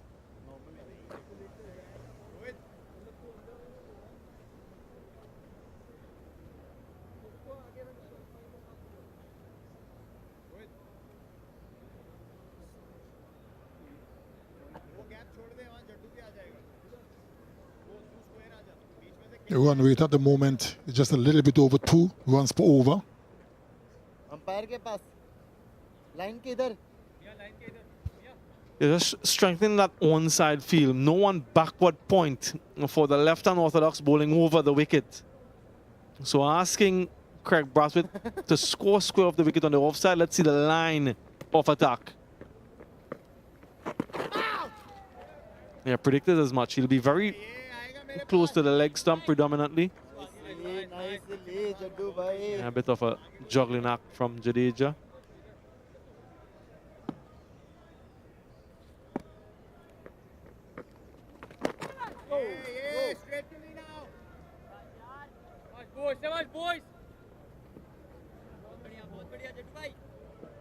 Yeah, India would realize by now that working on the patience of Craig Brathwaite and trying to wear him down isn't working.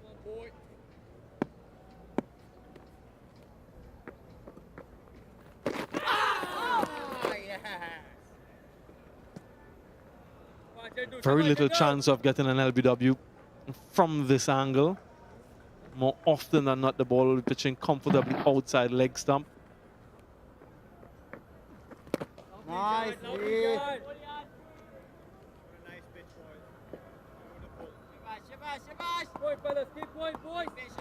2 balls ago. Look at that, went through his legs.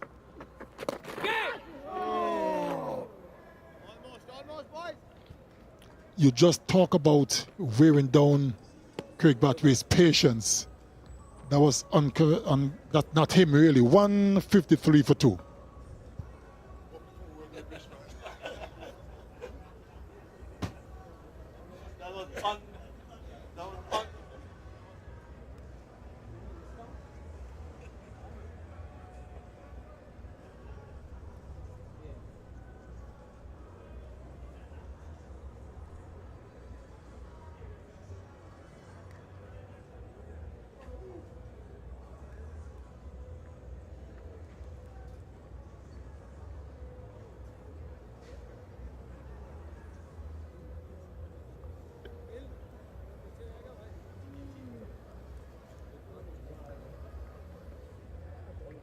The last ball of the previous over, a shot of aggression from Craig Brathwaite, trying to go maybe wide, mid-on, mid-wicket in a portion of the bat.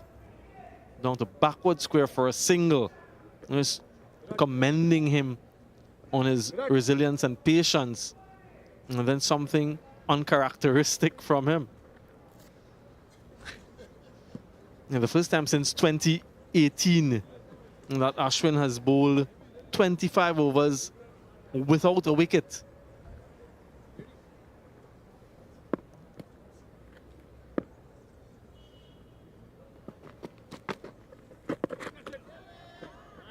Nice, boys. Shabba, boys. Let's keep going, boys. We have to give the West Indian batsmen credit. They've played him extremely well. Yeah, well played. Waited and waited and waited until he got something loose, Craig Brathwaite.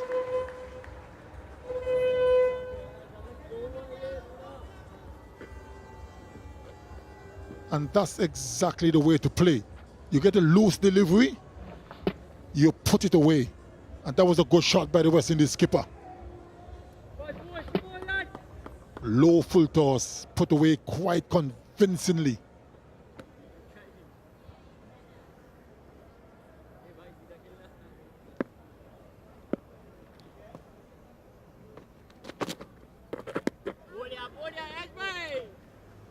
Shabashi.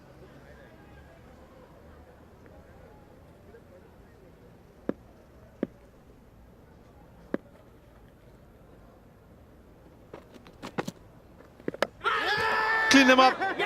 Excellence from Ravi Ashwin. I was just speaking about him not taking a wicket in as many overs as he's bowled, but this one is an absolute beauty. Turned between the gate. And it had to be something special to dislodge the West Indian captain. Breach that defense. That's one of the very few deliveries we've seen turn. And that one spun quite a long way between bat and pad of Craig Brathwaite, the West Indies skipper. Beautiful delivery from Ashwin. Craig Brathwaite is gone for a well-played 75. West Indies 157 for 3.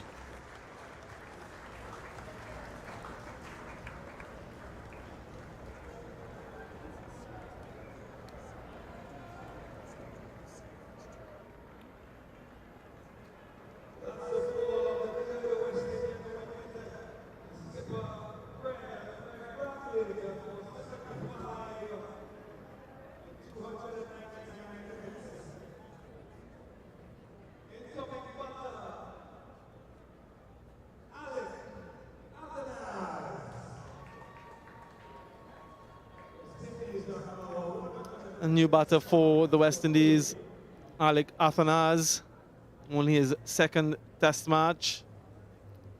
Looked really composed in that first innings in particular in Dominica, where he top scored with 47. These are his first-class numbers. But what an absolute peach from Ravi Ashwin. Just look at that seam position, the turn, not much of a gap, but just enough for him to sneak through. A perfect off-spinner's dismissal. Oftentimes we've spoken about through bat and pad, but that's an ideal example. Yeah, up and over, regulation off-spinner.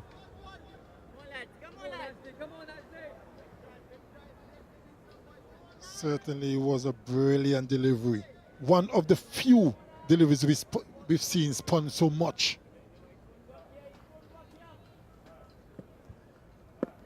Left-hander, Athanase. Seems as though the ball is just dipping a touch on the batters. Because of the amount of revs that he puts on the ball, you tend to find it dropping a little bit quicker than you think. Just dips on him. And almost had to change his shot.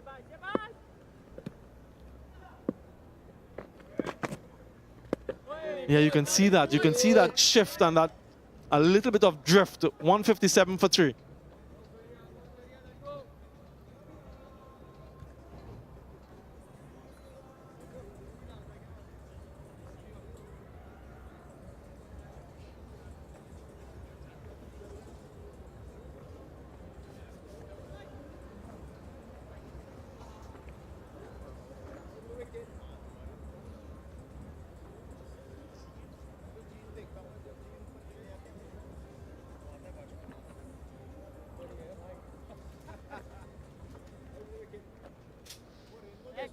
Pivotal moment in the day's play,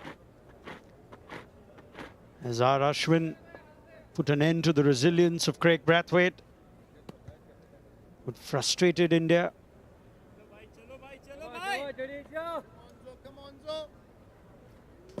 Knock of great patience. It's over now.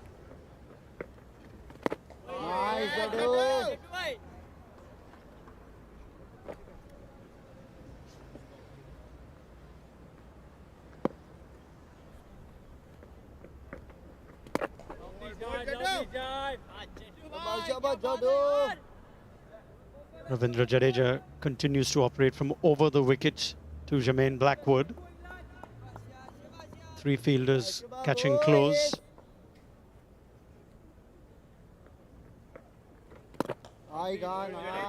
But it's taken a moment of excellence on a placid pitch for India to get the breakthrough they want. Good afternoon, Ian Bishop. Good afternoon, Ronak. Hello, everyone.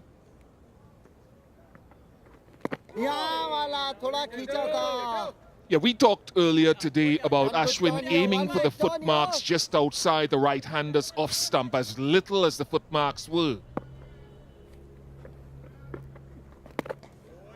And I'd like to see again, because just looking at it in real time, it seemed to have come out of those footmarks, and hence the reason it spun as much as it did.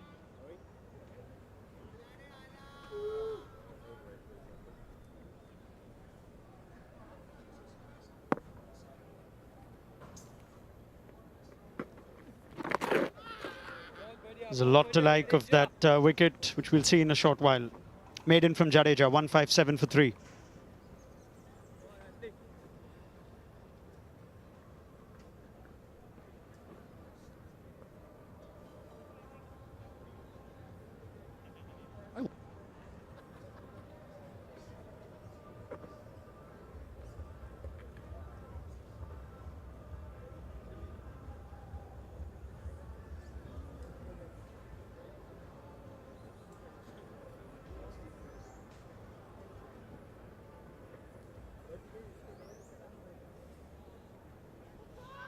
Yeah, I want to have a look at that wicket again. First of all, I'm looking at the drift. Just there, it curls out and into the footmarks. And I mentioned earlier that Ashwin was aiming for those, and occasionally the ball would land in it.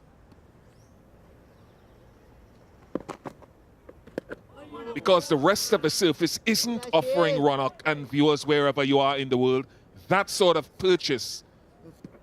Look at it there, right in the footmarks made by either Warwickon or Roach or Jaydev Unadkat.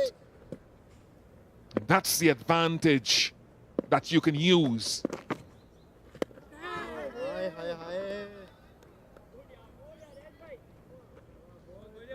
People who are into this sort of thing have just illuminated my mind that it turned 10 degrees. Jamel Warwickon's wicket of Rohit Sharma, I think, was given 3-point-something degrees. No idea what that means to some of you out there, but it's a heck of a lot of turn, 10 degrees.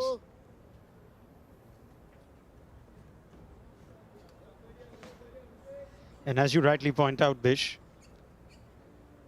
supplementary effect of having a left-arm seamer, which India don't often have in Test cricket. The times that we were on a lighter note saying that the presence of Mitchell Starc will have more benefit to our Ashwin in India than to Australia with the sort of surfaces. This time testing the left-handed Alagathanas, but As we saw that ball spin sharply from the footmarks. Once again, something uniquely illustrated only in this format of the game.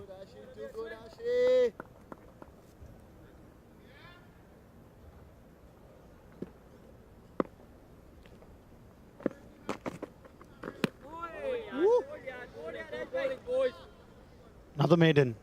157 for 3. India would be quite happy grouping together the fall of Craig Brathwaite's wicket for a Blue Waters drinks break.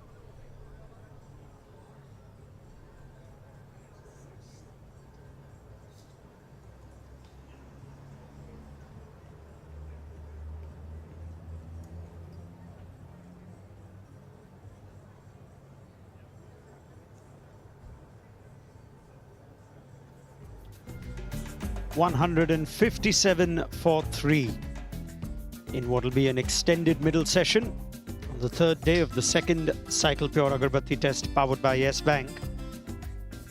And India be thrilled to have picked up 2 wickets today, the first of which was Kirk McKenzie just as the rain came down to give Mukesh Kumar his first wicket in Test cricket. Plan was set, no one at point. McKenzie on Test debut himself took the bait.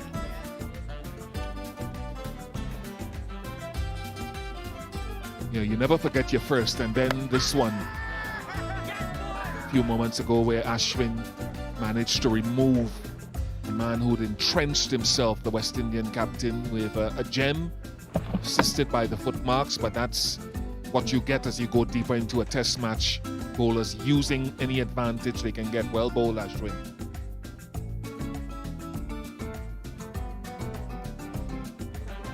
The back of Virat Kohli's 29th test done. Naval support, half centuries in the form of Rohit Sharma, Ravindra Jadeja, Jaiswal and Ashwin. India posted 438. West Indies were cautious last evening. Lost the wicket of Tejan Ryan Chandrapal. Craig Brathwaite with a 50 of his own. Now Alec Athanas must rebuild with Jermaine Blackwood, with the West Indies still trailing by 281.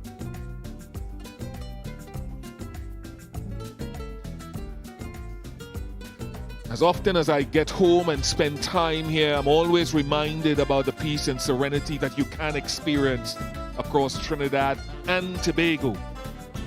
And of steel band and calypso, limbo, and of course the indigenous cultures, and quite appropriate with the Indian tour of the Caribbean. So many indentured laborers came in the late 1900s and early 20th century, and you get delicacies like this: rotis, crab, lots of wonderful seafood and variations, and of course various formats of cricket which facilitate sports tourism. A marriage of sport, music, and a great experience,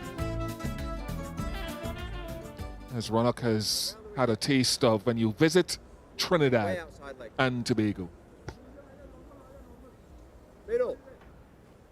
You promised to take me out, Bish.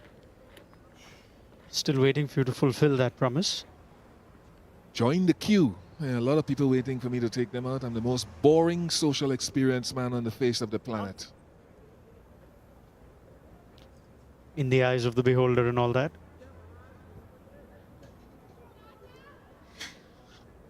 Right, ready for resumption post drinks. Ravindra Jadeja, this time around the wicket. Lovely Jad. शाबाश अभी अभी आया तू शाबाश भाई आएगा boy key come on Jadeja चल चल Marwari stallion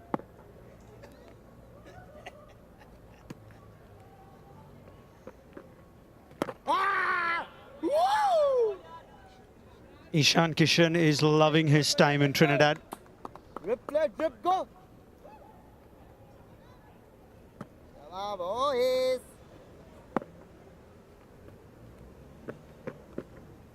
Yes, yours. Just referred to Jadeja as the Marwari Stallion. Breed of horses that Jadeja is so passionate about. Has it engraved on his bat as well, Jadeja? Aega, Jadu.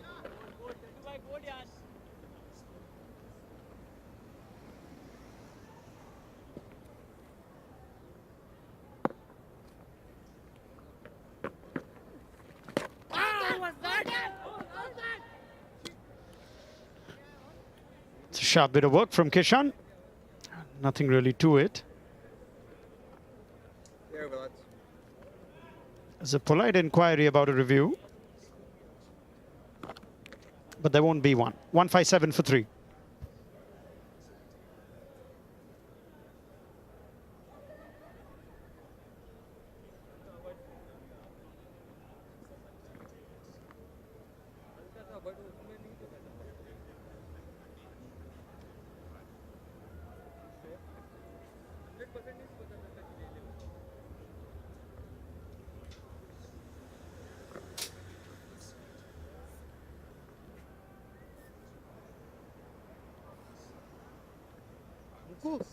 Muku.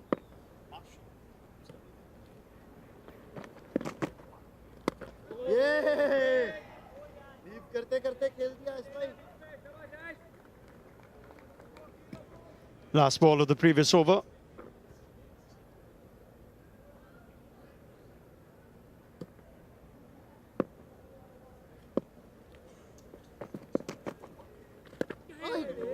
There are two things that I think, Ronak, that could be challenging Afanaz here, apart from the rain, which I didn't add into that equation, which I think is just a very temporary passing cloud, is in Dominica, in the second innings, he got the arm ball that inside edge to short leg.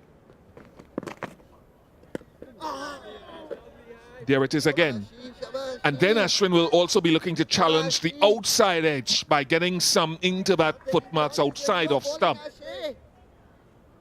And looking to work past the outside and inside edge. I was thinking silly point as well, but the short leg will do based on the second innings of Dominica. Yeah, nice Ash.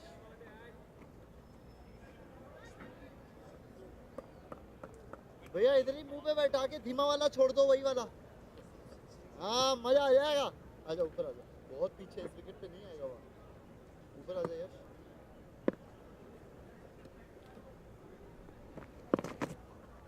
Yes, boy. There is that silly point. No, sorry, Ronald. I wanted to edge there, but they kept the short leg and now they've moved him over to silly point simply maybe because there isn't as much grip on the surface as Dominica.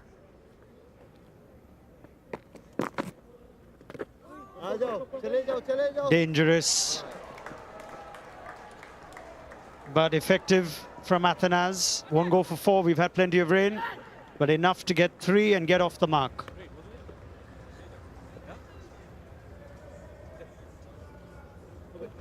$160 for 3.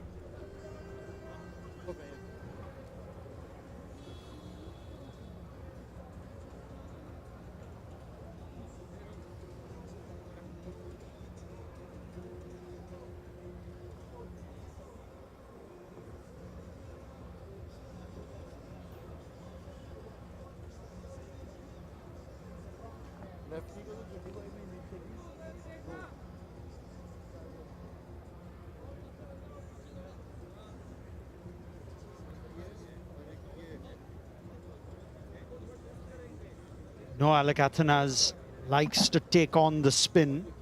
There's high risk involved in that.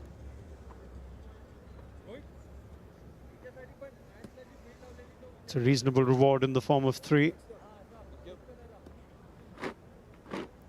Now Jadeja to the left-handed Athanas.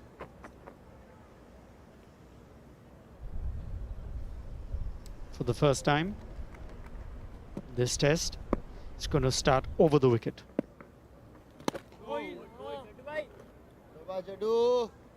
Given his affinity to the sweep, there are 2 fielders relatively deep on the leg side. They're not on the boundary.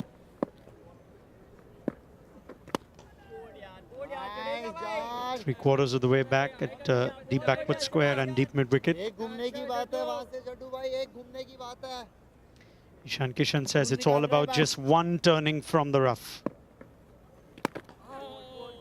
He's absolutely right. We saw that with Ashwin, but if we get a tighter shot at where the rough is for Alec Athanas, you'll see maybe 3 areas outside his off stump. Jadeja hasn't hit one yet in this over, but he's aiming for it. Occasionally he'll go straighter, but just to the right of your screen.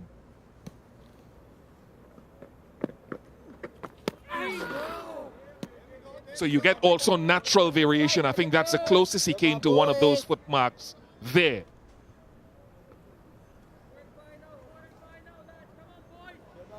Yeah, it's there for you to see. 3 prominent patches of rough. Yes, yes. That is, of course, the rough created by a series of right-hand fast bowlers bowling from the Brian Lara Pavilion end.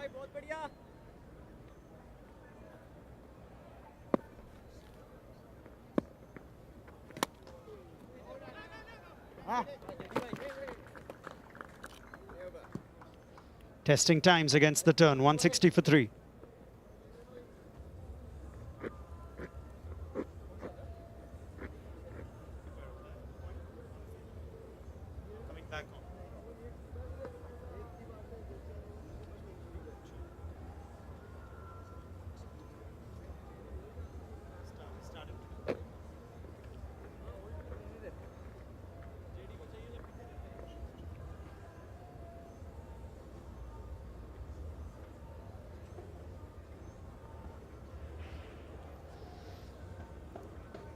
Still trailed by 278. The West Indies. Scoring rate for the innings just a shade over 2. It's been hard work.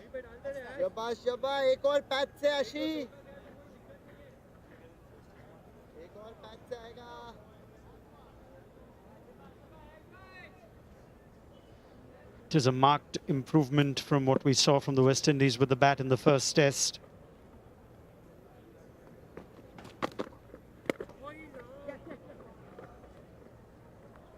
Comfortable single, 150 and 130 all out in Dominica, so at 161 for 3, significant improvement, yes, on a slightly more friendly surface.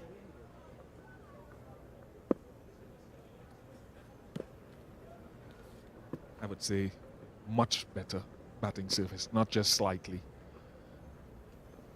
Not as much pace in it as I would like, but the new ball becomes available shortly, a second one.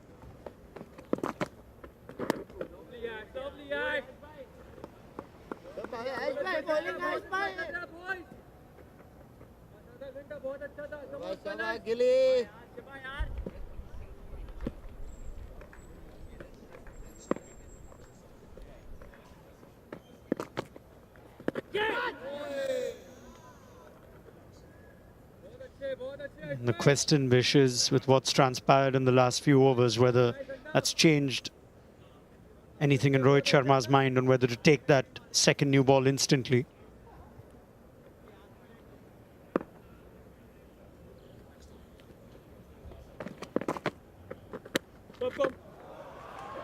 Fired that through, but Athanas has helped himself to what will be 4 even on a heavy outfield. Murray Erasmus is convinced. And that is the first boundary for Alec Athanas. We are seeing how strong or how skillful he is square of the wicket. We saw a sweep in the previous over, and now a smidgen of room allows him to go through the offside. Incredibly slow when it gets towards the boundary. So Ashwin will attempt to be even straighter in his line. And now the sweep. Back-to-back boundaries for Athanas. He's played this remarkably well because having cut it for 4, he knew that Ashwin would look to straighten up his line. Perhaps too straight, and Athanas says thank you.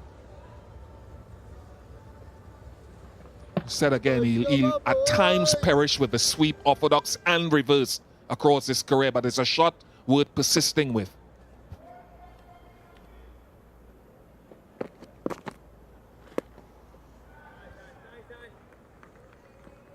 Productive over for the West Indies. 9 off it, 169 for 3.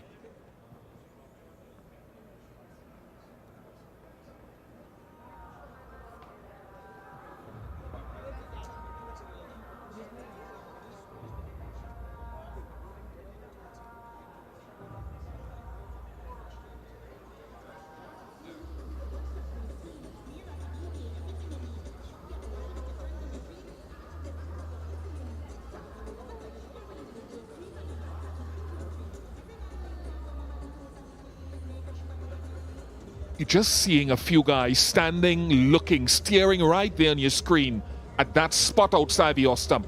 Ronak, and I think that's what we were alluding to, even in between overs. After Jadeja bowled his last over, he went down to that end, and look at him. This is in between overs. He's checking out that spot where he needs to pitch it outside the off stump.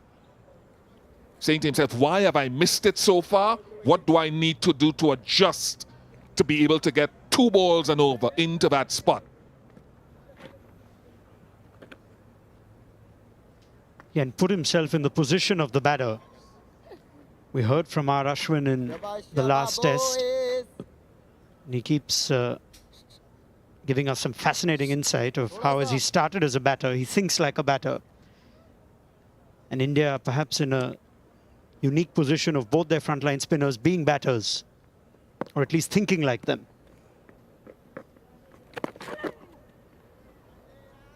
I don't know how many orthodox spinners, pure spin bowlers, non-batters, have in between overs gone and taken guard imaginatively, tried to imagine where they need to bowl. Rohit भाई पीछे रखा है क्या? ठीक है.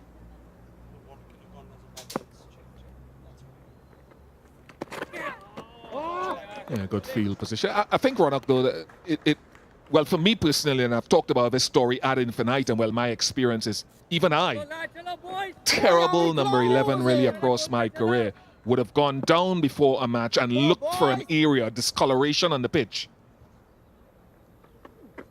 where I wanted to land the ball.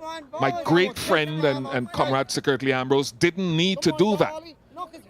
He would just have, from muscle memory, a length that he wanted to adjust to. I needed a visual marker of where my touchdown delivery needed to be. I put myself in a batsman's position as well.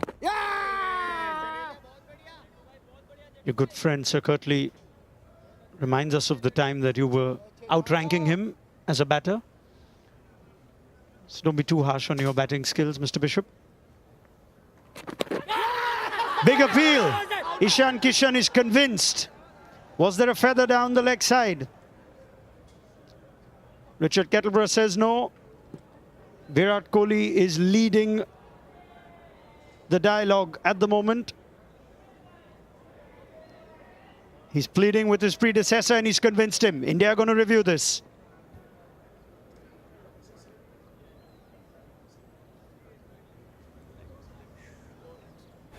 TV umpire to director, we have a player review for caught behind. On-field decision is not out. I've checked the front and back foot. It's a fair delivery. Front on spin vision, please.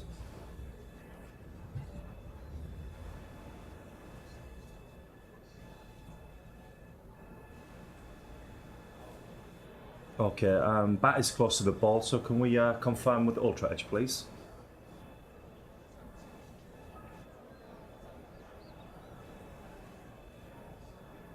Okay, keep rolling through the pad. Yeah, keep rolling through. Yeah, flat line all the way. Yeah, just keep going through, thank you. Okay, no bat involved. I won't check the LBW because he's clearly pitching outside like Stump. So I'm ready to go back to Richard on field. Richard, stay with your original decision of not out. I'll let you know when you're on screen. You want?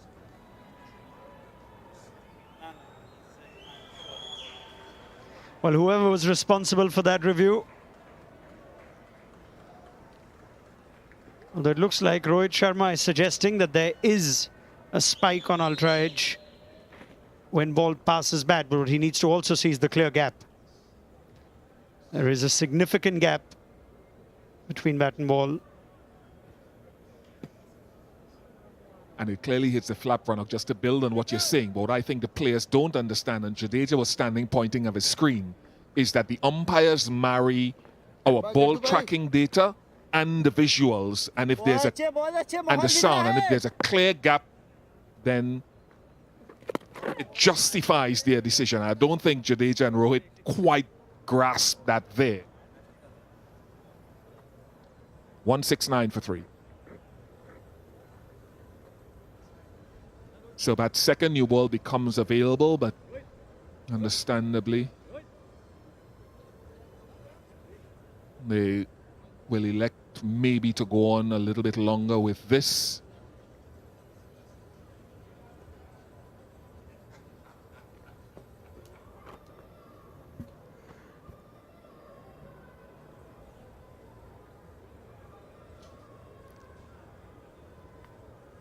It's the face of a man who's been made to work hard on his weekend.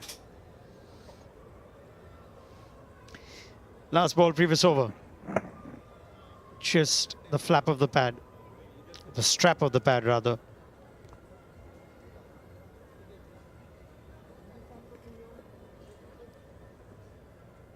Ishan Kishan and Rohit Sharma have been captain and keeper in consultation for reviews for a long time in the IPL. Still scope for improvement, though. Right, no second new ball. At least not immediately. Ashwin to continue.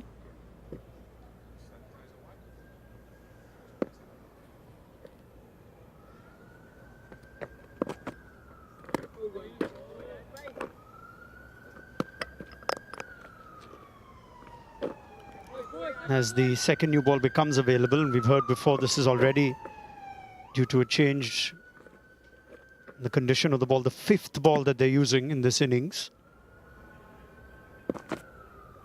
It's worth reminding fans around the world that it is a customized Duke's ball that they use for Test cricket here in the Caribbean, Bish, which, of course, I had to just remember again. You assume that the Duke's ball's only used in England.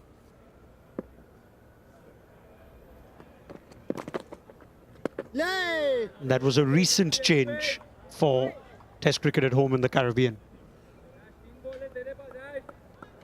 Yeah, look, when you play in English conditions, and this is a little example, this is an older one. As I said before, I don't like bowling the old ball. I wish we had a new one here. Big appeal. How Ashwin's appeal suggests he will lead the discussions now. Rohit Sharma is once again called into question. And once again, he will ask for the TV umpire to intervene. Over to Michael Goff.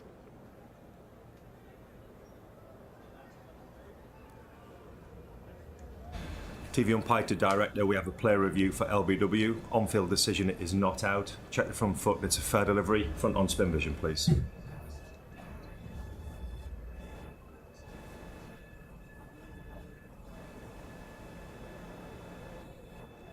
Okay, the ball is close to the back. Can we confirm with Ultra Edge, please?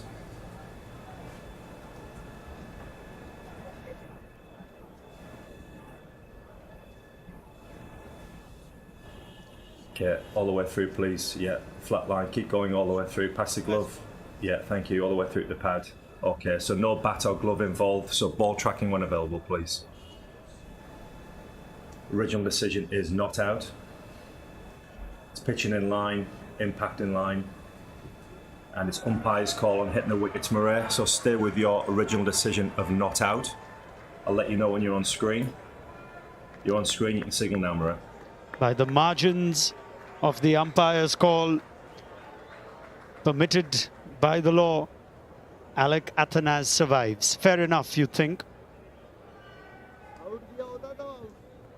It's close. Kishan, I don't think was convinced. But as I said, sometimes the sweep shot will let him down. But I think over his career, it's worth persisting with, and he learned to play it better. Not comfortable sweeping also. You have much options here now.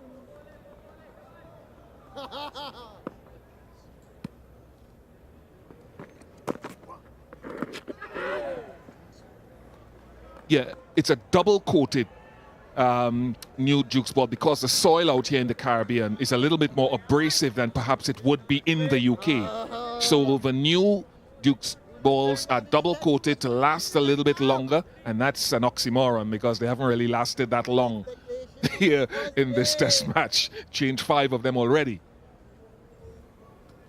Babu is taking his So time here. that's one of the challenges, but I prefer this ball. Yes, Virat bhai. Eventful over. Just a maiden though. 169 for 3.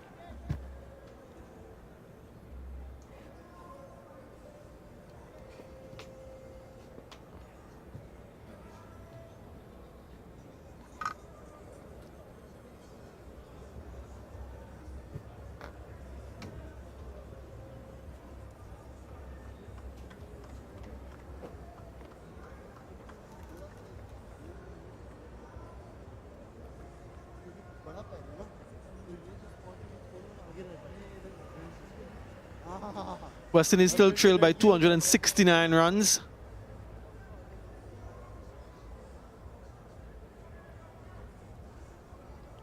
Jermaine Blackwood unbeaten on 13 from 73 deliveries.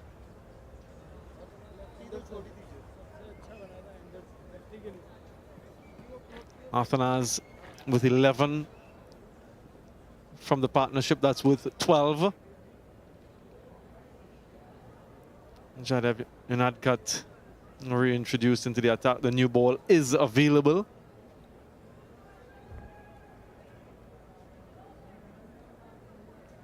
I don't think that they've taken it just yet.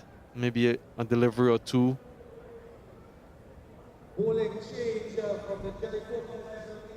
Before he takes it, but I don't think it's too far away. No wicket just yet for Unadkat in this innings.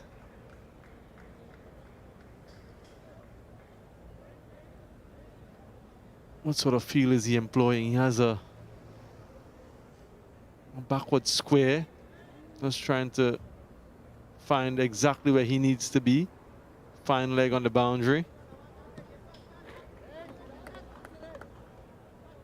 Also has a slip in position, so there's another fielder retreating towards the fence. Not all the way. Maybe a few short ones to Jermaine Blackwood. Also a slip in position.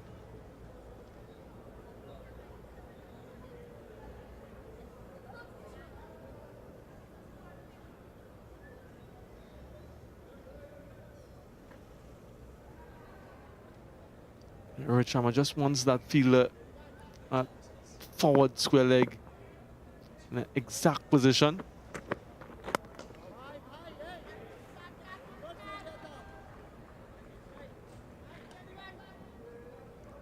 Umpire Murray Erasmus moving from the leg side to the off side so that he can see those 3 fielders in the deep, just to ensure that they're not all backward of square on the leg side. Of course, you're only permitted 2 fielders backward of square on the leg side. Yeah, so he has a better vantage point to ensure that that rule isn't breached. And Darren Ganga alongside me. This innings from Jermaine Blackwood, quite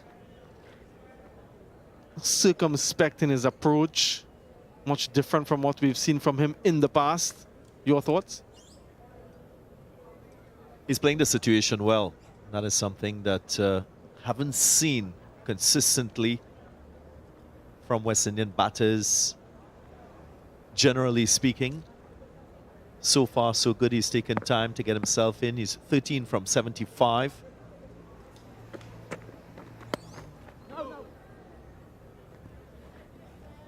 Free-flowing type batter. But we've heard him publicly speak about what he wants to do in Test match cricket in terms of his batting approach. Wants to spend a little more time out in the middle, spread his innings out a little bit longer. He's a stroke maker. But in this situation, and at some point in time, you'd expect that he will become a little more fluent with his run scoring.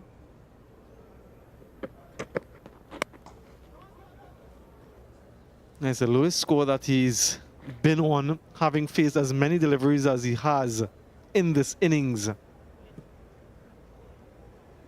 So it just underscores the point you're making about the time that he spent out in the middle and the concerted effort to restrain himself.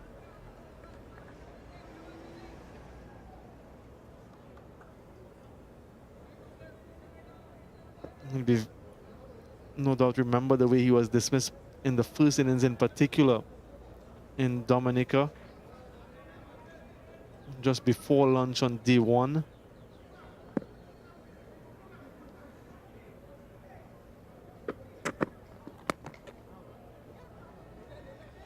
Yeah, just minutes before lunch on day one in Dominica, trying to go over the top. And this was off Jadeja. A brilliant catch, yes, from Mohamed Siraj, but just that particular approach, aerial, trying to take on the fielder, and brought about his demise. And West Indies were in a spot of bother, in a predicament at that stage, and didn't demonstrate responsibility. Much better this time around from that standpoint. Made Nova 169 for 3.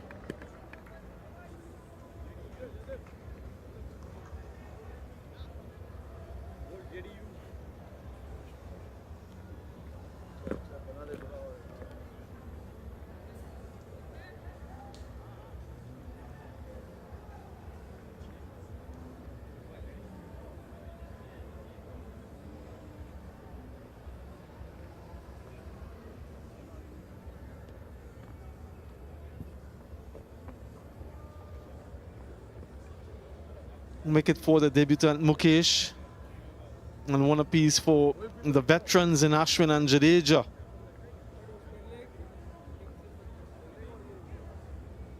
He looks quite familiar. The guy to the left,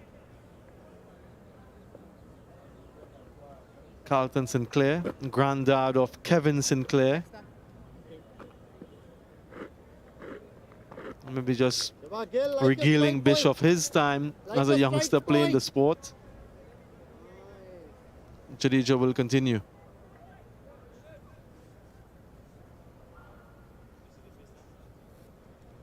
And for the first time since lunch, I think Ashwin has been replaced from the Branara Pavilion end. He's bowled 16 overs on the trot. So the first we're seeing from Jadeja for some time from this end. Bowled 5 overs previously yesterday from the Branara Pavilion end. And you had a chat yesterday evening with Virat Kohli, and he spoke about what it means to be an ultimate professional.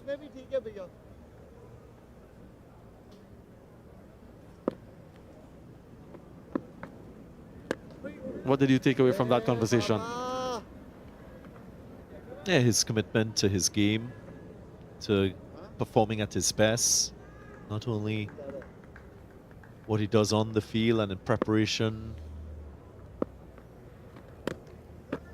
with his skill set. And as a batter, that's his primary role. But his lifestyle off the field, how committed he is with that aspect of his life. So crucial to be well invested when playing sport at the highest level.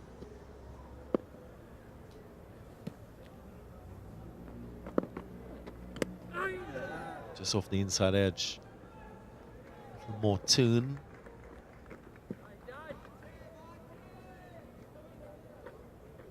Yeah, but his body language, his lifestyle, his technical competence, all in alignment, working together to produce excellence. Virat Kohli, 29 times, going past 3 figures in Test match cricket. There he is, looking fit as ever. Always a bundle of energy on the field. Confident in everything that he does. Yeah, and 500 international matches for his country. And that fitness, a key element to his longevity and his continued performances on the field. And really led the way a few years ago in the Indian dressing room from a fitness standpoint, and brought about a change in approach, a change in philosophy and mentality. 171 for 3.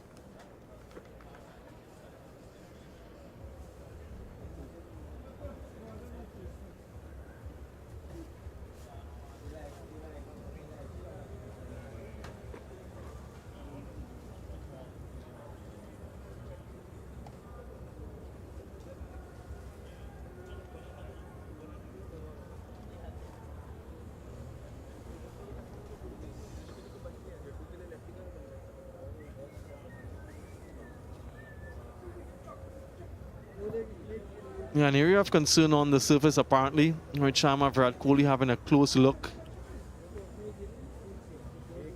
Jadeja himself involved. Maybe an area where they want to target perhaps.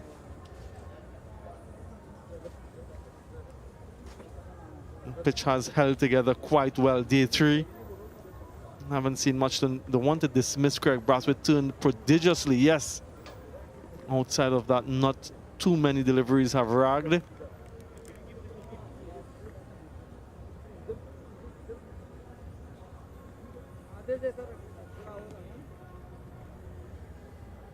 Can't help but notice India's new uniform. Quite resplendent. New kit sponsor, new design, new look with their apparel.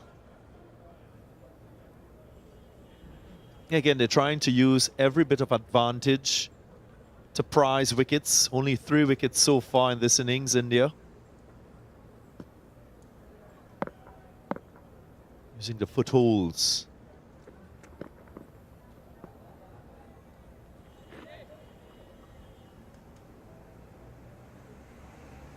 Not a bad ploy. And persisting with the old ball because they feel there's more value in having a spinner operate with a seamer.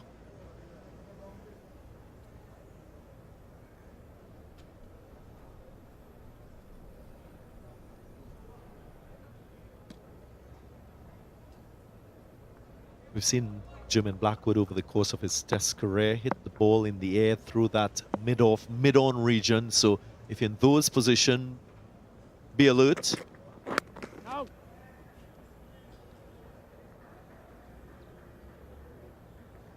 It's Rohit Sharma, Ravichandran Ashwin. 2 players at the moment in those positions.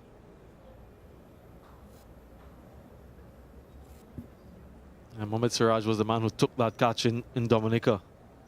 Quite splendid effort from Siraj. Seems to have shelved that aerial shot in this innings, Jermaine Blackwood.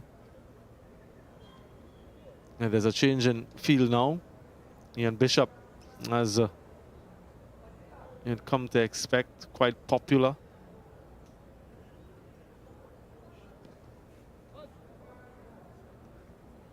Just indulging some of the spectators in at the Queen's Park Oval. So they removed one of the fielders on the leg side and 45 offside, catching extra cover. Rohit Sharma himself positioned there. Slippers move a little bit wider as well, more of a third slip than anything else. The other thing in the planning with Jermaine Blackwood, of course, is the fact that he is a strong offside player. But just having a look at the follow through of Unadkat, of course, left hand fast bowler with a different angle. There is that protected area that a bowler shouldn't encroach upon.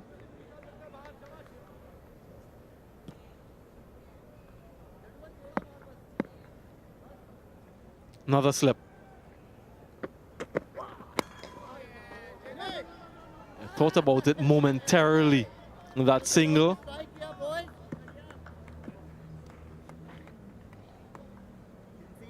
I can see one nick here. Let's have a closer look at that protected area. Very close, but all good from Jaydev Unadkat. So you reckon this is a ploy to continue to wear that region, to allow for the spinners to extract a little bit more purchase? That's something that might be quite deliberate from India. We saw Ashwin extract quite a bit of turn to get rid of the West Indian captain.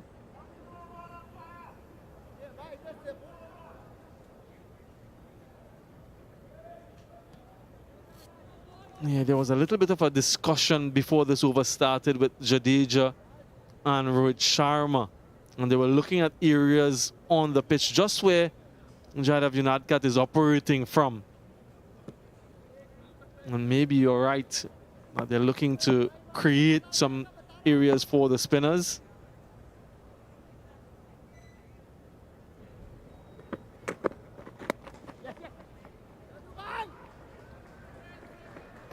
Single to end the over, 172 for 3.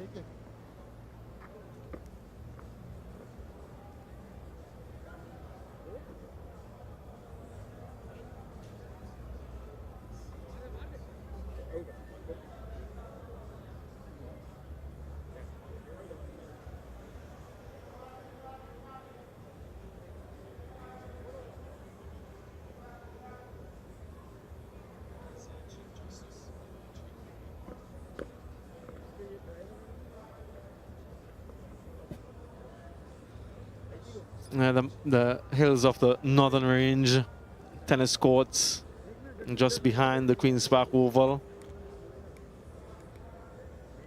Very famous buildings around the Queen's Park Savannah.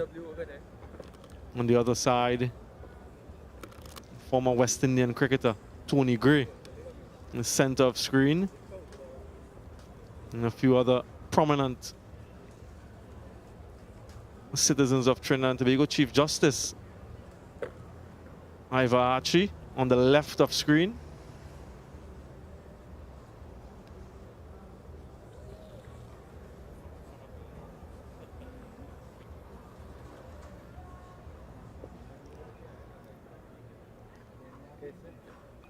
Jadeja to continue. Ready भाई होगा ball बाहर चल रही है drive करा सकते हैं एक आध चौका भी आता है चौके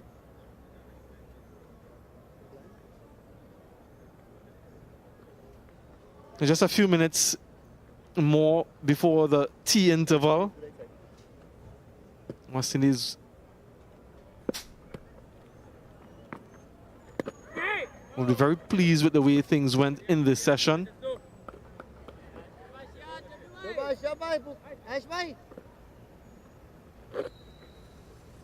Right, what's Jermaine Blackwood thinking? Of course, he is aware that there is a upcoming break, so self-preservation uppermost in his mind. These two would love to go into the tea interval unbeaten. Had quite a few partnerships throughout the course of the innings for the West Indies. 71 between Brathwaite and Chanderpaul, then Brathwaite, Kirk McKenzie, 46. Blackwood, Brathwaite, 40.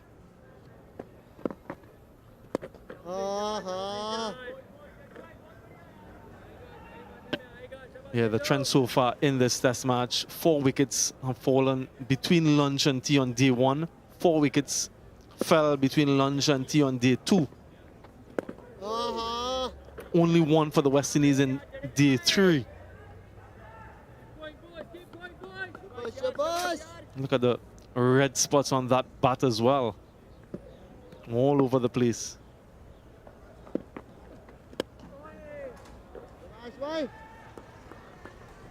Yeah, pushing and prodding on those deliveries that are a little bit wide. Have a look, have a close look at the face of the bat.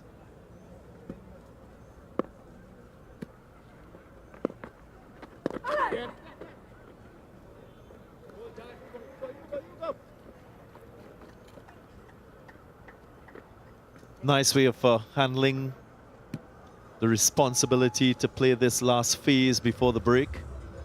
End of the over, 174 for 3. Good rotation of strike between these two. Left hand, right hand combination still out in the middle for the West Indies.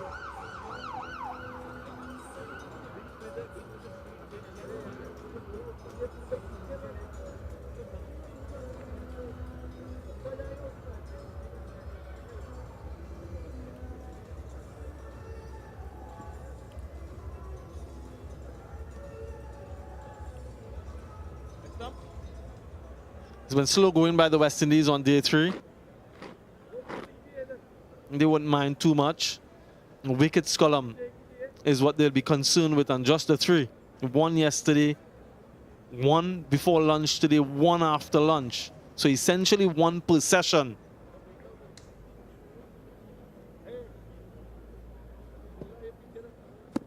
Still persisting with the first ball, though the new one, the second new one is due, or available rather.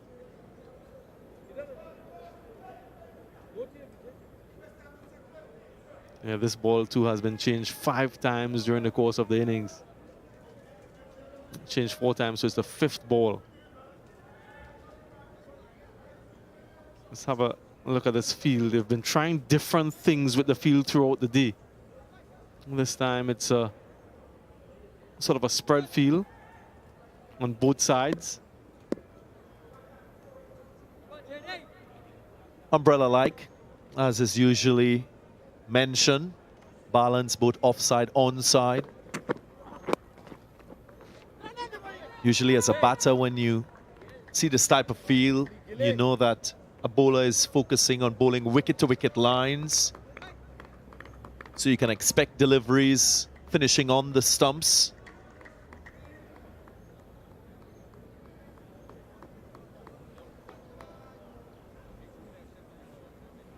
What it doesn't allow is for easy singles.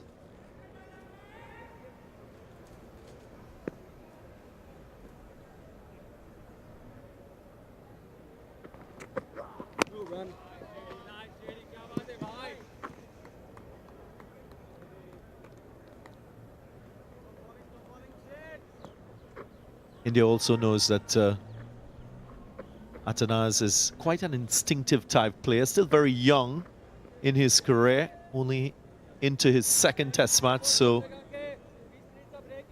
that natural instinct is something that they'll see. Positioning of that field at deep backward square might just prompt Unadkat to go for a short delivery.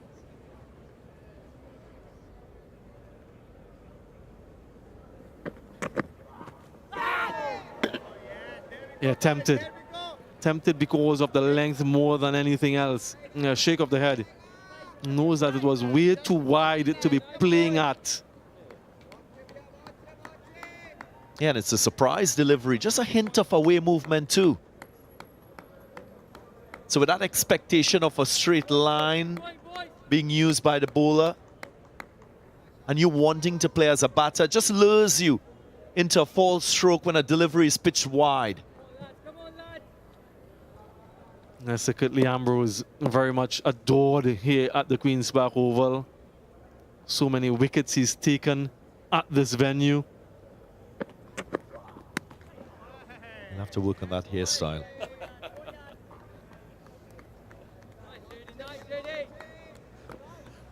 What's that? I asked him to describe that for me a few days ago. Yeah, we'll have a meeting tonight about that. And nice to see. You can see the smile. You can see the appreciation for the man and what he's done for West Indies cricket over a long period of time in his career. And what he continues to do. It's been a part of the coaching staff during various specialist camps. Of course, on commentary as well, narrating the story. Yeah, not a man for landmarks as well. Played 99 test matches. Something I haven't asked him about. Can stay on a little bit longer to play that 100 test match. 98, I beg your pardon. 405 test match wickets to Sir Kirtley Ambrose. Yeah, and 400 of them coming at the Queen's Park Oval. Well, it feels like that anyway. 66 wickets here at the QPO. Yeah, and that one just in ducking. Some reverse swing for sure. 174 for 3. And that will be T on day 3. A very successful session for the West Indies, just losing that one wicket, the solitary wicket. And they've resisted quite well. 2 wickets in the day for India. In session 2, 57 runs being scored. What a delivery that was from Ravi Ashwin to get rid of Craig Brathwaite. A peach of a delivery. A classical off-spinner's dismissal.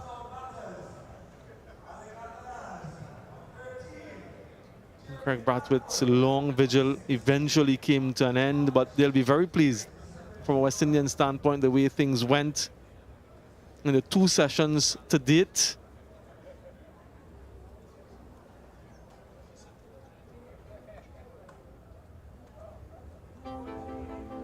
Just a confirmation then of the batting effort from the West Indies. A wonderful knock from Craig Brathwaite once again. Since he's taken over as captain of the West Indies team, he's been quite productive. Chandrapal getting a start, and so too did the debutant Kirk McKenzie. In this partnership between Blackwood and Athanas, 17 runs from 80 deliveries, 174 for 3. A marathon spell from Ravichandran Ashwin, 30 overs, 57 runs, and the wicket of Craig Brathwaite.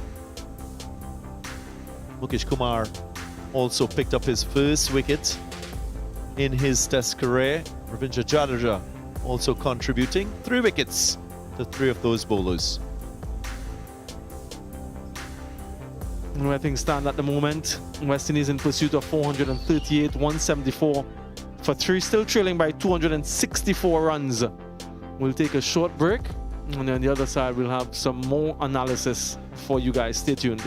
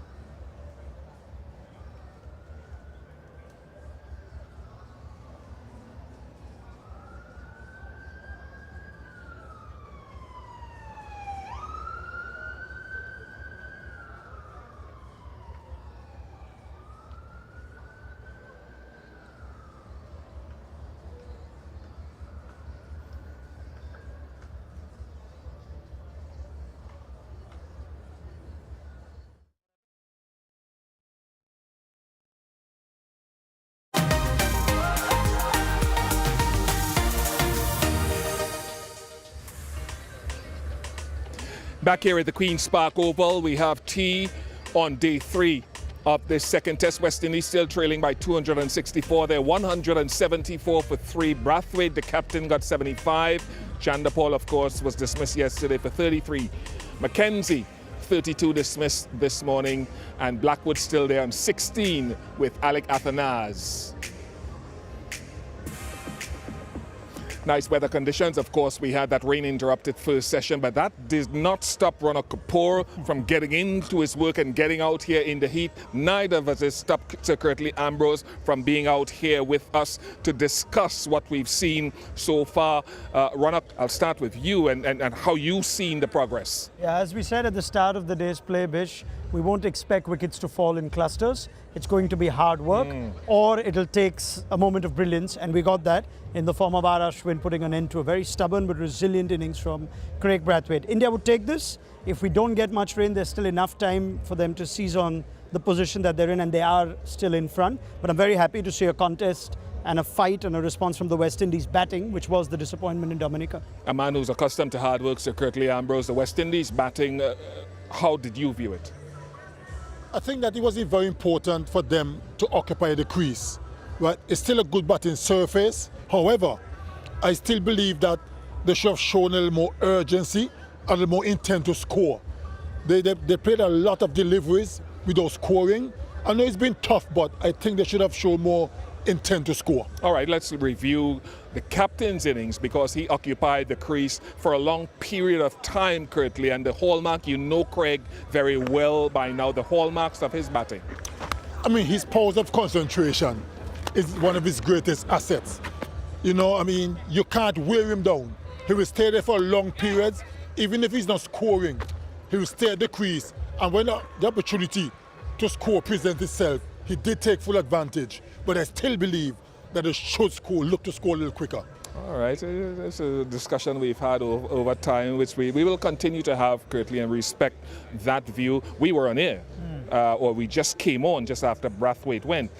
How special was that delivery? I think it's the hallmark of Ashwin, especially when it comes to, does Ashwin only succeed on surfaces that help? Yes, this is a surface that's offering some assistance as we get into the end of day 3, Bish, but you were on air and you saw that ball. It takes real skill, and you spoke of drift. You see that there, don't you? Yeah, a lot of drift away with the seam upright, but what the viewers who maybe have missed it is that it pitched in the footmarks, which assisted it, Sir Curtly, in biting off the surface, because when it hits what we call the proper or untouched, unbothered parts of the surface, there isn't that help. But I want to move quickly on, though, in terms of Ashwin, and a couple of reviews that were taken, Sir Curtly. What's the protocol within teams? Yeah, you having been in the dressing room more recent than any of us. Well, I can tell you one thing, you know, any little time you think there's a chance of an LBW or a court or whatever, bowlers generally think they've got the man, and they will try to convince the skipper he should take the review. But a lot of times, they just lose the review. Right. But sometimes I think they get a little bit maybe over enthusiastic, you know, but it's always a 50-50 chance. But in a situation like this where things have been hard to come by, Alec Athanase also had his close moment. How much does a day like today and a pitch like today where it's hard work further influence that? Well, most certainly. I was getting to that. When you're toiling all day and nothing much is happening, and then you get a chance where you think you may get a wicket. Right. Of course, they're going to go for the review. If you lose it, you're disappointed, but when wickets aren't coming, you want every little opportunity you can get to take a wicket. I'm sorry that I wasn't playing in the time of reviews. I'd have used them up within 10 or 15 overs. Anyway, a man who has more discernment than I have anyway, Dr. Nigel Camacho, here in his capacity as a president of the Queen's Park Cricket Club and the special initiative which has been going on for years. Tell us more about that. Yeah, thanks, Bish. Thanks, guys, for having me here. It's a big deal. You know, we're very pleased to be able to try and push this blood drive that's going to take place after the Test match. There's such a rich history between India and the West Indies. There was the 1962 incident that occurred during a tour match between India and Barbados. I wasn't born yet. You weren't born yet, Ambi. There was a tour match between Barbados and India, and unfortunately, Nari contractor, the then captain of the Indian team, was felled by a bouncer from Charlie Griffith. And subsequent to that, they were able to discern that he had a problem, went to hospital. There wasn't a surgeon in Barbados to be able to perform the surgery. They brought in a surgeon from Trinidad. As the story goes, the late, great Sir Frank Worrell gave blood along with some other teammates and as well as teammates from the Indian team. And they were able to perform the life-saving surgery for Nari, who's still alive today. Right. He came to Trinidad in 2009 as guest of the Sir Frank Worrell Memorial Committee and the University of the West Indies. We had a magnificent blood drive with him physically present. As you may or may not know, blood is always a problem for countries. The World Health Organization says a country such as Trinidad and Tobago requires 70,000 units of blood to sustain us in a healthy manner. Currently, we get 20,000 units donated annually. So every blood drive, everything helps. But this is such a wonderful story. It's such a humane story about somebody. I mean, there's sadness to it because Nari never played for India again after that. But he survived. In fact, Nari just had surgery last year to remove the plate that was placed in his skull to actually save his life. So what we're doing is we're having an initiative 3 days after the test match, right here in the parking lot at the Queen's Park Oval, in conjunction with the University of the West Indies, the National Blood Transfusion Service of Trinidad and Tobago, the Ministry of Health. You know, we're going to have a blood drive where people can come to volunteer to give blood. We're actually having the donation certificates signed by the teams during the test match. So they will receive a certificate when they donate blood. It's a wonderful, wonderful thing and it's a beautiful connection between the West Indies. In fact, Bish, there's an annual blood drive since 1981 in West Bengal that I think you'll know about it. And it's one of the biggest blood drives in India in memory of the late, great Sir Frank Worrell. And we just want to continue the good work and hopefully use this opportunity to have a beautiful blood drive. As we run out of time, and thank you very much. Ronak, how was that received quickly if you have? Yeah, I mean, it is one of the great stories that transcends what happened on the cricket field. Of course, different times, but when Nari Contractor was hit, Nigel's quite right. It was Frank Worrell who was the opposition captain, in addition to Chandu Borde, Bapu Natkari and Paul Umrigar, who had to donate blood that evening to save his life. And the gesture that is remembered, and we can say fondly, Nari wanted to play Test cricket again. And the selector said, we can't have you playing again. What if you get hit again? But I was telling you, Bish, one of the great stories was as soon as his wife met him, after several days when he woke up, Charlie Griffith had gone and met him as well. He was very disturbed too by what had happened. But the first thing Contractor told his wife, as the story goes, is it wasn't Charlie's fault. So it was a lovely way to sort of cap off what was obviously a very dangerous incident. The game and the sport has learned since, but it'll keep India and West Indies entwined culturally, historically, in cricket and beyond. Thank you very much, Ronak. Beautiful story, beautiful initiative. If I'm here, I'll be the first person in line. I promise you that. Thank you very much, Sir Curtly Ambrose. The sun continues to beat down here at the Queen's Park Oval. The final session of day 3 coming up. Can the West Indies continue digging in after the short break? Final session coming up.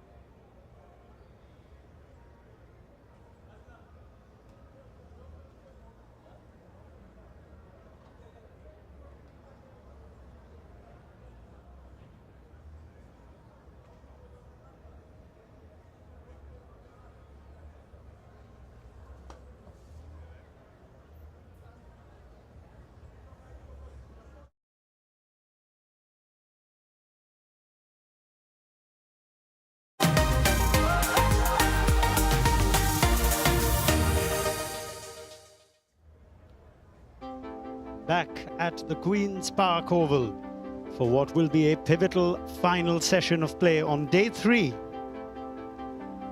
of the second cycle Pure Agarbathi test powered by Yes Bank. India still in front.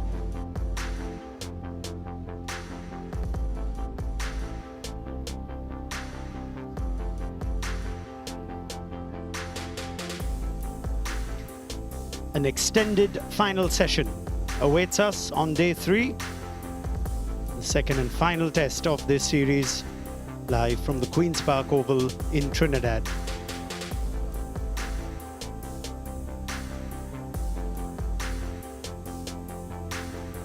Clear skies, in excellent conditions in spite of a short interruption earlier today. 2 wickets have fallen though. Craig Brathwaite, West Indies captain, laboured hard, 75. Couldn't find an answer to the mastery of Ashwin. Of course, it was Kirk McKenzie that fell first. It's 2 wickets that India have picked up. They've had to work harder, way harder than they did in Dominica. First, Kirk McKenzie giving Mukesh Kumar his first wicket, nicking to Ishan Kishan.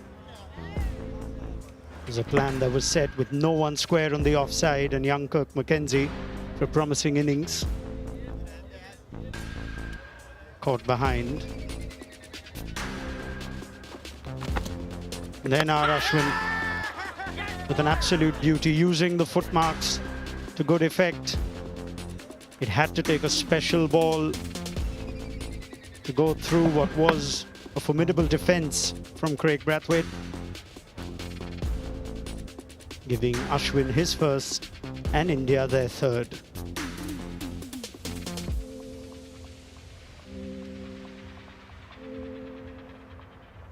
Batters have batted with great resilience for the West Indies, but they still trail by 264.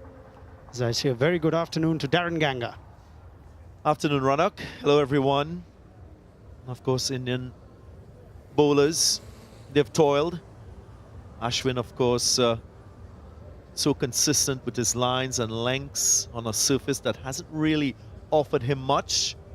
Footmarks, as we mentioned earlier, proving to be handy. Was able to prize the wicket of the West Indian captain, Craig Brathwaite, with one that spun, went through his defence. Kirk McKenzie looked good for his 32. Flashing at one outside the off stump, but you can see natural talent in his approach to batting.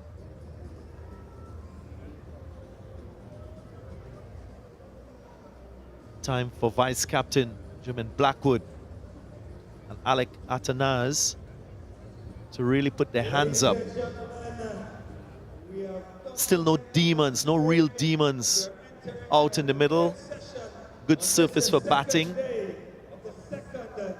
and it's a tiring India bowling lineup.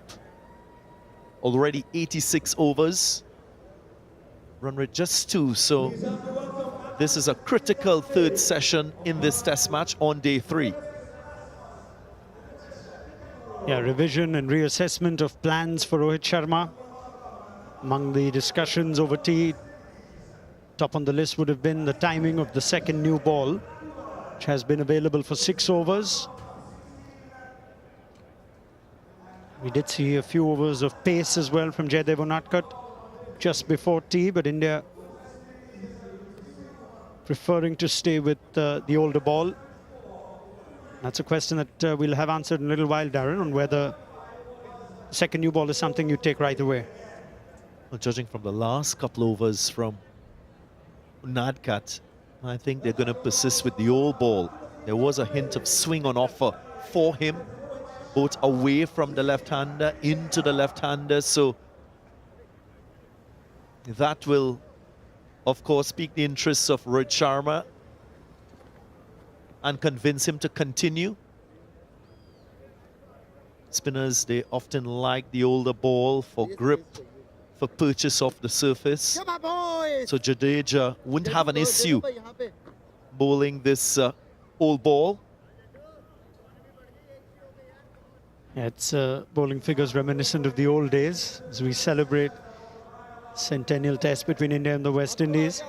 Jadeja 19 overs, 10 maidens, 1 for 19, going at a run and over. And he starts over the wicket from the Brian Lara Pavilion end. Well, the plan for Blackwood is to get some runs after tea. Some start. Loves to drive the ball off the front foot. Blackwood. First delivery after tea. He pounces on one that is a little bit fuller, a little bit wider. Mentioned earlier, he's a strong offside player. If you look at his stance, he's very side-on. Yes, boy. Meaning both feet parallel to each other. Oftentimes, when you look at him from a bowler's perspective, you can only see that left shoulder. Doesn't get square on the ball. Now, Rahane, brilliant. We have to wait for a second to see if it took the outside edge. Blackwood is in disbelief, but he is now walking. Ajinkya Rahane, one of India's best slip fielders, has pulled out a blinder. It's a ripper for delivery. Just spun out of the rough across the right-handed Blackwood. Try to take that bottom hand off the bat to soften his shot on the ball. But it's great reflexes from Rahane in first slip. Off the wicketkeeper, pouches it and gets rid of the vice-captain. Blackwood gone for 20. 178 for 4.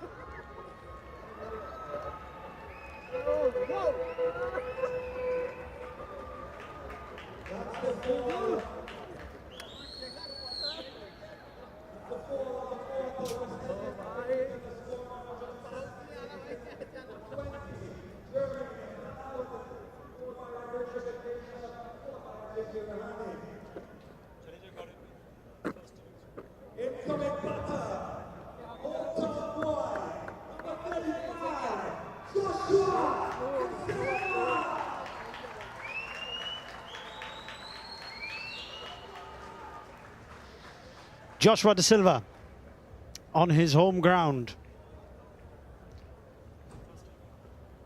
in a test match for the first time. He's in almost instantly after tea. That's because Rahane's reflexes have led to a moment of brilliance in the field. Cat-like. Just had to react to the ball coming off the leg of Ishan Kishan. And of course, going to the left, his weaker side, you would say.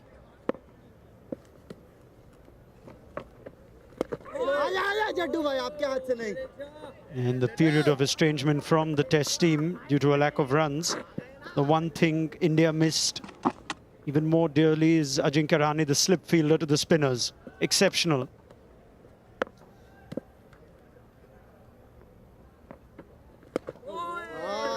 Just looking at that again, he was blinded surely by that leg of Ishan Kishan after being in the field for 89 overs. Coming up with that reaction, absolutely brilliant from Rahane. Successful over for India and Jadeja. 178 for 4.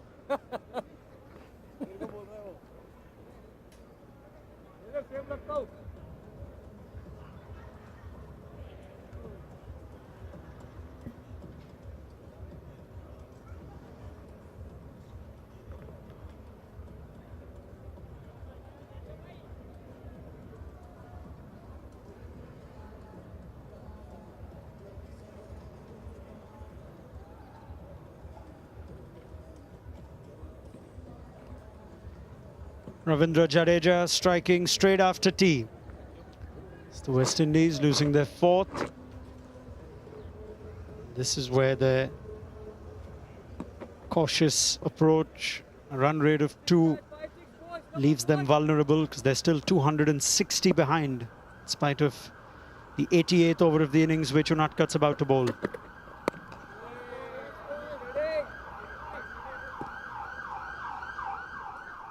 can look at that catch many, many times from Rahane. Jadeja left arm over to the right-hander, trying to use the rough. Kisses the gloves of Ishan Kishan, which only would have made it harder. Reduced his visibility. Didn't matter.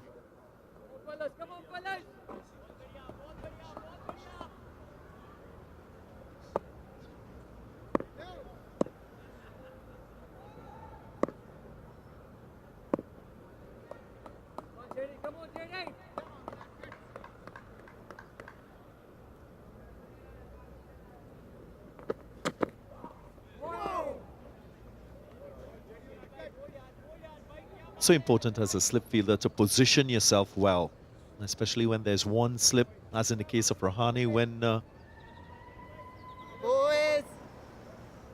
in that position for Jadeja. Yep, the ball pitching in the rough. Just enough distance for him to cover that gap between himself and Ishan Kishan.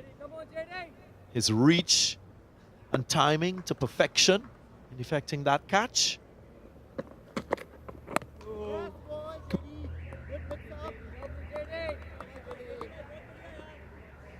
Yeah, I'm interested to see whether Jermaine Blackwood could have done any more. Doesn't look like there's prominent rough that we see on just outside his off stump. Yeah, I felt it was further leg side. So that's revs on the ball, imparting spin and getting purchase. Not necessarily what we saw from Ravichandran Ashwin when he dismissed Craig Brathwaite. Footmarks clearly assisting with the turn on that occasion. Yeah, it's a couple of things that India would be delighted with. It vindicates an instant plan. One, to persist with the older ball, and for Jadeja to start over the wicket to the right-hander. See the prominent patches of rough outside Blackwood's off stump. That's a natural line that Jadeja would target if he bowls left arm around the wicket.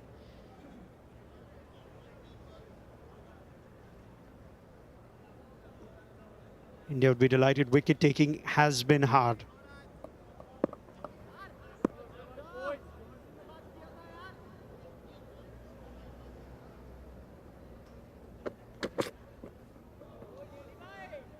Importantly, 61 more runs to avoid the follow-on.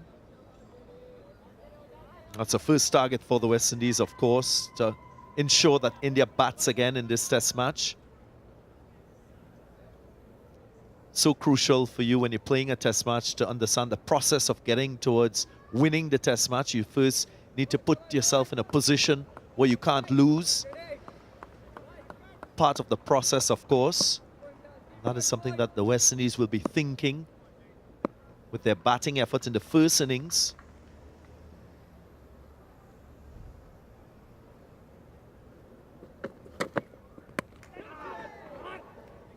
First time Athana has accepted the invitation in that over to drive. It's a maiden for Unadkat to start after tea, 178 for 4.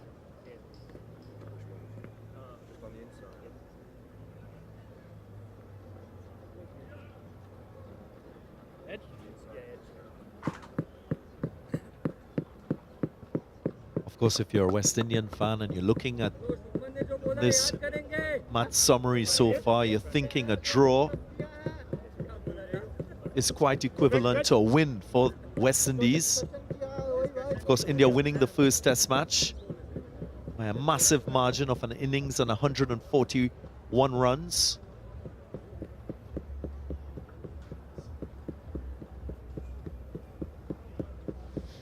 Running repairs to the surface. It's only been a couple of overs since tea. It's more concerned West Indies captain now, Craig Brathwaite.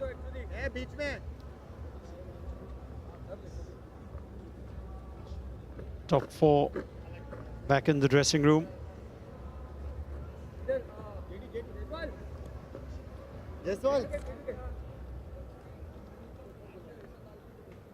सीधा सीधा जा पूरा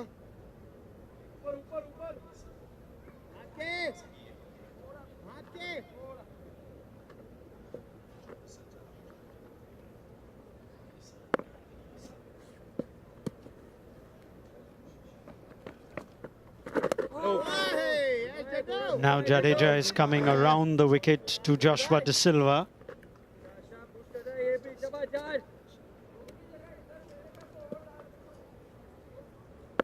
That's how he dismissed him in the first innings of the first test. Right, no ball from Ravindra Jadeja. Michael Goff has a job to do to check these no balls before Jadeja bowls his next one. He's done well.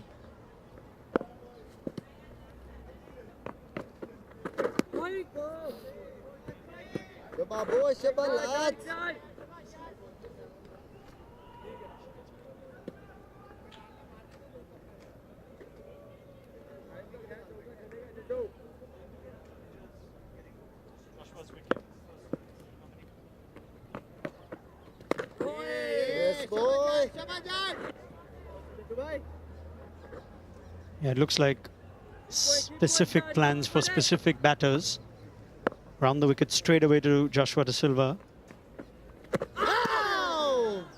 He's already causing problems and asking questions. Good position, Gilly boy. There will be a few nerves. Boys, one wrong shot here, one wrong shot here. Joshua De Silva didn't score many runs in that first test.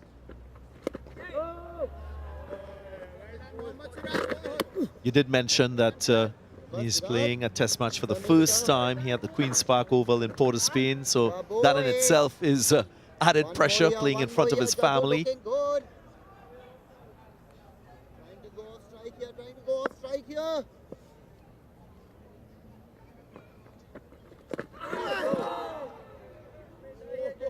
Yeah, Ishan Kishan putting the pressure on Joshua De Silva, who was dismissed by Jadeja. First innings in Dominica. Yeah, he was dismissed for 2 in the first innings, 13 in the second. So a below par effort with the bat from him. Just the no ball from that over. 179 for 4.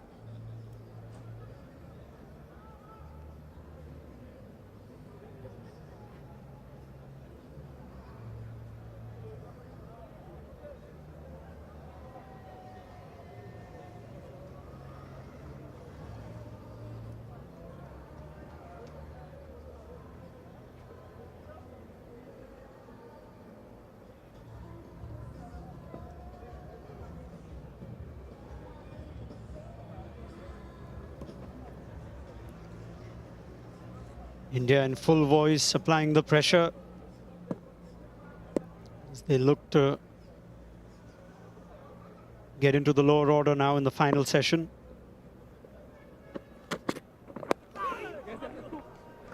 There's that swing coming into Atanaz. Unadkat will be quite pleased with the response of the ball at this stage. 90 overs all. And that constant managing of the ball, so crucial for him to continue to extract that type of away and inward movement.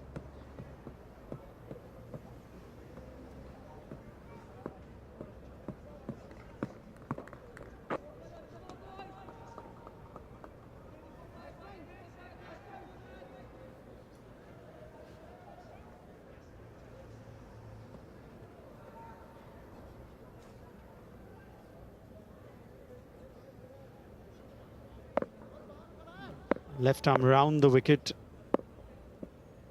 to De Silva.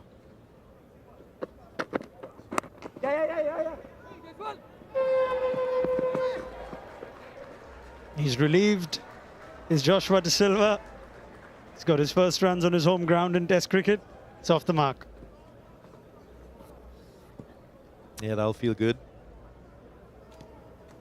Here is a start to his innings. His team needs him more than anything else. Had a fine Test match century against England when the West Indies last played that opposition here in the Caribbean.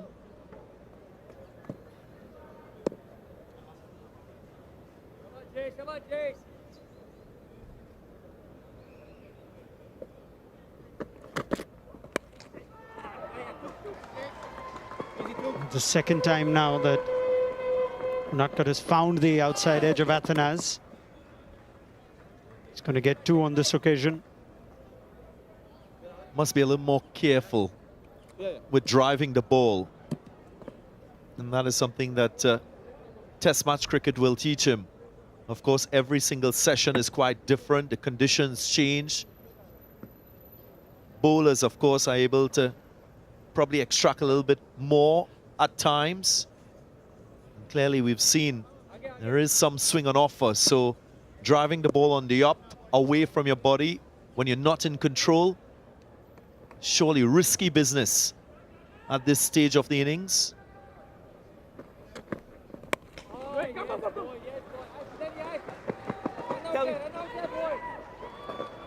It's good running. Athanas is a busy player. Doesn't like to get bogged down. Keep going, lads. Keep going, boys. Drive here, lads. Come on, fellas.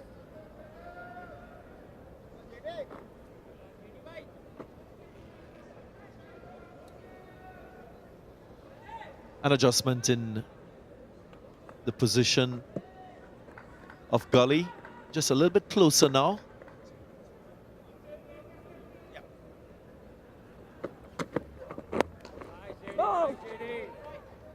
And just recognizing that the ball died before coming to him. Virat Kohli in that position. I guess it's Ajinkya Rahane, both himself and Shubman Gill in the slip cordon. Come on, lads. Yeah, just getting a little bit closer. Not a lot of peace off the surface. So there is that expectation that the ball will die and go down, as against carry through with speed and pace.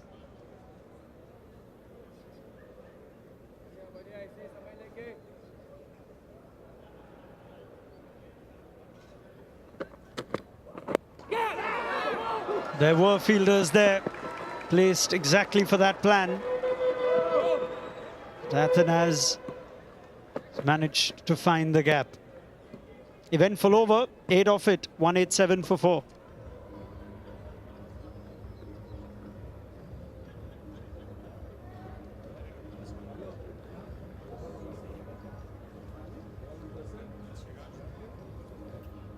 Flirting with danger. Athanas clipping that one in the air, bisecting the 2 fielders leg side. A little more challenging for him.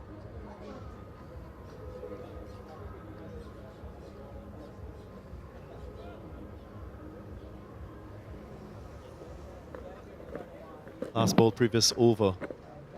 Inward movement. 2 fielders in catching position.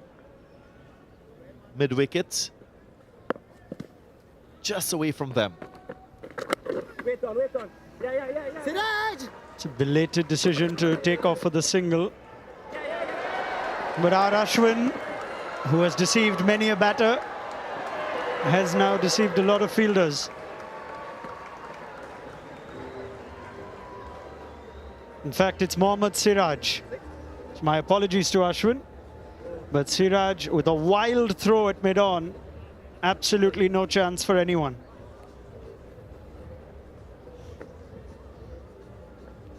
Some very excited scorers who get to record a second 5 of this match in this innings.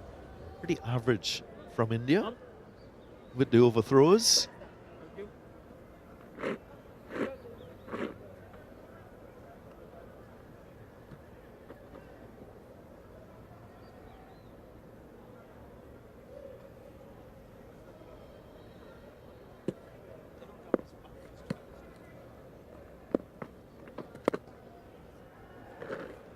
Back over the wicket now to the left-hander.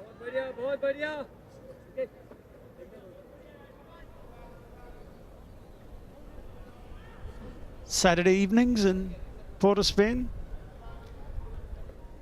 Thing or two Darren Ganga knows about. Wants a turn. Something there for Jadeja. A little more into the rough.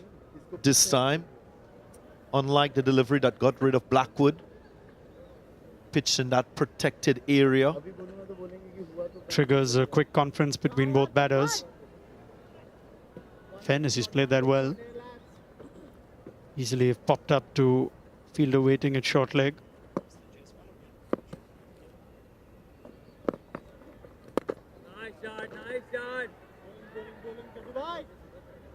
What we haven't seen from the West Indian batters is that proclivity to use their feet to the spinners. Haven't seen any advancements to get to the pitch. And it's an approach that can really throw a spinner off in terms of his lengths. Some of the very best in world cricket, they usually do that to get on top of the bowler. Not the West Indians so far in this innings. 192 for 4.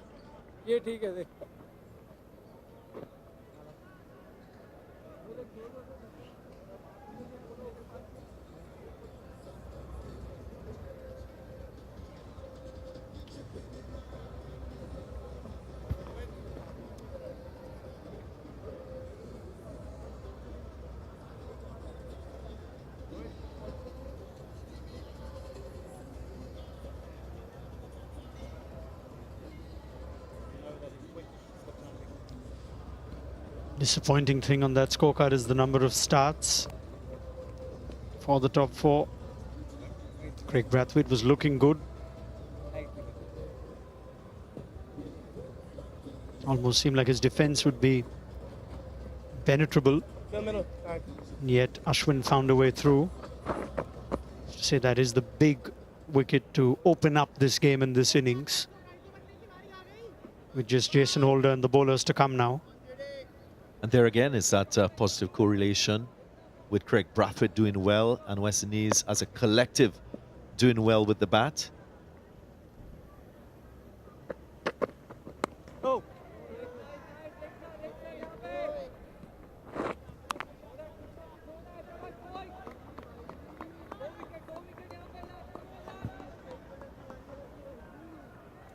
I've been looking at the West Indian batters and more so the openers. I mentioned the triggers used by Craig Brathwaite and Tejaran Chanderpaul. Something might just pique the interest of Andre Kohli, the West Indian coach, with Tejaran Chanderpaul and his batting technique, especially to fuller pitch deliveries on or about the off stump.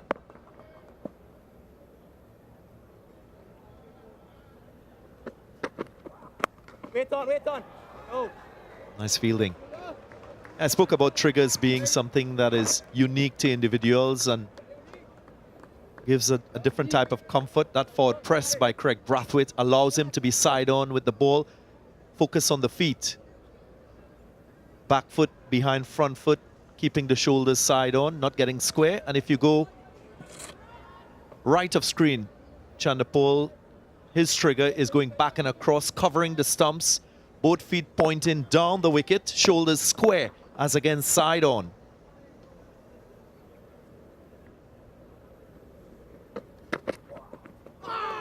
Play and a miss, good delivery.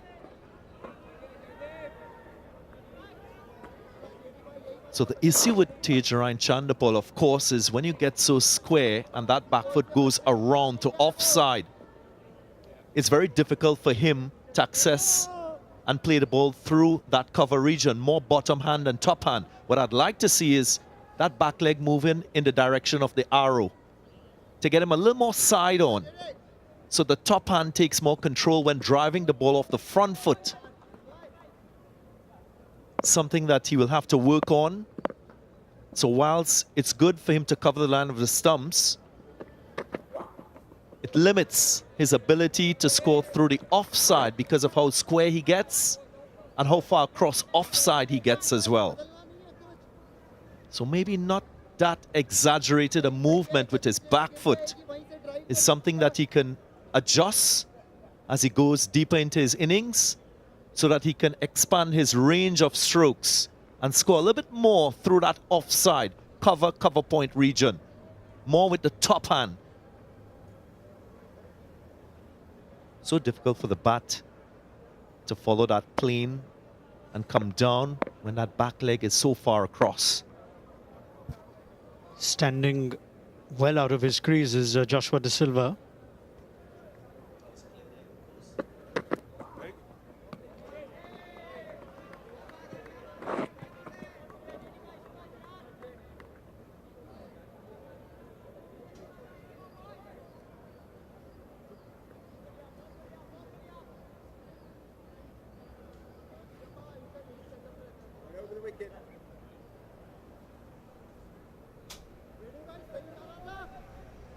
Change of angle for the final ball.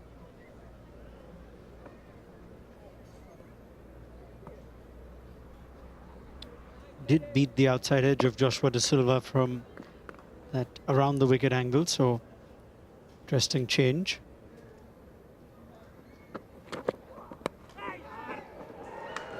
Joshua De Silva trying to meet the ball as early as he can, gets an outside edge. Scratchy, but he's surviving for the moment. 194 for 4.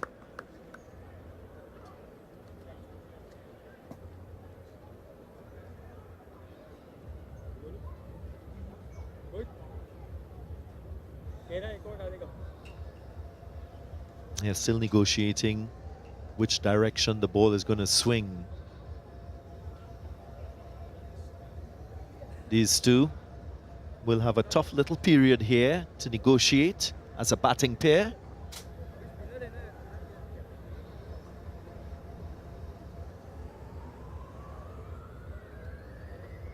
Which way is it going to go? Away or in? Goes away. Joshua De Silva just reaching, trying to cover the line. The angle as well as a left-hander helping. Jaydev Unadkat wondering what does he need to do to get a wicket. Wicketless in the first test, though he didn't have much to bowl.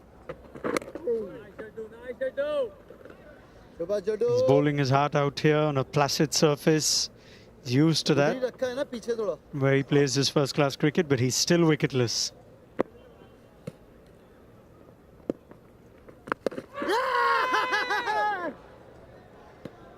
He pulled out the reverse sweep, did Agarbathi. Made more contact with the turf than the ball. Reminds me of that reverse sweep we saw from Jaiswal in the first test. Came out of nowhere.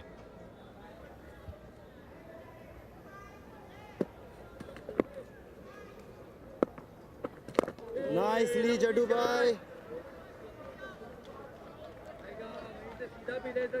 Yeah, just 3 fielders on the offside for Athanaze. No one in the deep, so no one behind square. Just getting a little bit loose now. Atanaz. Maybe Joshua De Silva has to have a word with him.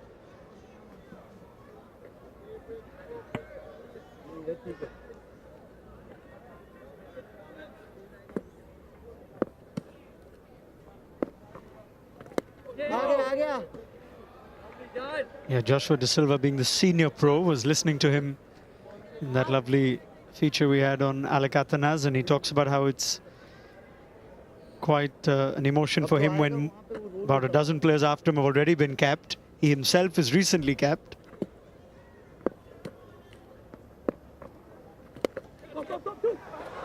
That's better.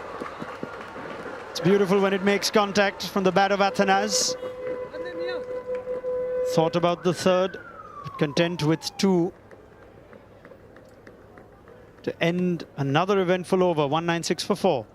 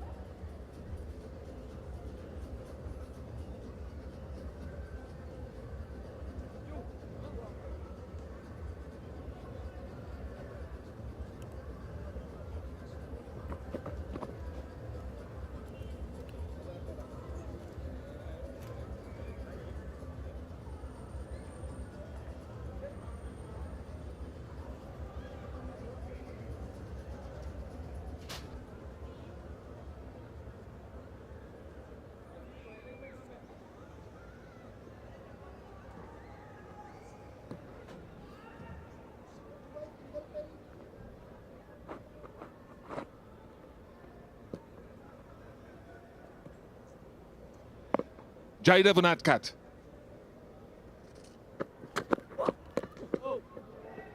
It's a nice probing spell from him, even though he's wicketless. The pace has been decent by his standards into the pitch, and a little bit of movement either way. And when you work hard, eventually you get your rewards, even if they don't come immediately. Stacey Ann King, you would know that from your experience in the game and being a left-arm seamer yourself. Yeah, he's had his challenges, made his way back.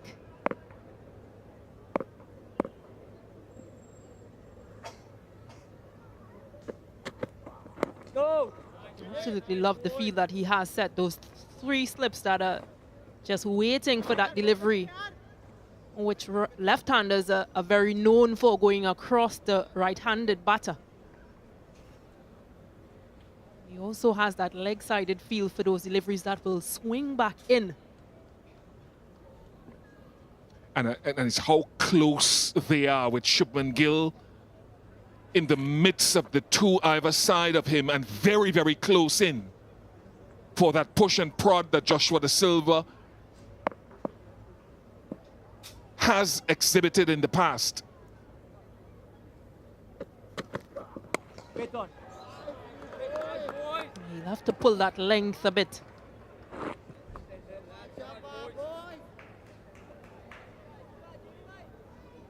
Wicket here.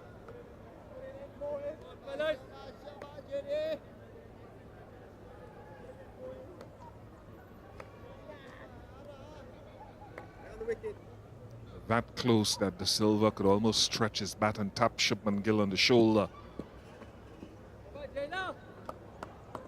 He's got the pads on and the helmet on. Round the wicket.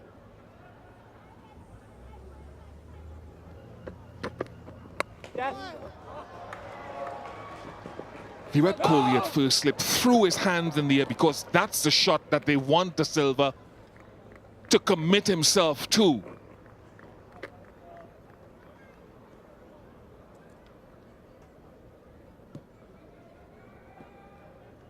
Yeah, again, just a patient game. Happy to have him play at that. But just maintaining that off-stump line, that 4th, 5th stump line.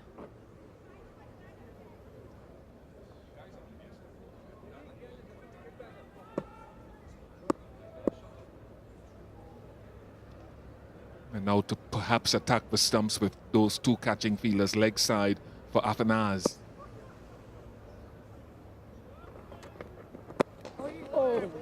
Notice with that deep steepling in swing, we thought that there might be some reverse given the dry nature of the surface.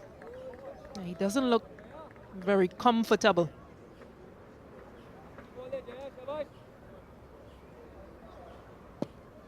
Also has that cutout in the boot for when he lands. Sometimes that toe just jerks in the boot, so you just need that extra space, but doesn't seem quite comfortable.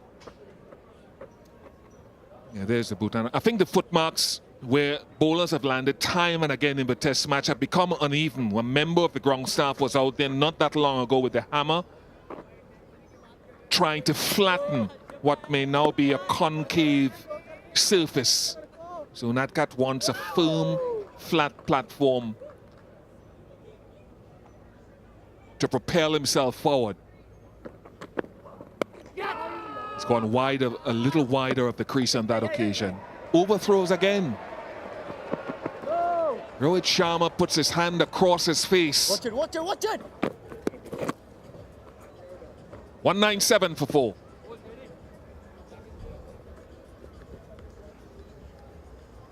Next one. Next one. Next one. उसको पीछे वहीं से पीछे रखा नहीं उधर उधर जाता है बोल जा रहा है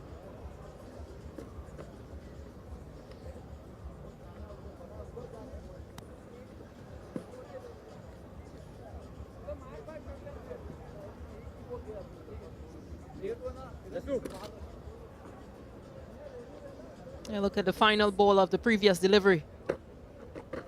Did hit the stumps this time around.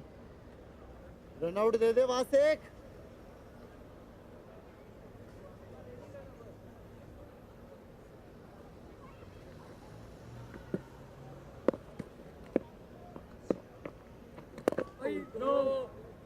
Nice Jaddu भाई नाइस बॉयज शाबाश जान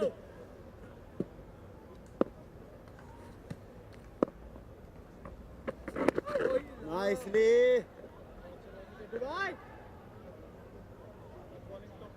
Dubai आएगा शाबाश जान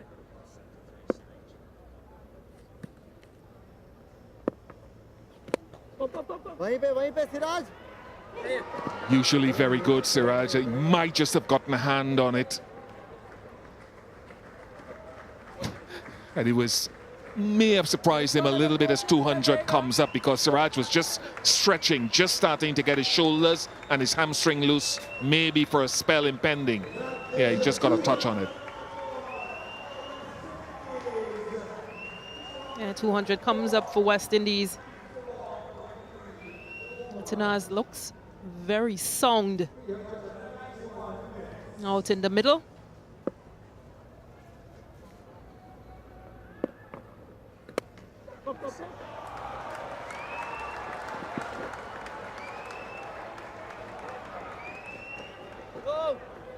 Such a slow outfield. It's almost as when the ball reaches about 2/3 to the boundary, it starts going uphill. It just seems to slow down and come to an abrupt halt. That would have been 4 on many other grounds.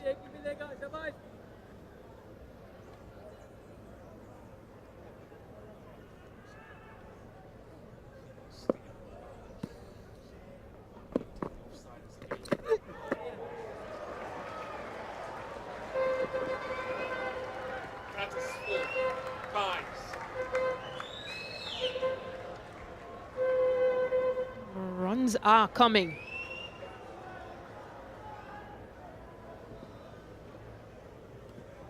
Eight runs already from the over.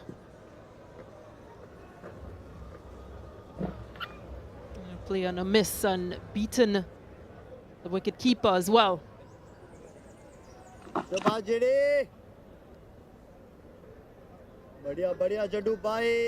Enticed by that open gap in the offside. There it is, that gap for 1. Siraj has been getting loose. Let's find out if he's ready for a spell. 207 for 4.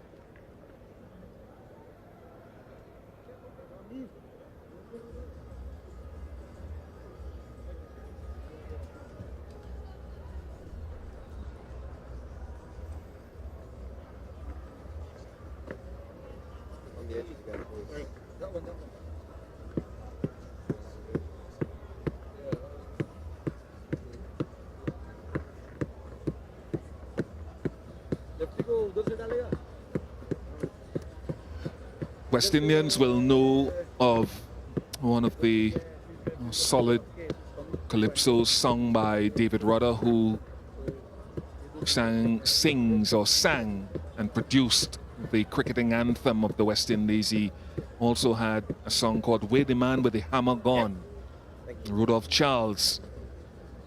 Every time you see the ground staff, remember Jaydev Unadkat was struggling. So Mohammad Siraj was stretching. He's into the attack.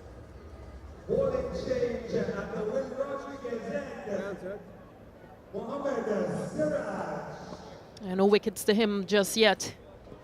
4 maidens and an economy rate of 2.64. And possibly just looking for those explosive spells from the Pacers. And it'll be interesting, Stacey Ann, and for viewers, whether he can also get the ball to reverse. There was a little bit for Jaydev Unadkat.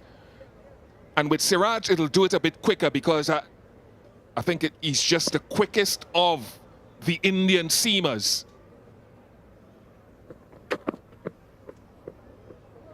When he manages to let it go.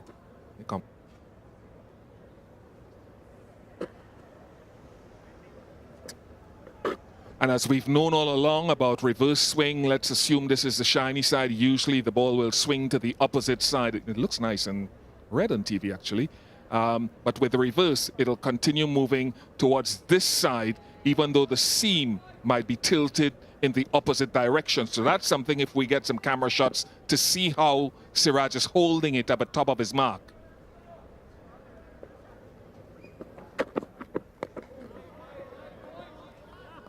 You saw the animation there from Alec Athanase.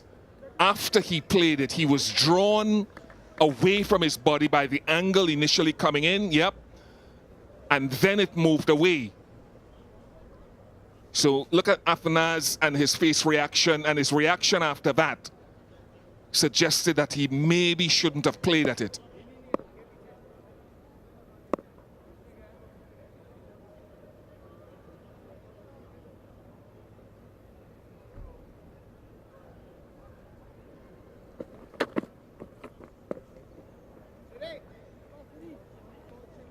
Usually the heavier side of the ball is faced into the batter.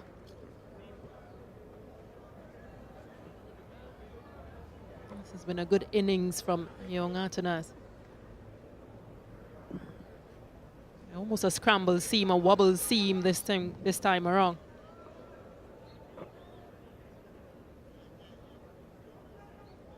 Once you're able to control those deliveries, you become a very dangerous bowler.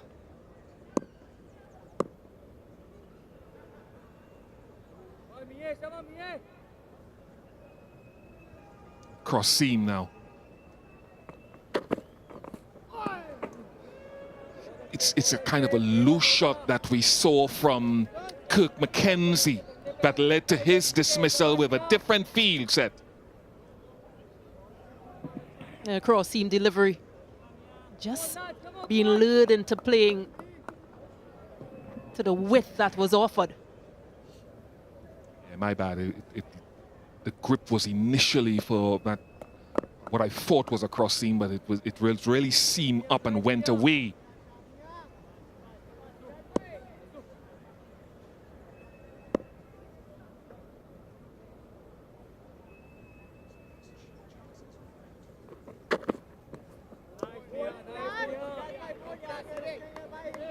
Yeah, going away again, Stacey. And two things for viewers. Two things. Yeah, there again, the late movement. He's either trying to work his way closer into the off stump, or he can switch what we would call the shiny side around now in the opposite direction and look to tail it back into the stumps. Only Siraj will know when the timing is right to do it. And again, just the extra pace and that he bowls with, as you mentioned before, it makes it really tricky to read which deliveries are seamed up.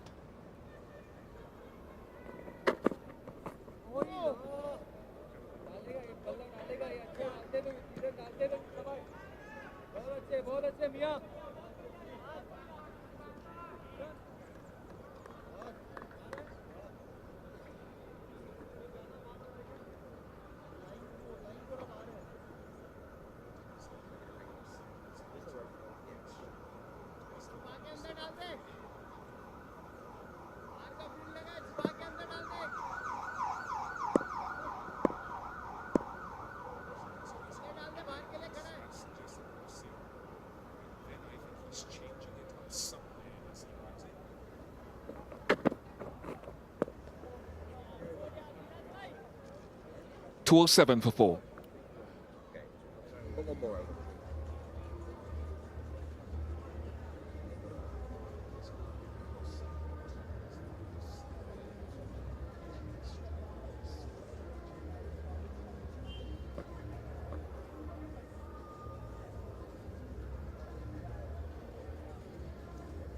Thank you.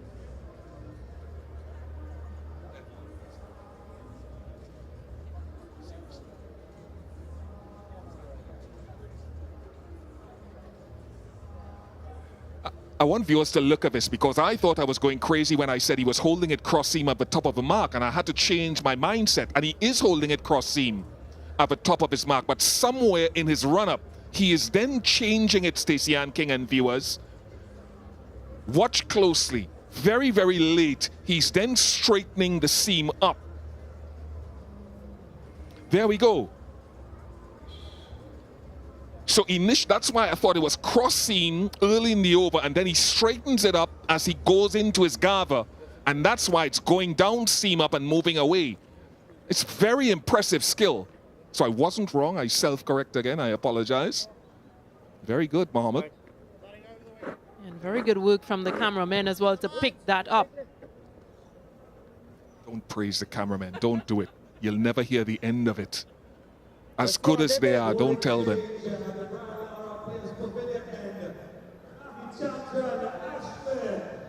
Well done to the cameraman. I love to tease them. Girish, superb work.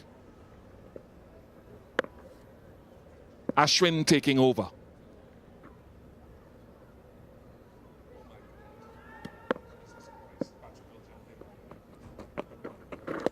Nice, Ashi.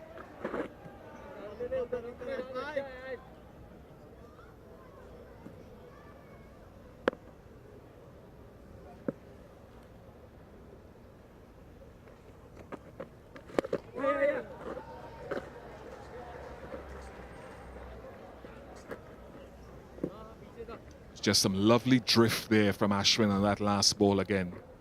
Wonderful drift away.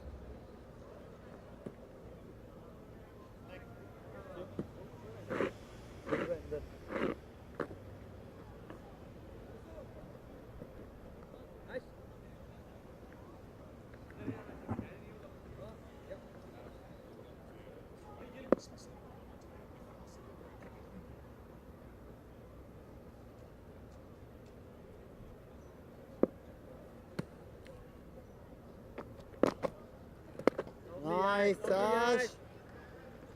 Let me get here, 224-6, lads. Come on, boys. Come on, boys. Come on, lads. Shabba, shabba, boys.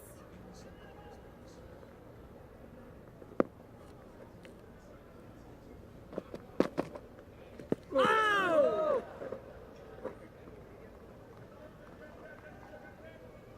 One thing I do like, and I've talked about it ad infinitum, of Virat Kohli's running, even though he got run out. Joshua Da Silva is backing up nicely, looking to be in an athletic position on the move anyway.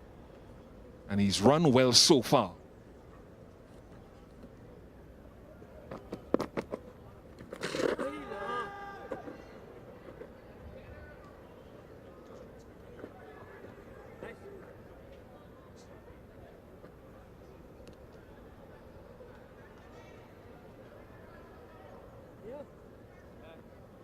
Calling the backward square off the boundary line, a touch for that sweep.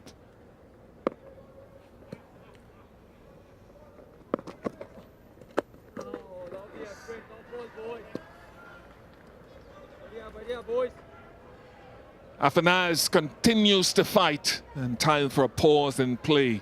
Blue Waters drinks break.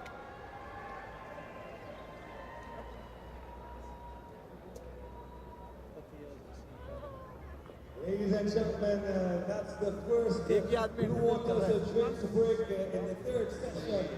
This is the third day of the second test match here at the Queen's Park Oval. At the drinks break, the West Indies are 208 for 4. The not-out batters, Alec Afanaz on 28, Joshua Da Silva on 10. The partnership stands at 30 so far.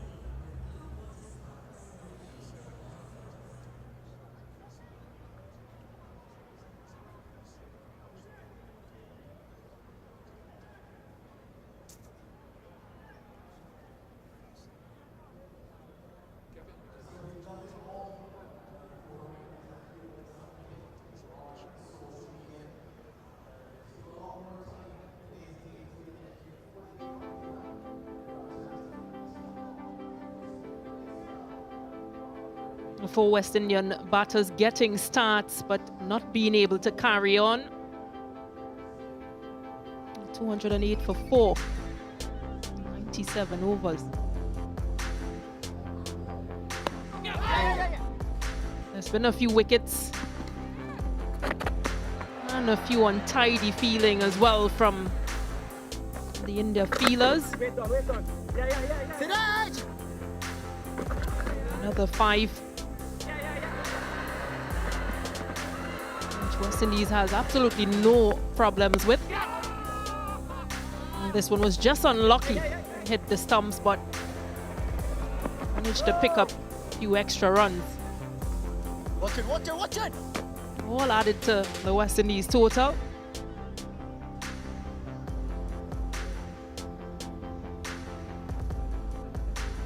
Jadeja picking up 2 wickets, 1 apiece for Ashwin and Mukesh.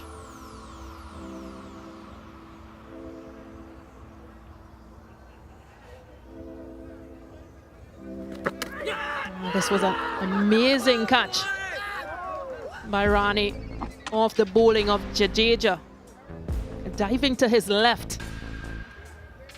See, those 1%ers are what gets you over the line, and catches win matches. That's a perfect example. West Indies trail by 230 runs.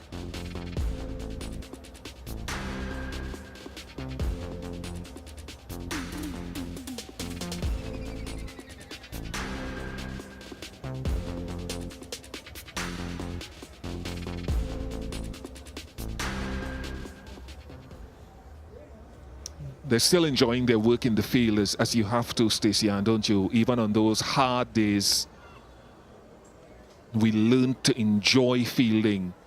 For myself, bowling in these conditions, I always found a wonderful challenge to test my skill level of being consistent, my fitness levels and stamina levels, so that when you eventually got onto something more helpful, you had all the experience in the legs and the body and the mind to be able to acquit the same disciplines. But for these two,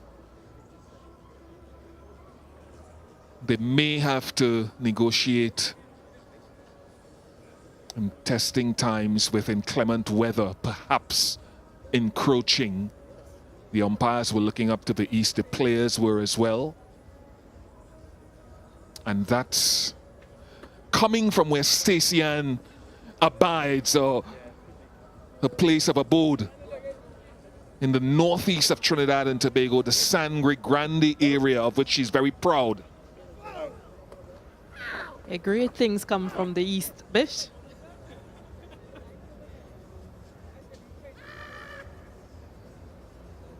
A bit of rain is always welcomed.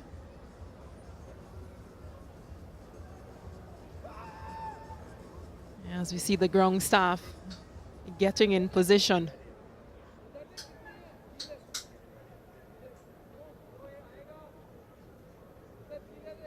Again, he holds it as if it was supposed to be cross-seam, but as if you were with us before the break, he straightens it up somehow.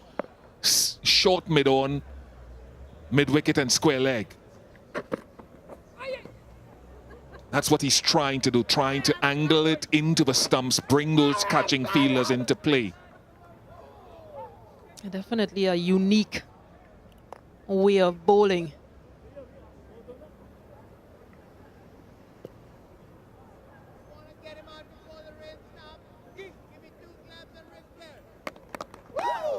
Ishan Kishan saying, let's get him before the rain starts. One keeper sledging the other.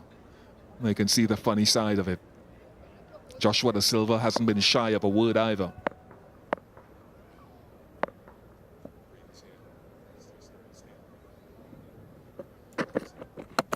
Knocked him over, as predicted by Ishan Kishan, just before the rain arrives. And that is one of the areas with that in-swing that Siraj was looking to work over. Middle stump down. A disappointment for West Indian fans, but an absolutely peach of a delivery.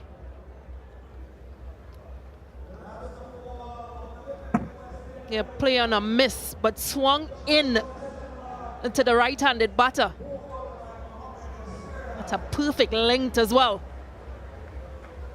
Joshua De Silva goes for 10, 208 for 5. And just as the case was with young McKenzie, dismissed and then the rains came in, De Silva dismissed and the rains come in.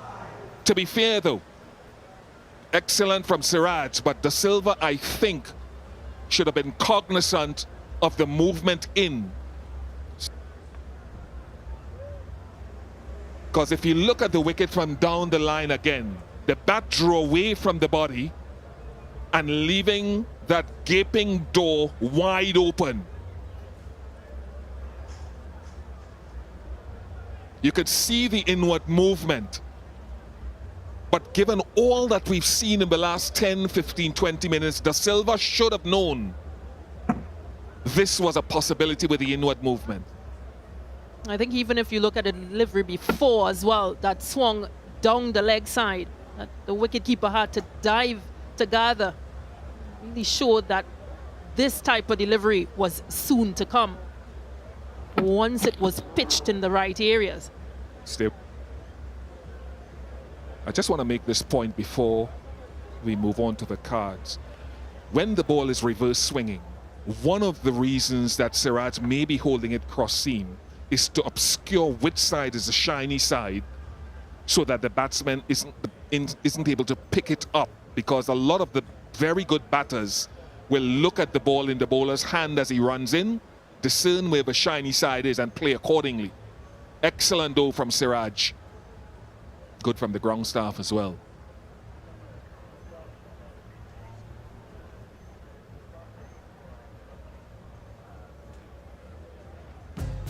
Again, another start for a West Indian player. Naz stands still with 28 from 85.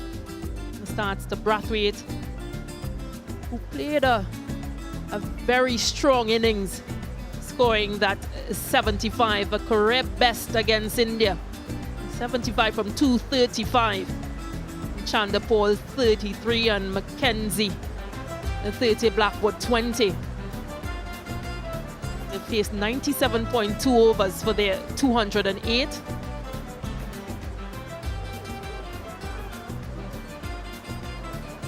It was a very conservative innings from Greg Brathwaite, scoring that 75. He knew that he had to stay there. He had to give his team the best of starts. Really dug deep.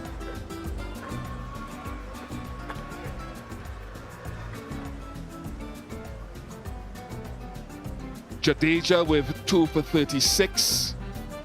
The catch to get rid of Blackwood off his bowling was a thing to behold by Ajinkya Rahane, I think having brushed off Ishan Kishan's glove or body.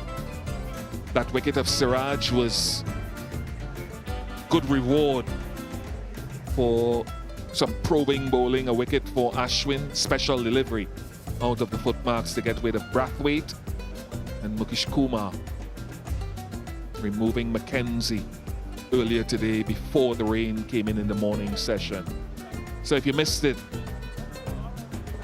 we begin, Stacey-Ann, with yesterday's first wicket of Chanderpaul. Really, it wasn't a good shot from Chanderpaul, especially within the last hour, or last half hour of the game. Got that edge and went uppish, and an easy catch for Ravindra Ashwin. McKenzie was the second to go. Looked really good, looked really solid out in the middle. A feather of an edge, giving Mukesh Kumar his first wicket. And then Craig Brathwaite through the gates, landed in that rough footing area. What a delivery that was. Had to take something special to get his wicket. And indeed it was from Ravindra Ashwin. Jermaine Blackwood followed suit with a blinder of a catch. It came off the glove of the wicketkeeper. And a good reflex, the cat-like catch. Joshua De Silva just giving too much room between bat and pad. Siraj getting his man.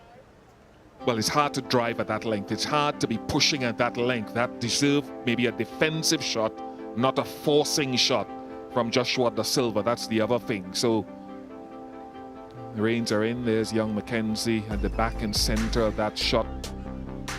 Trailing by 230 runs, the West Indies. Rathwaite was committed, so too was Chandapal. And that's their own inimitable way. I don't parlay any criticism at them at all. Spend time in the middle. The only adjustment that I would like to see as time goes on is a little bit more ability to rotate strike. But I love the fact that they spend time at the crease, which West Indies haven't done enough of in recent years.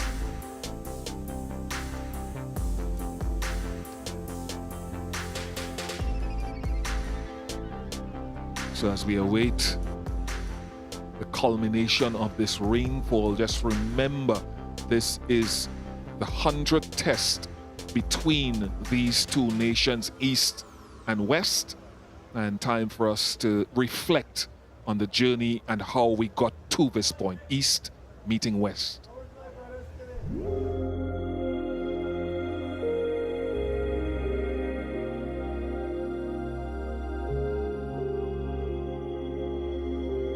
When I think of West Indies versus India in Test match cricket, well, I think, of course, of highly skilled batters and highly skilled spinners from an Indian perspective, and then I match that with talented, flamboyant, arrogant batters from a West Indian perspective and mean, aggressive, fast bowlers. West Indians are superstars. They are godified as much as Indian superstars are. Michael Holding walking in Jamaica or in Trinidad or in Barbados may not get hounded as much as he would in Mumbai or Delhi or Chennai. And the same could be said for Clive Lloyd, for Viv Richards, for Brian Lara, for Ambrose and Walsh. For us, the West Indies have, I guess, always represented a really high standard and the might of fast bowling. And we've had batters, yes, we've had batters, but we never quite had the appeal that comes with not one, not two, not three, but four fast bowlers going at a strong batting lineup. So fast bowling was sexy, and it was the West Indies that started that. I think both, obviously play hard cricket. It was always a joy to watch. I think both of the teams had superior batsmen, and you obviously, guys obviously spending a lot of time scoring runs. Whether it was Sachin Tendulkar, obviously Brian Lara, Chandapal, obviously to just name a few. It was always great to see the runs. For me as a batsman watching on, that was one of the things I took from it as a youngster. For me watching those great batsmen go about, their time at the crease, was a pleasure for me as a youngster. Kyle Hooper whips it away down towards long on and gets his double century. Growing up, you just followed India versus the West Indies games so much. You couldn't see them on television, but certainly the radio commentary and memories of listening to the voices on the radio of India whenever India toured the West Indies, just following the cricket, some of the great West Indian names of the past. The first name that jumps to mind when I think about India as a test-playing nation, of course, is Sunil Gavaskar, who debuted in the Caribbean at the Queen's Park Oval in Port of Spain, Trinidad. He's still the Kings, and Lord Relator sang this very popular calypso about Sunil Gavaskar when he played in that 71 series and how dominant he was with the bat. He spoke about Gavaskar being the real master, and even today, that song is being sung when both these test-playing nations compete against each other. In '76, when India went back and managed to win a most extraordinary game, they chased a score in excess of 400, something that was only done by Bradman's Invincibles. And as a result of India chasing 400 plus against the West Indies, it is said quite famously now that Lloyd lost all respect for spin bowling. And a few days later at Jamaica, he fielded for the first time, and certainly not the last, a 4-man pace attack. And that set the trend for what is perhaps the most exciting, dominant period by a team in the history of cricket. And it started because India chased 400 plus against 3 West Indian spinners. Well, listening to the radio, Viv Richards, you know, he came from my area, you know. So then in my era, obviously Sachin Tendulkar.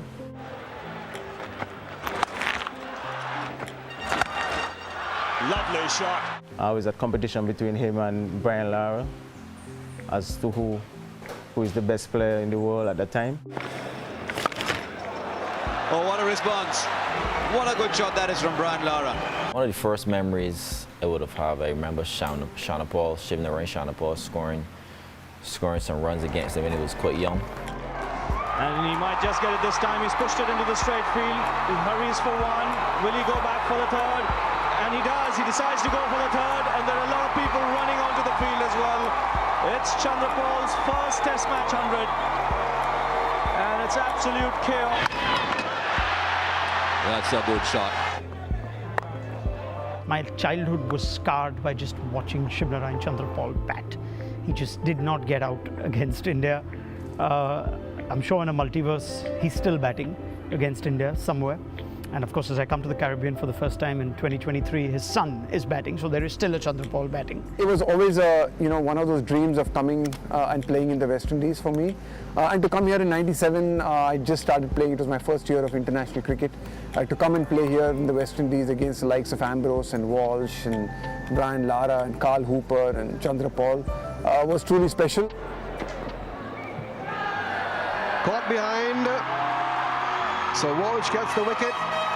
Latchman goes for 56. Gone. Bishop gets the first wicket. Just the merest of touches, and Jadeja was on his way. My career against India was not as elaborate as other nations, but I do remember that 1997 Test match with Barbados, where India didn't have much to make to win.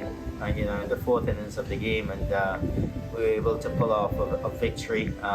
I being the captain, Sachin was also the captain. Edged and taken by Lara. This is a big blow for India. Brian Lara has done it. To pull off such a winner, that would definitely be one of the moments of my career in battles against India. No one gave us a chance. We had our supporters, but in the back of their minds, they figured, boy, this is going to be tough. So to me, it was a really, really nice feeling. And I mean, to win by 30 runs or so, even make it more special. It wasn't even close in the end. That cap very, very low. Ashwin could do nothing about it.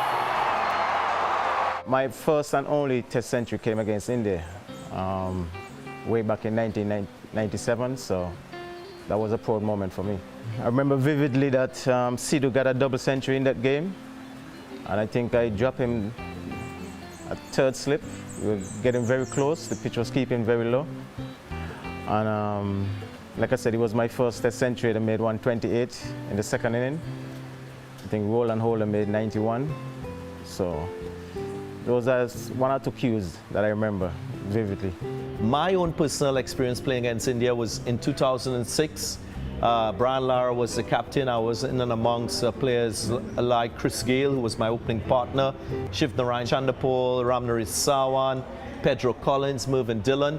Luckily for me, I had a very good season and series against India. I think I scored the most runs in that series, got 100 against India. Unfortunately, in that series, we went down, losing the last Test match, I think by a narrow margin. After 3 draws, it allowed India to win the series. It was such an honor playing against high caliber Indian players and playing in and amongst my teammates who were at that time, very much on top of their own game. And then to come back here as a captain in 2007 and, to be able to win a series here in the West Indies and to win Test matches, to win the Test match, the deciding Test match in Jamaica. He goes over the top and it's a big six. The SC's got it, a battling, fighting 100. He's still a solid wall, Rahul Dravid. To make a contribution in that particular game, and win a series after a really long time. I think after 1971 we hadn't won a series here for 36 years, and to captain the team and win that series, was very special. Making my Test debut against India was a pretty special moment for me. Pretty unexpected as well, but it's something I always wanted to do as a child, to make my Test debut, and for it to be against a nation like India, it's a moment I'll always cherish. I think, just that legacy, the incredible contest between India and the West Indies, in some ways the shared history as well, with so many people from the Indian subcontinent, coming and making the West Indies their home over the decades, has lent, I think, an extra charm or an extra sort of value to some of these games. Well, West Indies and India have a special relationship, and I think this goes a long way back. Playing against India, it's always a good feeling. It's always tough opposition, home or away, but at the end of the day, it's good camaraderie with each and every player. We have a lot of things in common. Subhash Gupta, who was considered by Gary Sobers as one of the great spinners of his era, fell in love with the Trinidadian girl and settled here.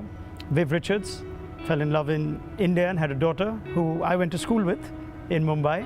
So there is a lot that intertwines us as a people, and that respect and that affection will always carry forward on the cricket field as well. You can feel that around the islands, everywhere you go, people speak to you about Test cricket. I find it amazing. I haven't toured here for 12 years, 13 years, and people still will, say, hey Rahul, and, tell me some of my stats and remind me about some of the innings that I've played here in the West Indies. And I find that you don't really see that in too many other places in the world other than India. So, I think that love and passion for the game in these islands and in India will always make this contest and this rivalry something special. Being a part of any historical match for the West Indies is always going to be something special for any player. To be a part of the 100th Test for me is going to be something I could sit my kids down when I retire and tell them about. So it's going to be something to savor. 1948-49, that is when these two great cricketing nations started their love affair in Test match cricket, and now it has blossomed into celebrating 100 Test matches between these two nations.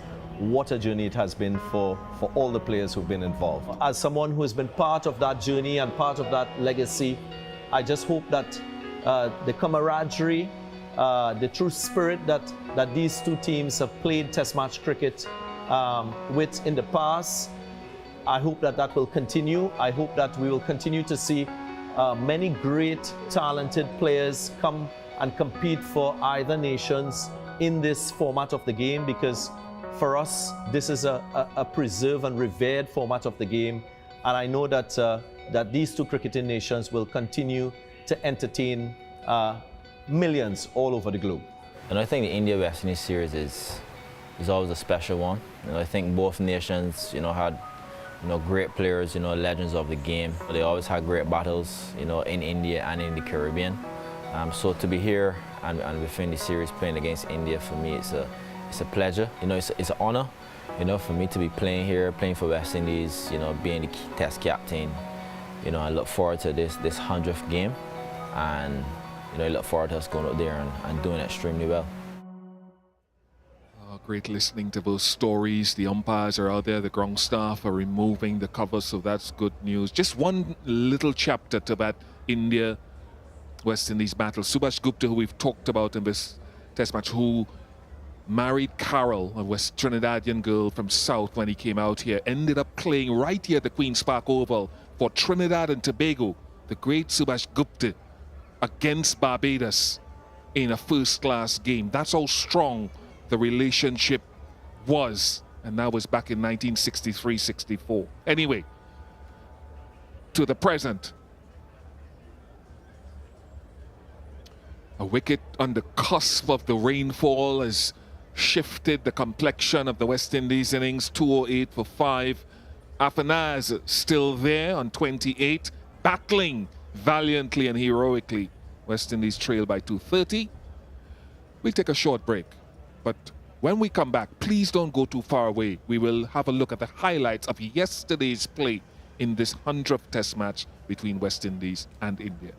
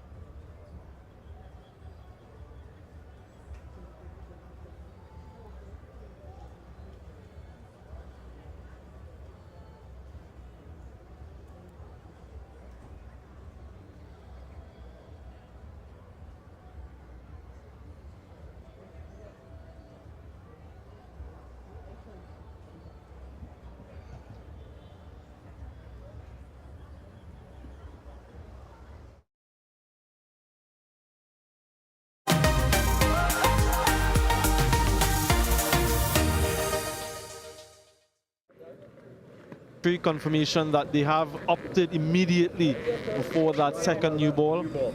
Very much in agreement with that move. Most vulnerable time for any batter is at the start of a session or the start of the innings. So no time as good as now for that. Shannon Gabriel will be entrusted with that second new ball. I expect that Kohli would show that same sort of circumspection that he did yesterday throughout the course of that innings. This partnership has blossomed quite nicely. 106 between these two. They were in a spot of bother after tea yesterday afternoon, but they've come together quite nicely. So look at that view, majestic.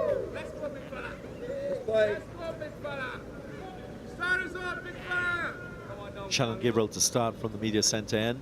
That's the end that he got the success of a wicket out of Ajinkya Rahane. First ball on day 2.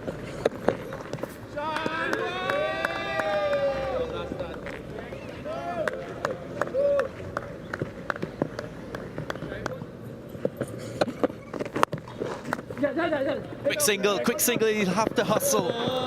Once again, Craig Brathwaite, the fielder, not hitting the target.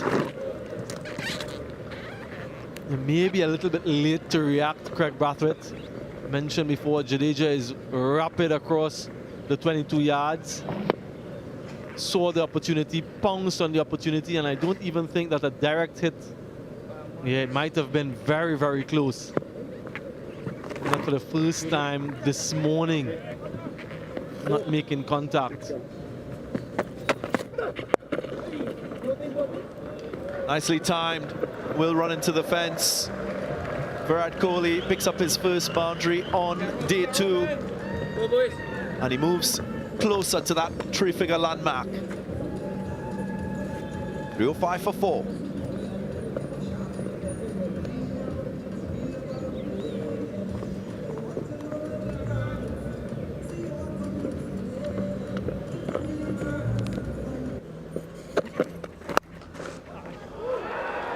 There is another Virat Kohli 100, 29th. A Delhi batting prodigy who continues to rise like a phoenix and remains steadfast in his commitment to batting excellence. Real privilege to watch.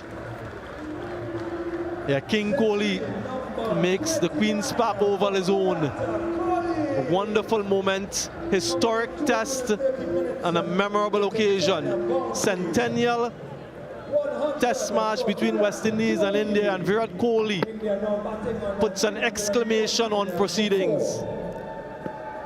That ball raced away, and there it is. That's the moment. A smile from Kohli, applause from Jadeja, and then the bow. Indeed, excellence from Virat.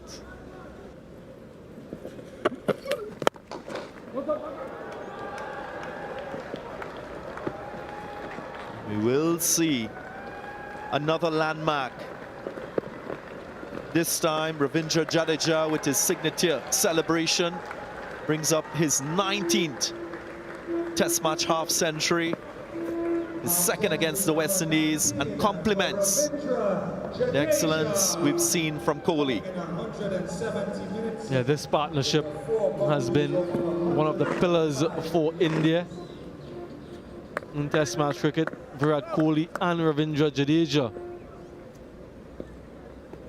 And look at that.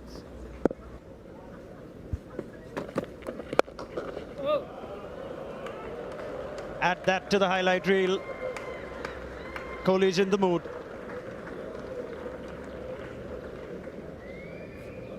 A rank half volley from Jason Holder.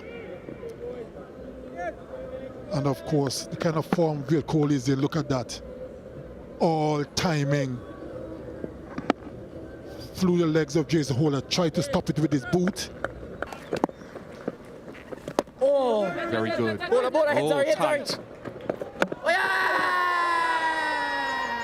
No doubt that will be referred to the TV umpire. Michael Goff.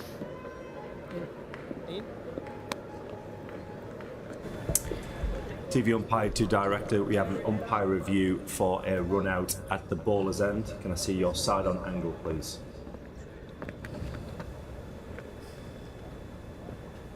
Yes, man. Okay, just roll through one more frame. Just want to see complete removal of the bails, please, and roll through one more frame. Yeah, okay, I'm ready for my decision. The batsman is short of his ground. I'm ready for my decision of the big screen, please.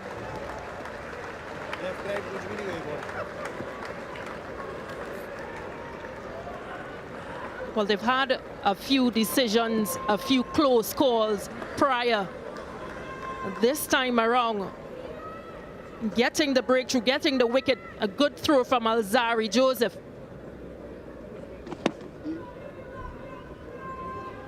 Yeah, there was a bit of a fumble, a yes-no, and a direct hit finally for West Indies. Well, Virat Kohli, he has to go for a very well played 1-1. 3-4-1 for 5.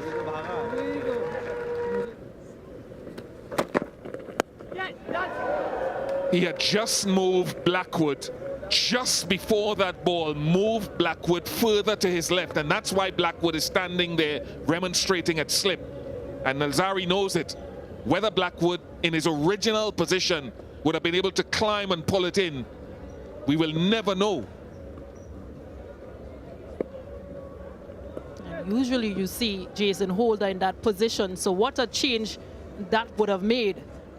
But slashed hard at that delivery, knowing very well that there was no deep third.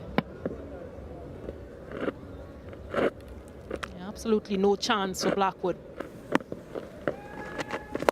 Catch it, War. He's a no-nonsense sort of batter, Ishan Kishan. First boundary in Test match cricket for him, 3-5, 4 for 5. Yeah, the last ball of the previous over, driven powerfully back past the bowler. I don't think he expected it working. Really good awareness from Kishan as well. But looks in a much more aggressive mood this time around. That was too short and too easy. Hello, Secretly. Hello, young Badri. A little bit too short from Jamal Warrican, and he pounced on it in ferocious fashion. Short leg was in trouble for a brief moment. That's it. That's the area he's looking for. Confident appeal from Joshua Da Silva.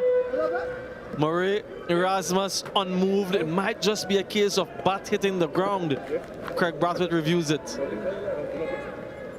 Michael Goff will have a decision to make.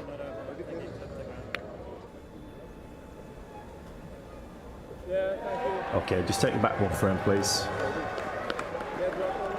And forward again. Okay, thank you very much. Yeah, Murray, we have a spike with the ball next to the bat, so I recommend that you change your decision from not out to out. I'll let you know when you're on screen. Decision overturned. Success for Kemar Roach, success for the West Indies. Jadeja has to go for a very well played 61. 360 now for 6 India.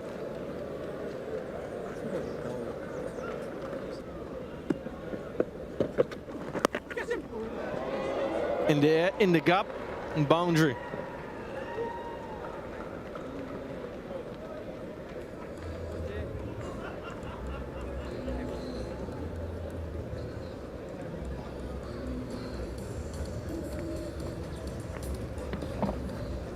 Good delivery from Jason Holder. Pitched in line. Ishan Kishan had to play. Just eluded the diving German Blackwood. Yeah, languid from Ravi Ashwin. Just presented with some width and full enough for him to carve that through the offside.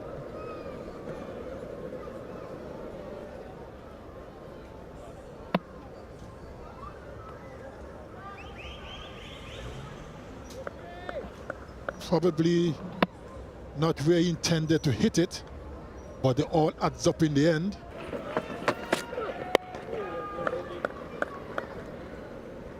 Yeah, confidently played. Again, 373 for 6. Good watch, Greg.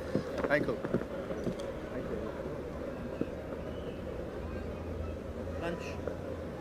Yeah, the umpires just having a look at their watches.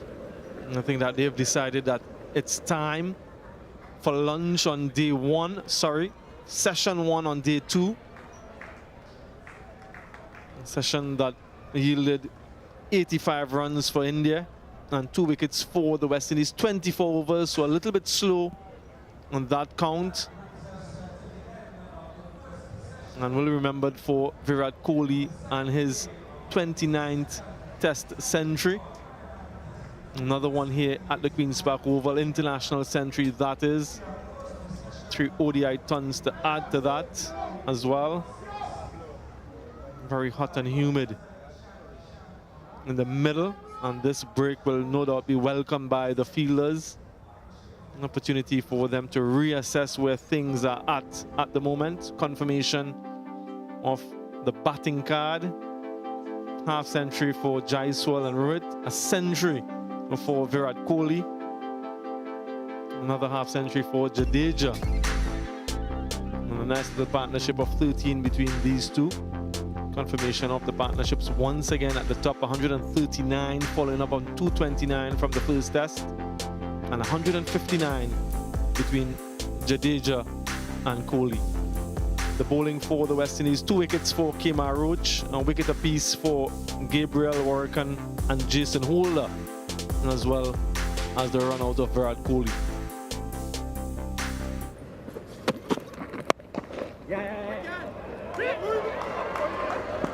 I think a couple of West Indian fielders feel that Warrican went down in installments and got nowhere near it. Good drive for 4 though. But you could see what Shannon Gabriel was trying to do. Couple back of a length deliveries and then looking to go full, maybe to catch Ashwin on his crease. Yeah, almost a feeble effort from Warrican.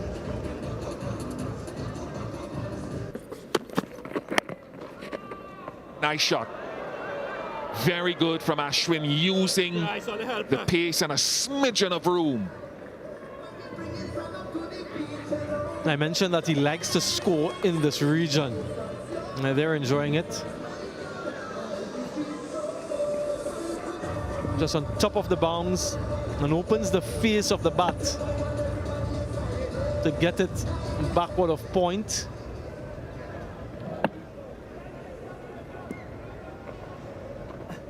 The ground, because of the sun, just drying up the outfield. Dropped it. We talked about that plan that Jason Holder was after. Kirk McKenzie put it down, should have taken it, got both hands to it, I think. We saw a similar one in the first day in the gully region, around the same height, that he wasn't able to hold on to. This should have been taken. It's the plan that Jason Holder was working on. Creates the fall stroke from Ishan Kishan. It cost very little. Jason Holder strikes back, and McKenzie is probably the most relieved man on the field right now. Excellent from Jason Holder. All match really so far. Yeah, good line, good length. Once again, just had him nibbling at this one. Feet nowhere, just hands to the ball. Good catch from Joshua De Silva. Success for Holder. Another one for him. Ishan Kishan goes for 25, 393 for 7.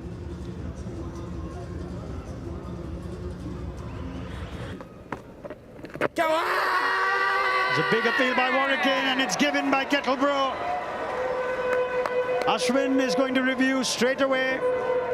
So we leave it to Michael Goff.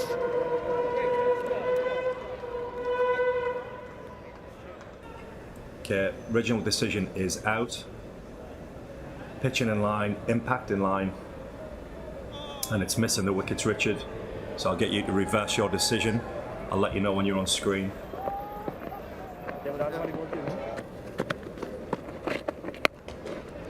Ashwin steps down, makes it a full toss, and makes full use of the advantage he gives himself.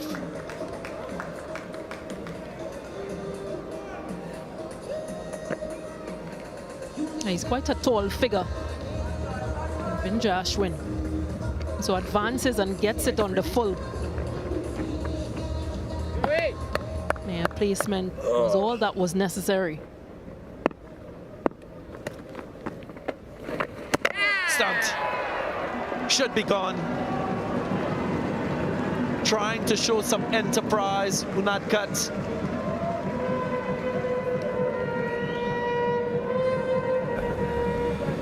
TV umpire to director, we have an umpire review for stumping.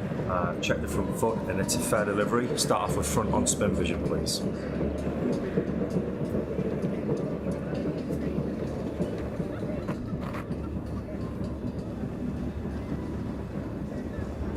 Okay, the bat is close to the ball. Can we just confirm with Ultra Edge, please?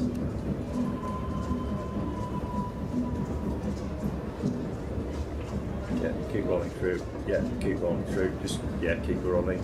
Okay. No bat or glove involved, so side on angle for the stumping, please.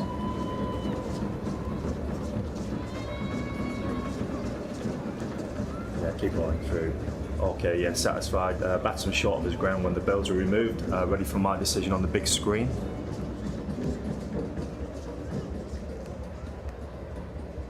First stumping for Joshua De Silva in the innings. 3 catches to add to that effort.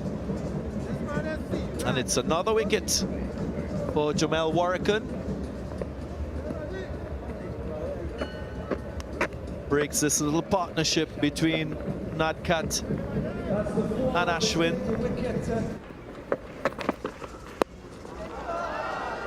Nice ramp. Very, very intelligent from Ashwin.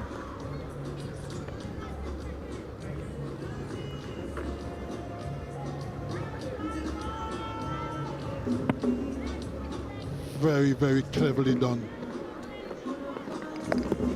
Short ball from Kima Road, just on top of our stump. That is something you see quite a lot in T20 cricket. Deliberate.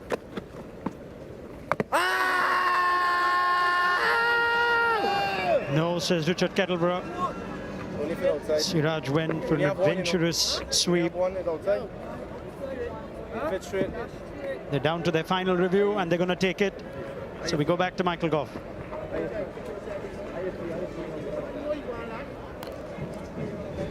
TV umpire to director, we have a player review for LBW. On-field decision is not out. Check the front foot, fair delivery. Front on spin vision, please.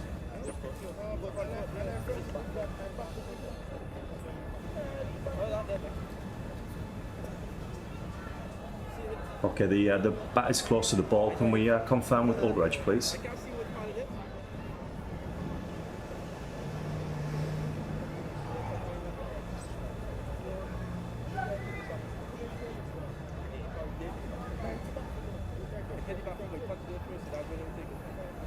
Just waiting for Ultraj, Richard. Okay, yeah, all the way through, please. Yeah, okay. Clear gap between bat and ball. Keep rolling through to the pad. Yeah. Ball tracking when available, please. Original decision is not out. Pitching outside off, impact in line, and it's hitting the wickets, Richard, so recommend you change your decision.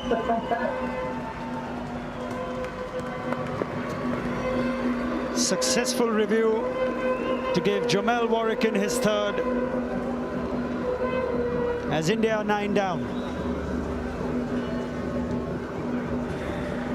Mohammad Siraj has to go back for naught. India 4-6 for 9.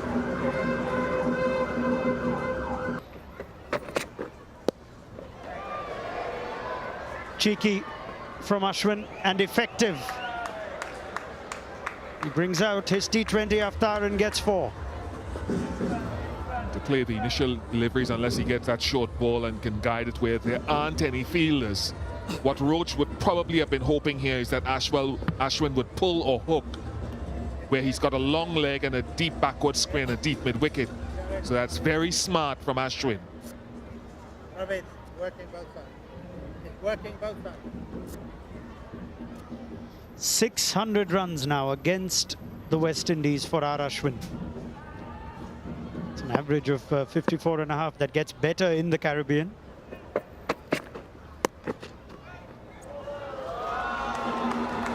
Add some more to that. That is 50 for R. Ashwin.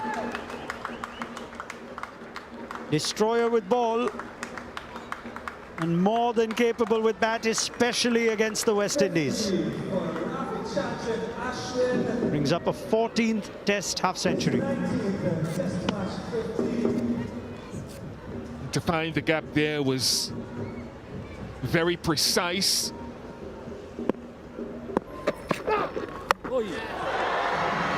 Roach has the last laugh. Roach has the last wicket. Ashwin is cleaned up after an entertaining 56. That also brings India's innings to an end at 438.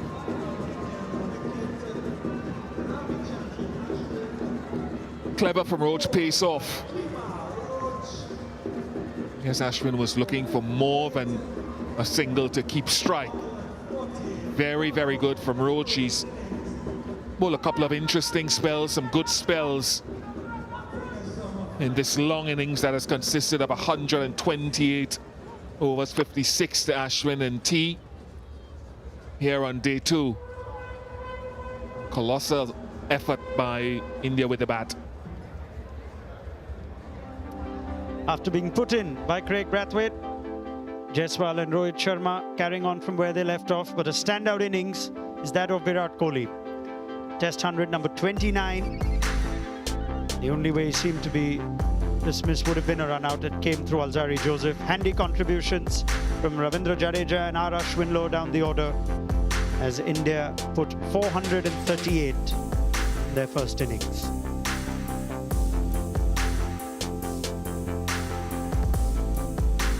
Two standout partnerships.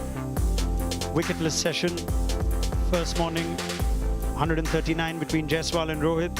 Then a wicketless session first evening that led to a partnership of 159 between Jadeja and Kohli.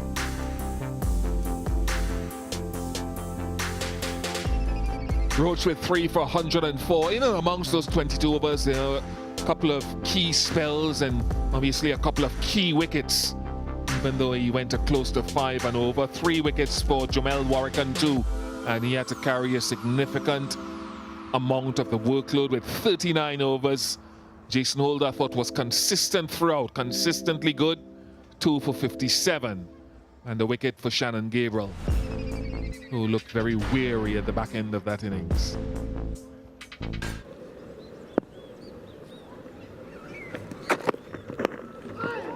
Yeah, clipped away in the gap neatly. A first boundary for Craig Brathwaite.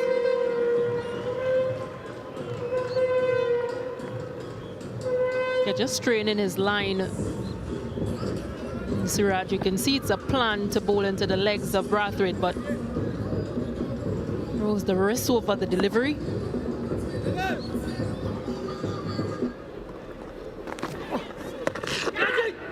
No, that's too easy.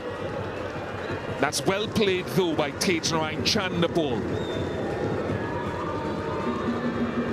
First boundary of his innings. Bad from Ashwin, not often you say that. A gift, really.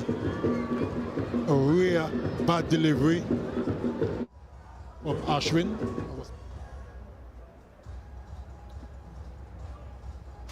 End of the highlights of day 2 of this second test. Back live here at the Queen's Park Oval. Of course, to the end of second interruption for rain. That second interruption amounting to approximately 50 minutes. We will have resumption at 4:50 p.m. local time. A reflection on this test match. India batting first, got to 438, thanks mainly to Virat Kohli, and half centuries from Rohit Sharma, Jadeja and Jaiswal. The West Indies in reply, 208 for 5. Still trailing by 230 runs.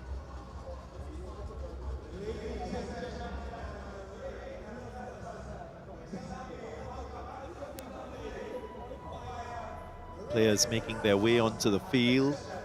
Remember, the West Indies lost Joshua De Silva just before the rain came. So Jason Holder will be his replacement to join Alec Atanaz. There's Holder and his batting efforts in Test match cricket. Another player that is so crucial for this collective batting effort by the West Indies.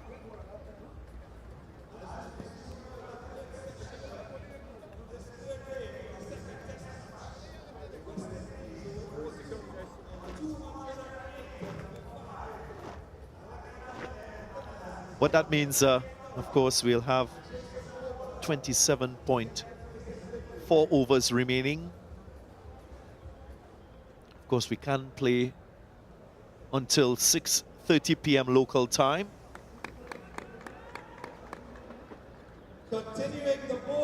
So overall, with the 2 rain interruptions we've had on day 3, just about 6 overs lost. Samuel Badri alongside me for the next half hour. How difficult it's going to be for both teams to restart after that break. Yeah, more so for the batters, just to get their rhythm again, while Jason Holder will be pretty new, hasn't faced the delivery just yet. That wicket falling just before the rain scheme. Wicket of Joshua Da Silva. First ball after the rain delay. Confident appeal. Was it going down the leg side? Possibly. Yeah, good decision. Clearly going down the leg side. Just a little bit of a think, but not too interested, I think. A good decision from Rohit Sharma. Good start, though, from Siraj. Good surprise delivery, trying to catch Jason Holder. He did, but the line was a little bit off. And comfortably going down the leg. As you would no doubt know, Darren, most vulnerable at the start of your innings, so those types of deliveries are good ones to get.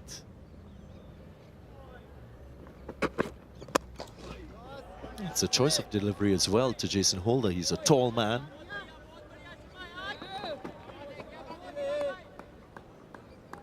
Not easy to keep that type of delivery out first up.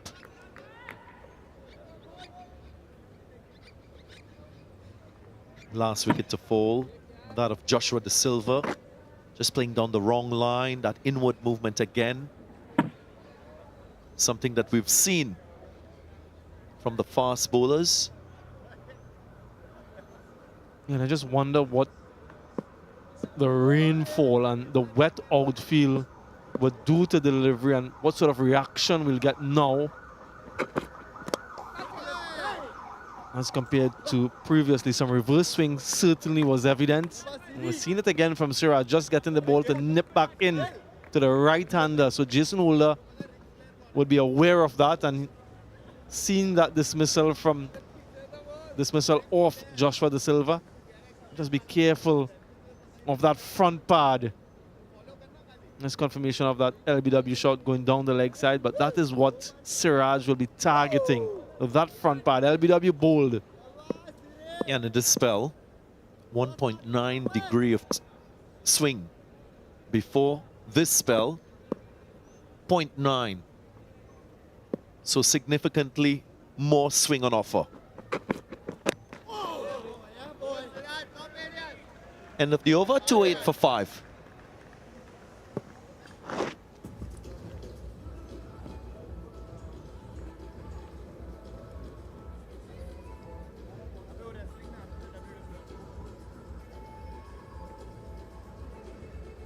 Athanase getting into 28, looking quite compact and solid once again. Significantly starts for all of the West Indian top 4, top 5.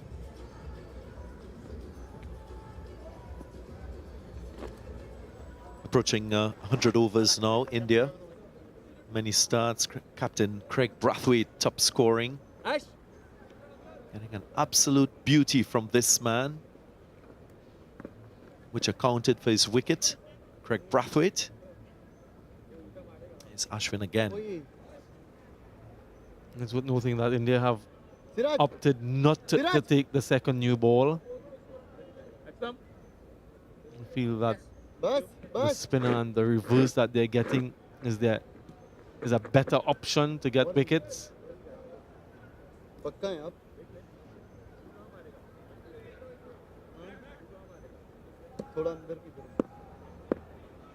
It's good onside feel to the left-handed Athanase.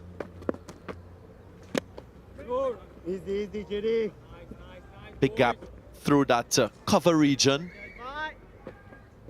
I must say it's an inviting gap. So just luring Athanase to play that cover drive once more. Rahane is in that first slip position. It's it past Virat Kohli at short fine leg.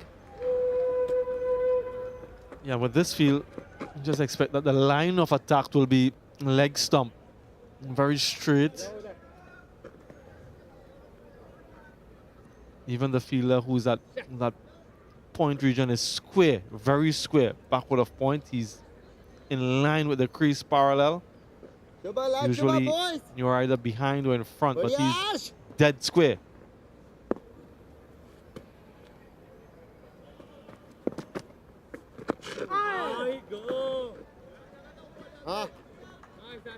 Athanase will have to be mindful of that sweep shot that he plays so often. Ball spinning in the rough. Could produce extra bounce. Might not be in full control of that stroke. Their fielders, they're waiting in catching positions. Kohli in particular, short fine leg. There is a silly mid on.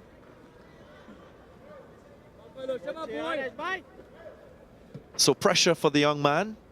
Can he absorb it and transfer it back to the bowler? And this is exactly what they want. They want him to try something out of the ordinary. I like this plan from India. You mentioned that silly mid-on if he wants to prod defensively. Also catches in the deep if he wants to take on the sweep.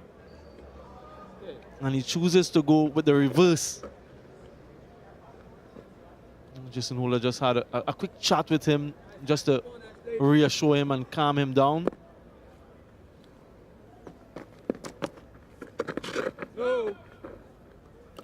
Neatly tucked away. Just 2 runs from the over, 210 for 5.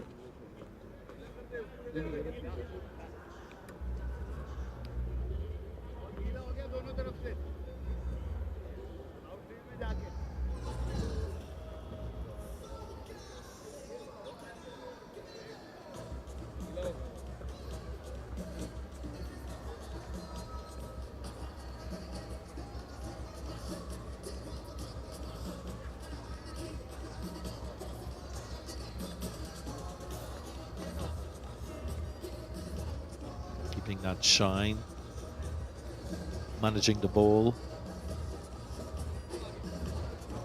Again, I did mention that exaggerated swing from Mohammad Siraj. And we'll see appropriate fields to support it. Now with Jason Holder, of course, he loves to drive the ball with the inward movement. He's got to make sure that he's precise when using that stroke. 3 fielders catching leg side.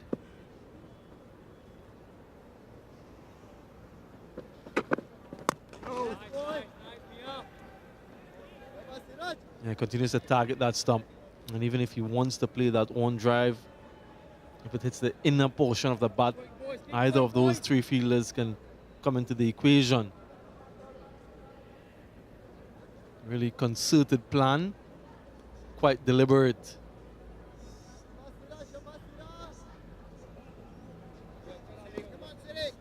Yeah, there are different things you can use as a batter to counter this from Siraj. Bat out of your crease to try and disrupt his consistent lengths.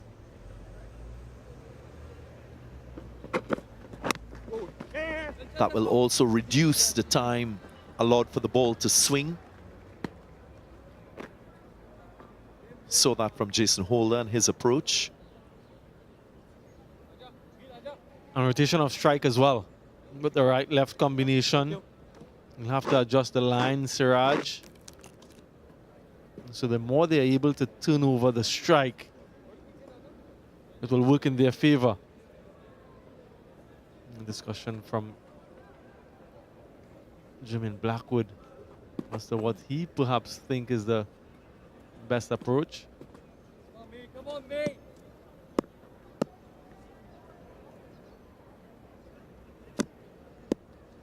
Three fielders in that slip cordon, all very close to the stumps, giving themselves a chance to take a catch.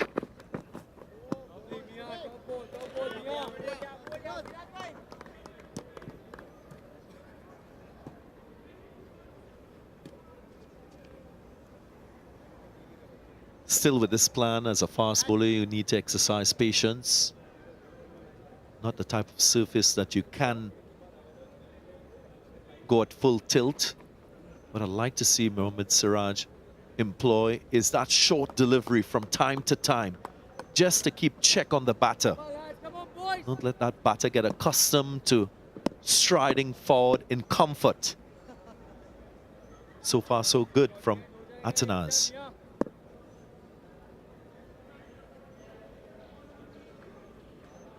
Change in field. Make that 2 fielders in the slip cordon and a short mid-wicket now.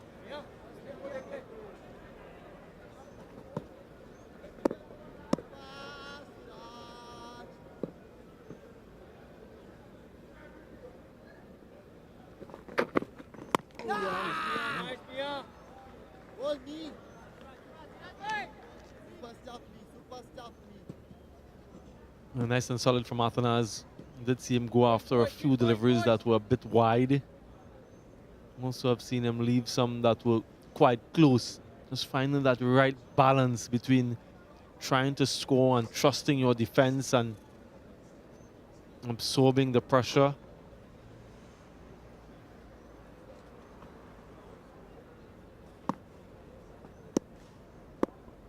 Looks quite comfortable at the crease.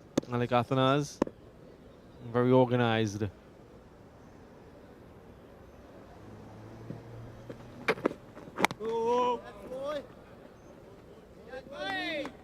With the rain clouds, conditions nice and cool here at the Queen's Park Oval in Port of Spain, Trinidad. Stark difference to what we experienced on day 1 and day 2 of this test match. I'm sure from India's perspective, being on the outfield, much better conditions. And I just wonder if Rohit Sharma is at all thinking about that new ball that is available after the rain break. I just want to see if he's getting any sort of reverse swing. And after a couple overs or so, might make that judgment call. 100 overs bowled by India, 211 for 5.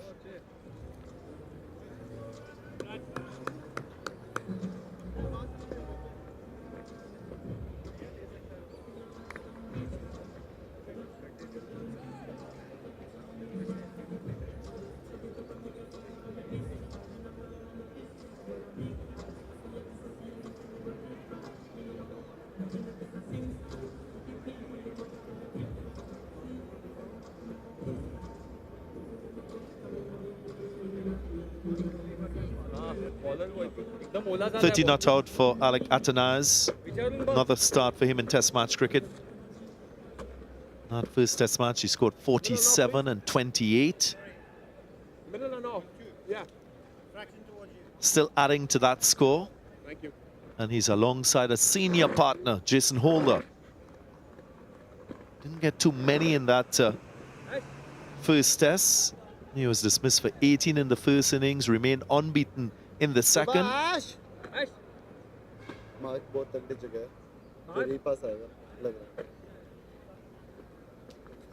Right, how will he approach batting Ashwin? Ashwin wouldn't mind that. There was some space between bat and pad. Tempting and alluring for the spinner.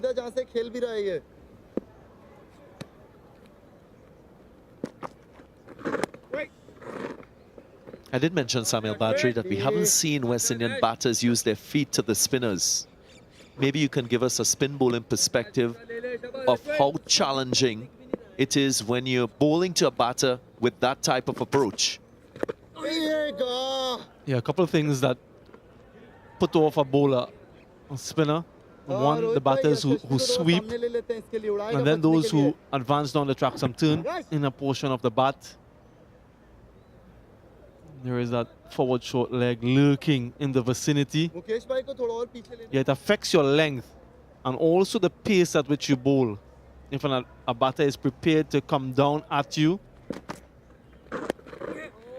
generally the batters have allowed the spinners from India to settle down and to bowl their lines and their lengths without being under pressure whatsoever.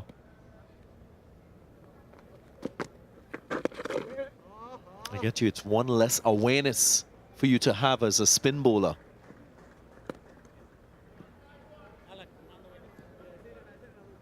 I also feel if you put that sort of pressure on a spin bowler, you might force that bowler to try something different, to maybe resort to a different type of delivery.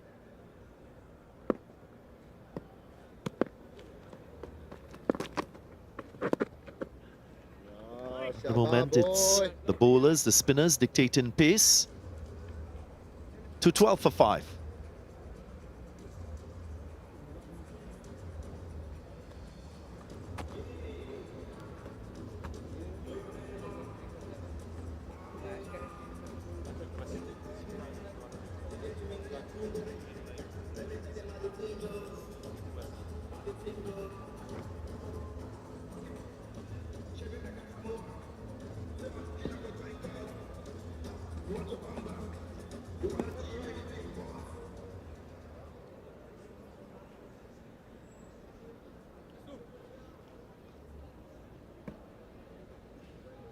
Siraj to continue, still with the old ball.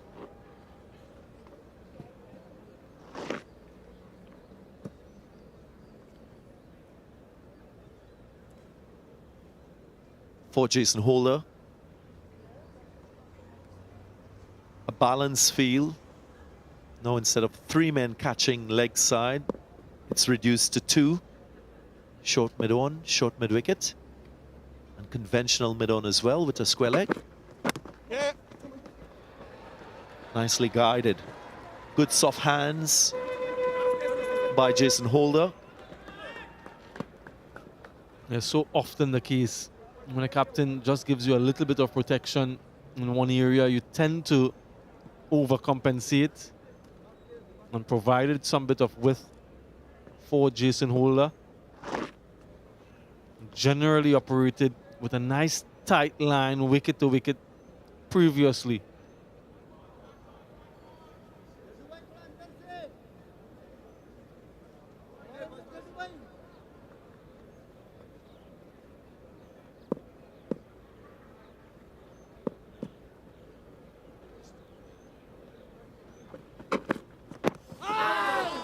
There is that delivery that swings in. Clearly going down the leg side. Jason Holder just falling over a bit. I did mention he's a tall man. And that's the added challenge you have with that sort of height. Maintaining balance.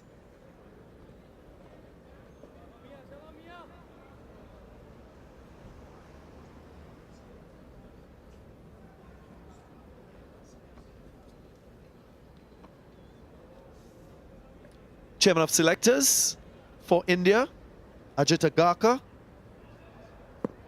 sitting next to our colleague, Ronak Kapoor. Doesn't look too happy sitting next to him. Of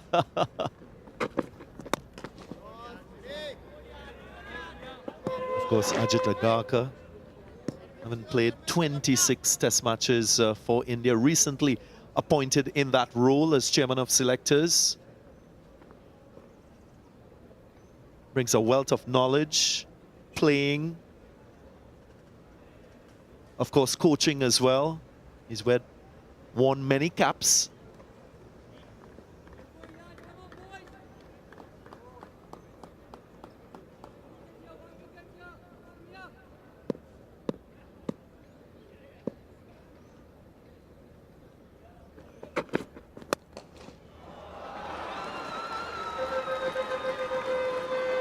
Sweethearts from Jason Holder. Looks so beautiful when he's playing this stroke, the cover drive. Yeah, long levers, long reach. Let's look at that, sweet off the bat. Exquisite timing, even on a sluggish outfield. First boundary in 15 overs for the West Indies. Lots of VIPs at the ground, centre of screen. Dr. Kishore Shalho, President of Cricket West Indies.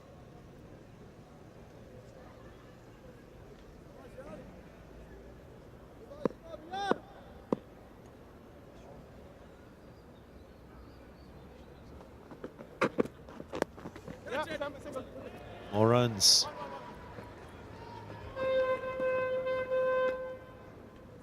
He just went away slightly from his plan, Mohammad Siraj. That first delivery presented with and hasn't quite regained the composure shown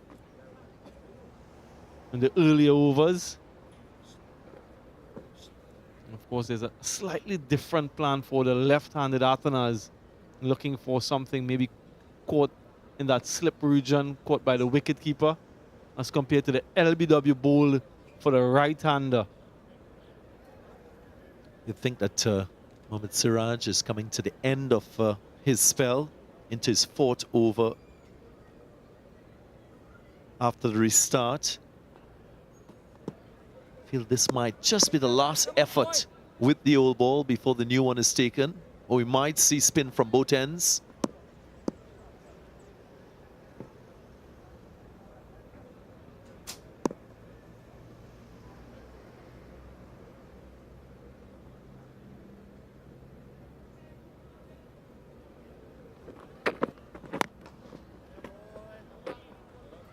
219 for 5.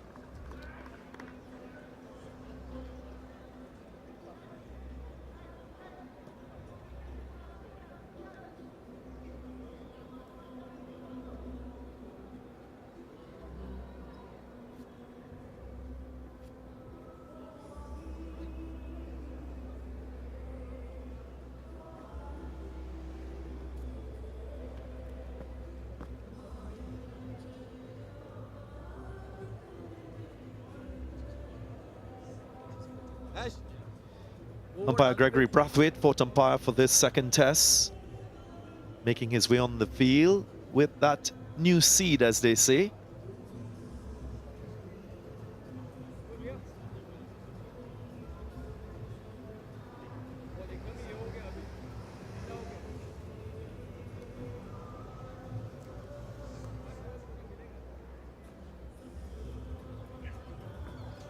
So as predicted, India making that decision to take the second new ball.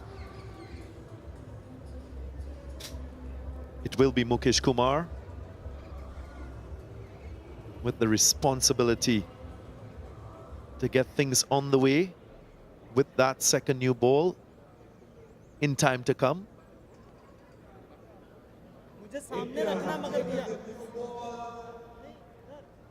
They haven't taken it just yet. Maybe a delivery or two just to get him going. Mukesh Kumar, debutant, remember. Memorable occasion for him. Also memorable would be his first wicket in Test match cricket. Plies his trade for Bengal. Originally from Bihar, so I'm sure everyone looking on from Bihar, from Bengal, will know of his exploits and his story into cricket, first-class cricket, and now international cricket.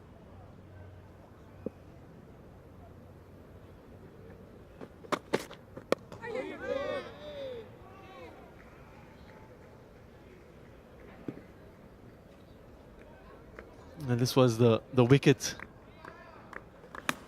of Kirk McKenzie, of debutant himself. And you can see that sigh of relief, that exasperation.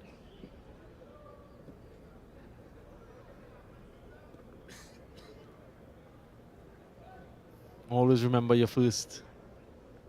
Kirk McKenzie looked quite solid for the time he spent out in the middle too.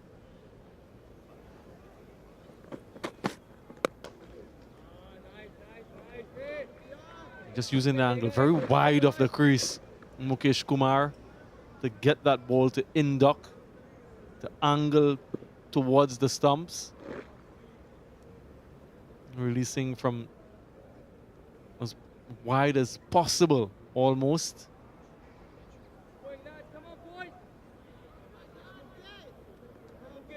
Yes, very wide of the crease. Upright seam.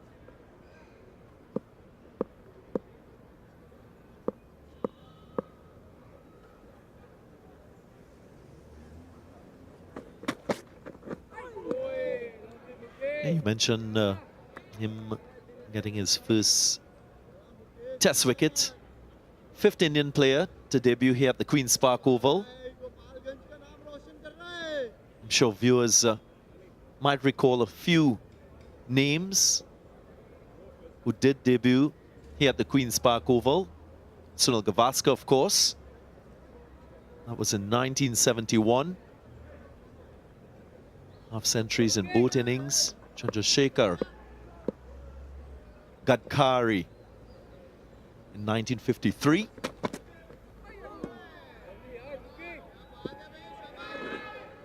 Jaya Singh Rao Gopade, also in 1953. And Ajay Ratra in 2002.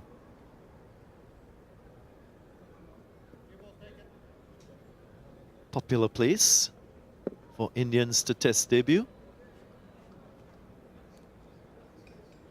Yashasvi Jaiswal made his debut in Dominica. at Windsor Park. Yeah, popular opposition for players to debut against as well. Many of them have scored centuries against the West Indies on debut. That's it, new ball. Second new ball has been taken.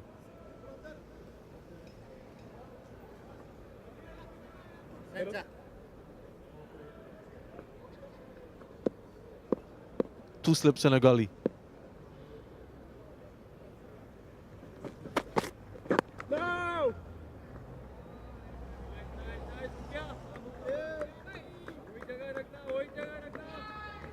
Jason Holder, not new to facing a second new ball. Of course, throughout the course of his Test match career, he's had that opportunity to do so. Oftentimes, you just get yourself into a better state of readiness. When in this situation of facing a second new ball, there's a little extra zip off the surface. Might also look out for a bit of a natural swing. So close. So close. End of the over. 219 for 5. Nice upright seam, just bouncing over that off stump.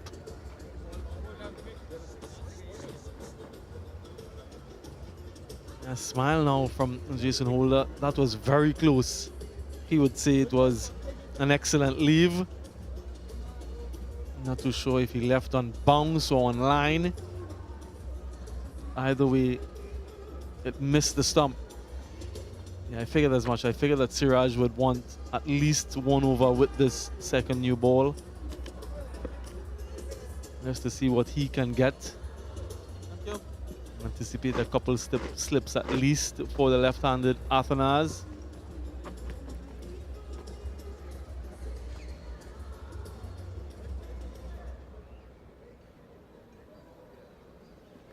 More conventional feel now.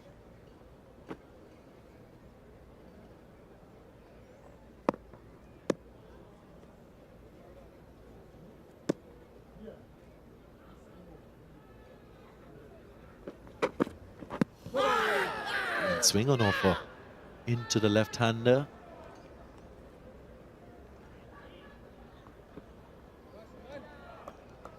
There's just a hint of inward movement. And Daranganga, you would have been in situations like this before, batting an old ball and then a new ball. How difficult is that adjustment? Well, you can't take it for granted. You always need to ensure that you stay balanced, expecting that swing and maybe a little bit of seam off the surface. Nicely worked. And it's very similar to facing a new ball when opening the innings. There will be that high risk factor in playing at deliveries away from your body. Generally speaking, you try to play in the V with the ball under your eye line so that you're in full control of your swing and timing. And you try to take note of how that new ball is responding in the conditions at that point in time. It's quite cool, quite overcast, maybe more moisture in the air. So it will allow for swing and movement. So you give the bowler a little more of an upper hand with this new ball until you get accustomed and in control of what is happening. In somewhere the ebbs and flows of the game and understanding that sometimes you just have to soak in the pressure until it's your turn.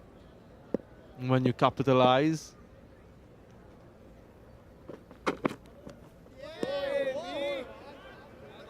yeah, so previously Jason Holder was concerned with those deliveries that were coming back in to the stumps, targeting the front part with that older ball. Now he has to contend with the away swing from Siraj with the new ball. And that is a transition and the adjustment that needs to be made. He's experienced enough to know what's needed. And Siraj will be looking to bowl a touch closer. Former Trinidad and Tobago cricketer Navin Chan with his wife at the ground.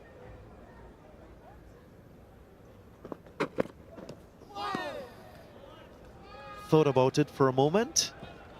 Not cover drive.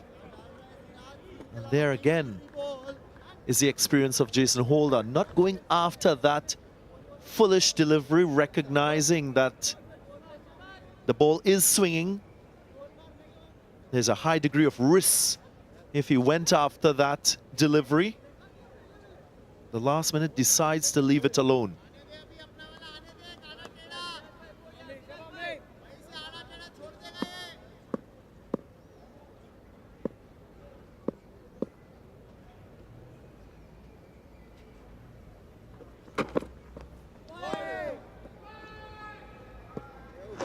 End of the over, 220 for 5.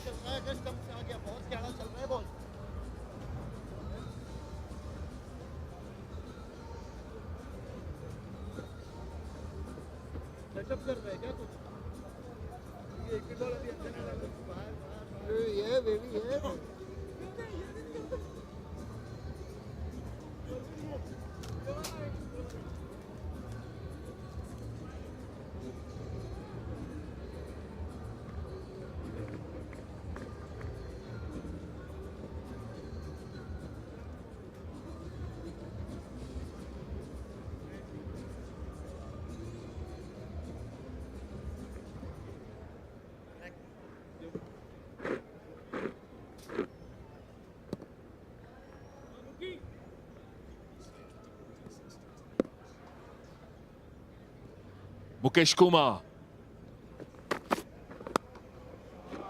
Gloriously put away by Alec Afanaz.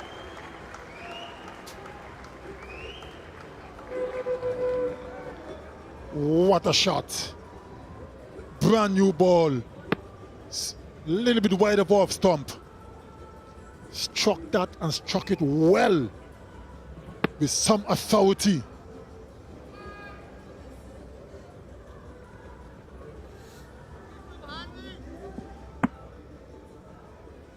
Beautifully played. Now he has to straighten up his line, or should I say tighten up his line closer to off stump.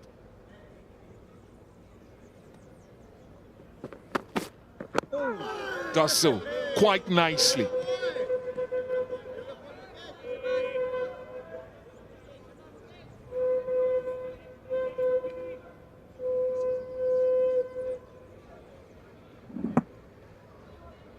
That delivery came back a long way.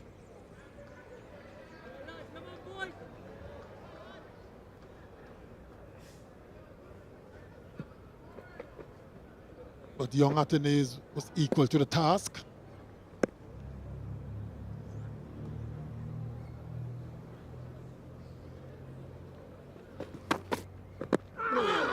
Inside edge, I think. Inside edge, I think.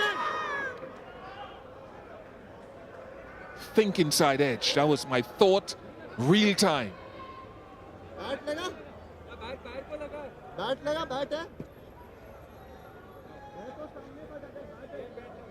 Not looking to convince the skipper. Time has expired.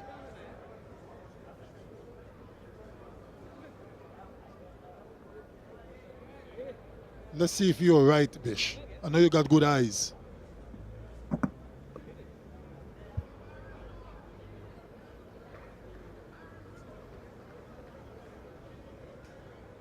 Tells you something about my eyes. Bat may have hit pad.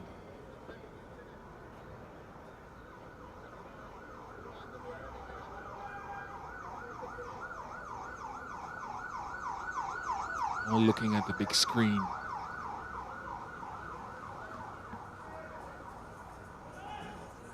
They will soon find out that the ball was nowhere close to the bat.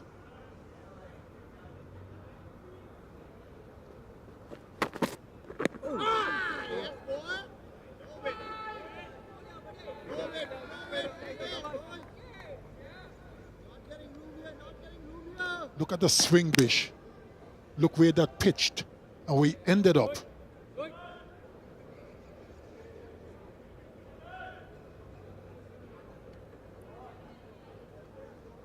He is bowling a little quicker. Well, of course, it's a brand new ball. That's expected.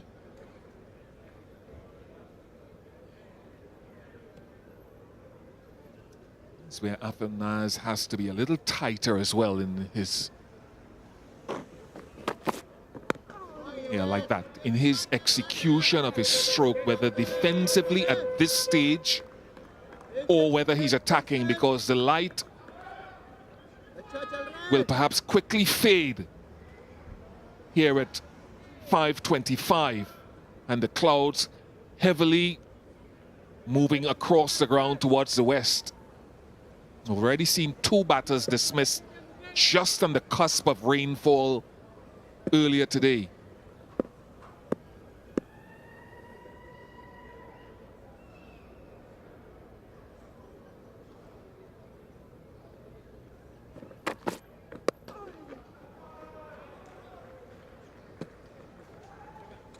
Two, 4 for 5. About me.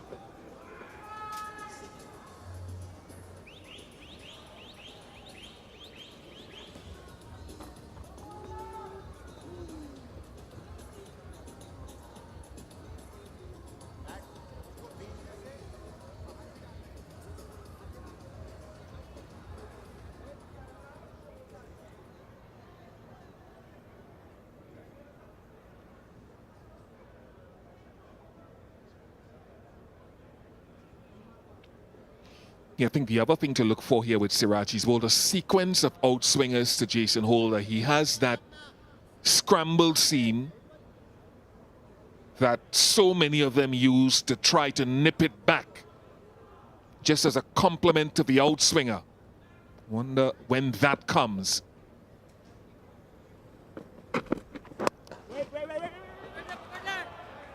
Gets a hand on it, does Ashwin, so they get 2.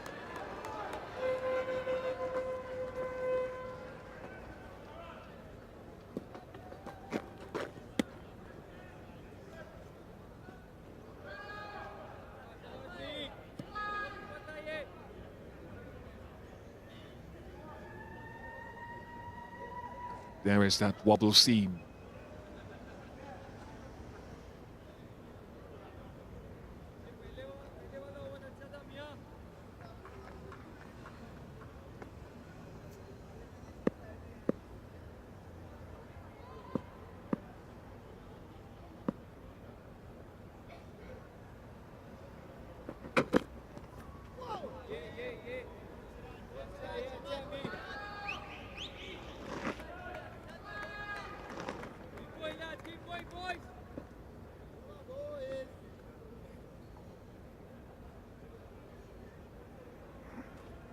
Better presentation of the seam that time. Kept a bit low as well.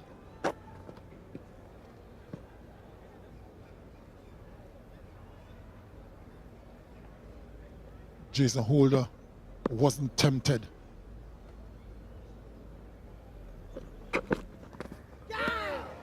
He was tempted that time. Spoke a little bit too soon, Bish. It's okay because Jason Holder admonishes himself on reflection because he knows it was a loose shot.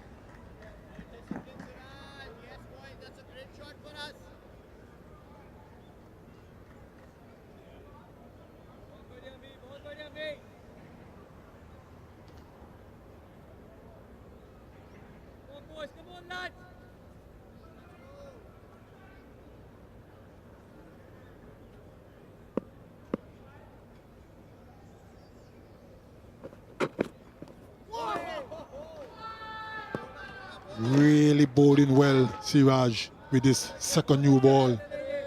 Getting the ball to shape away nicely to the right-handed Jason Holder.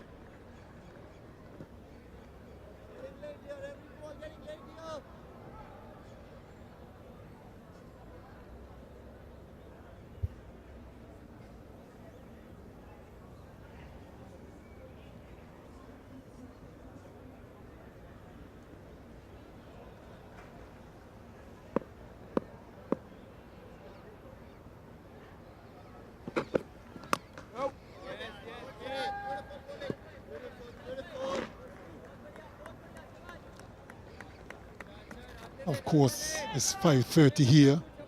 Conditions are totally different than earlier in the day. Hence, the ball is swinging a lot more.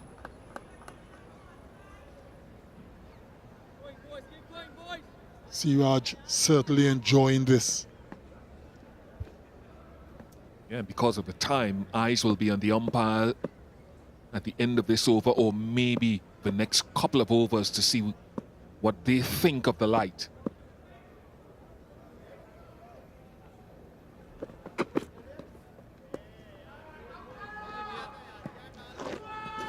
Two, 6 for 5. Eyes on the umpires.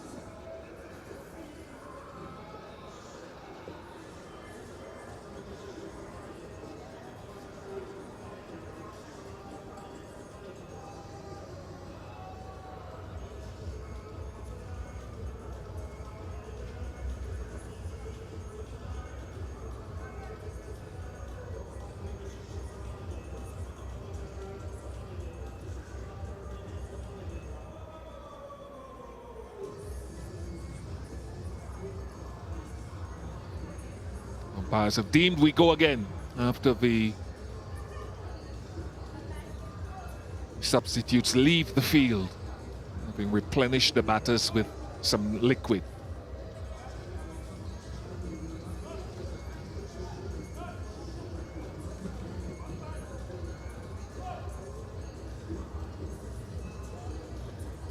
Both Jason Holder and Alec Atanaz just have to stay calm. I don't think we'll get too many more overs in this third day's play. The light isn't the best. So I'm quite sure they'll be thinking about just stay calm, see out this next couple of overs.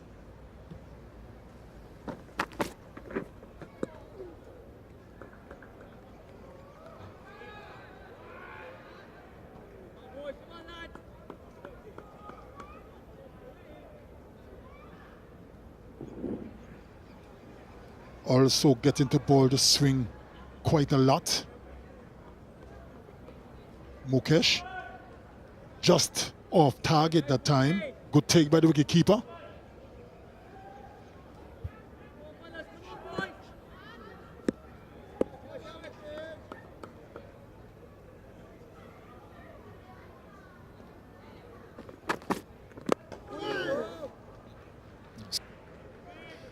So when we talk about staying tight, Kirtley, and we've often talked when we've been in the dressing room about staying tight, it's not getting the bat out ahead of you, as I think was the case on this last shot. Coming off the inner half, but just going hard at the ball, where the whole principle of allowing it to come to you, staying tight defensively, or even in transition. Short mid-wicket and Sharma coming in.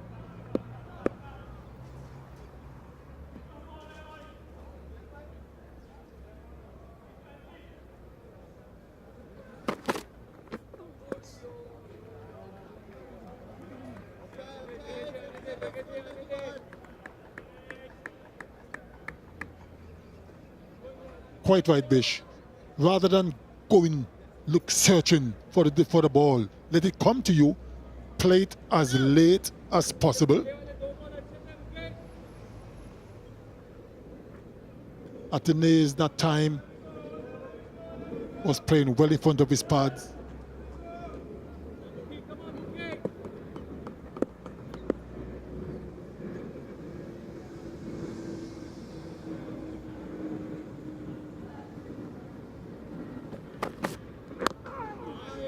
That's much better. Played it quite late, as the experts would say, played it under your eyes. That was much better.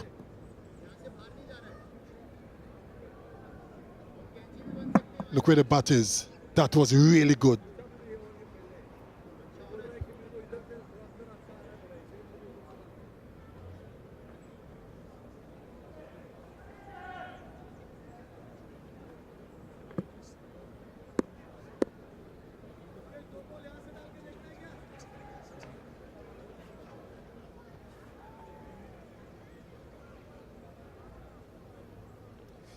And just on, I think we were talking about the point of what happens since the West Indies don't play in January. And before we close off with these players, just wanted my thought on it for red ball players is to somehow arrange an 18 tour somehow between the end of this series and January next year, so that some guys who will be going to Australia have some cricket to play. That would be my thing, either an 18 tour overseas or inviting someone to come to the Caribbean for guys like McKenzie et al.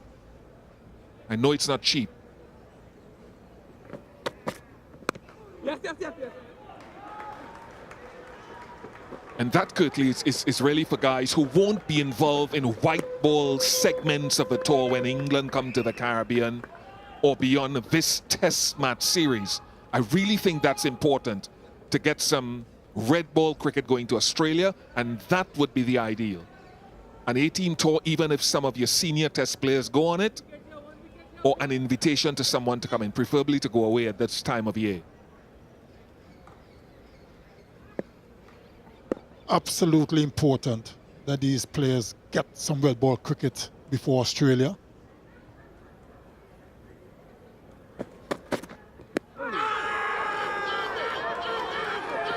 Has it pitched on? That's one of the things Murray Rasmus and Rohit Sharma.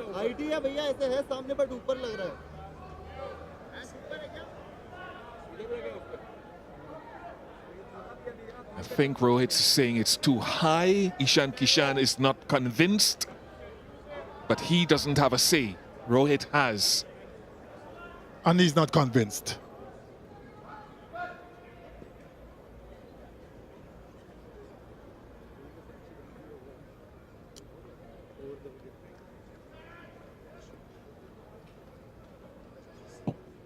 That dragged back a long way, Bish.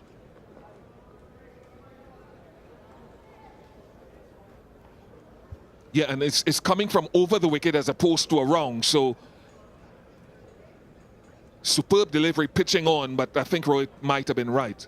They're looking at the big screen to see if Rohit was right in terms of height. Definitely pitched on. Umpire's call again. Again, they're looking at the big screen. There's Rohit.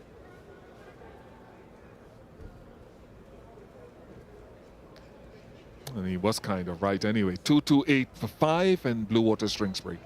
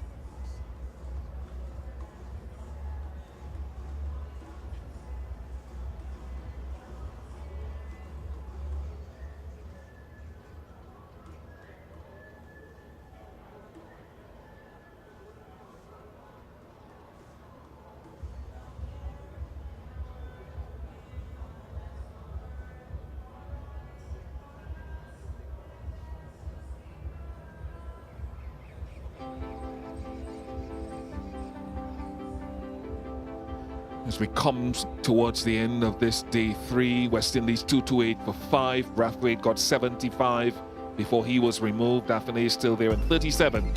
210 runs adrift of India's total of 438.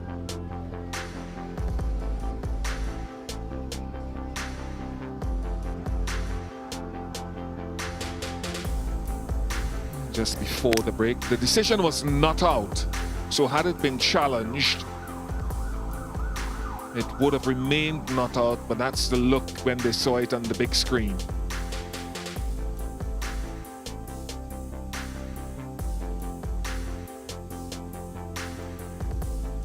Not sure what the discussion is about, so I won't pontificate on that. But there are two very respected umpires standing in the middle there. Careful on those big fancy words, Bish. Remember, I'm sitting next to you. Say things that I can understand, please. You're a comic. But this can't be an easy time for these two batters either, because you know that the end of play is imminent. It is imminent.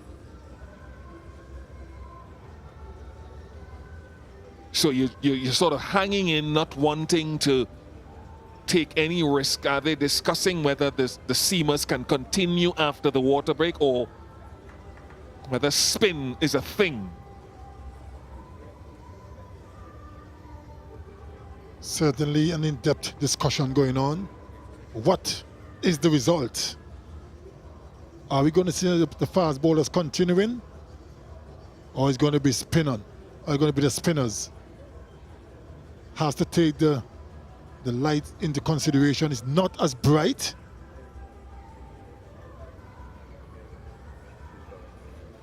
What do you mean? Because we make it up tomorrow morning, day 5, so we're not actually losing any time in that. Looks like it's going to be spin, and that is because of the lights. Yeah, the umpires would have taken a little reading on their light meters and determined that the light was not sufficiently good enough for fast bowlers to continue. So Rohit was given the option of going off or bowling his spinners, and he said, no. We believe that even for a little while our spinners might be able secretly to engender something here before the close of play.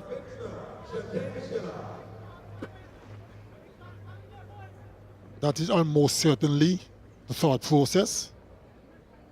Want to try and nip out another wicket or two before the close of the third day's play, which will put them in a better position.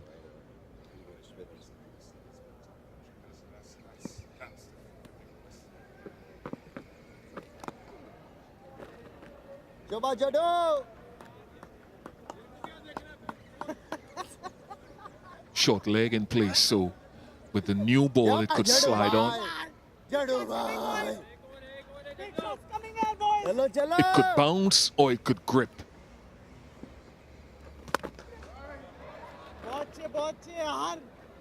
Nice shot.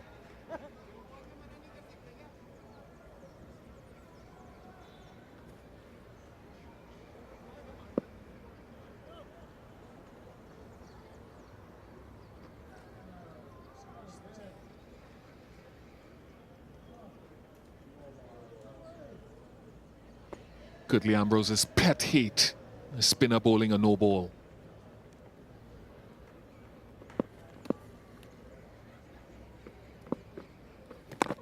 Nicely, Jado. Wonder if at this stage Rohit could even attack a little bit more and get a silly point in. West Indies are still trailing by 209.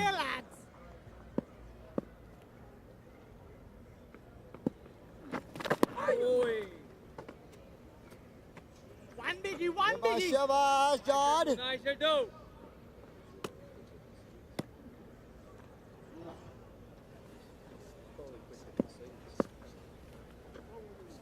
Ball.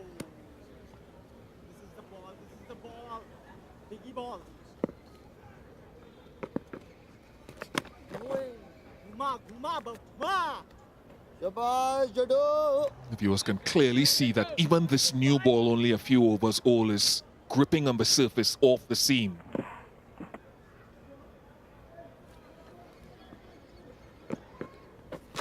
Nicely, Jado.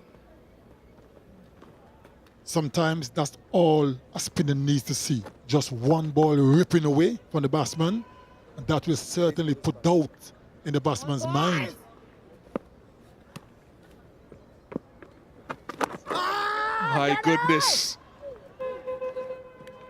What's the over? 229 for 5.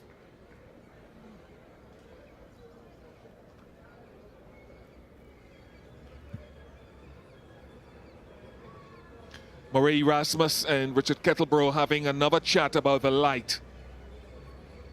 And they've decided that's enough. That's why I thought Rohit could have attacked a little bit more. It was imminent that they'd leave the field.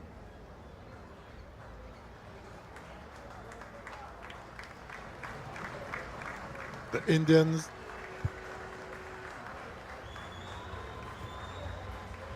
Indians aren't looking to impress the Bish. They're walking off very slowly. That one hurried Jason Holder. Quicker delivery. Hit right at the bottom of the bat. Almost, but not quite. It was pretty full too. Holder elected to play back, but an enthralling day's play. And I think coming into today, the West Indies would have said we need to still be batting in our first innings at the end of play on day 3. They've achieved that. Craig Brathwaite, with his half century, was solid. He tried hard, Mohamed Siraj, and got a well rewarded with the wicket of the Silva. Ashwin also got his own reward, but India would have been hoping for more. 235 deliveries for Brathwaite, doing what Brathwaite does. Batting time. Chanderpaul dismissed yesterday. McKenzie dismissed just before the rain interval or interruption in the first session of the day's play for 32. Looked fluent. Blackwood batted a long time for 20. Afanase still there, though. Great credit to Alec Afanase for again showing commitment to an innings, skill secretly, and a really good mindset with Jason Holder on 11. 229 for 5.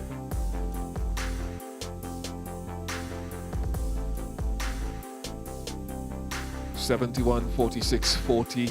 West Indies would have been hoping that one of those would have been a 3-figure partnership given the conditions. It wasn't to be, but they've batted over 100 over so far, 108 to be exact. Tough day at the office for the Indian bowlers. A wicket apiece to Siraj, Ashwin and Mukesh, 2 to Jadeja. They would have expected to take more, but the West Indies were resolute. Tough day at the office. Good word, resolute. So confirmation that the West Indies still trailing by 209. We'll take a short break and we may hear from one of the West Indies and some analysis.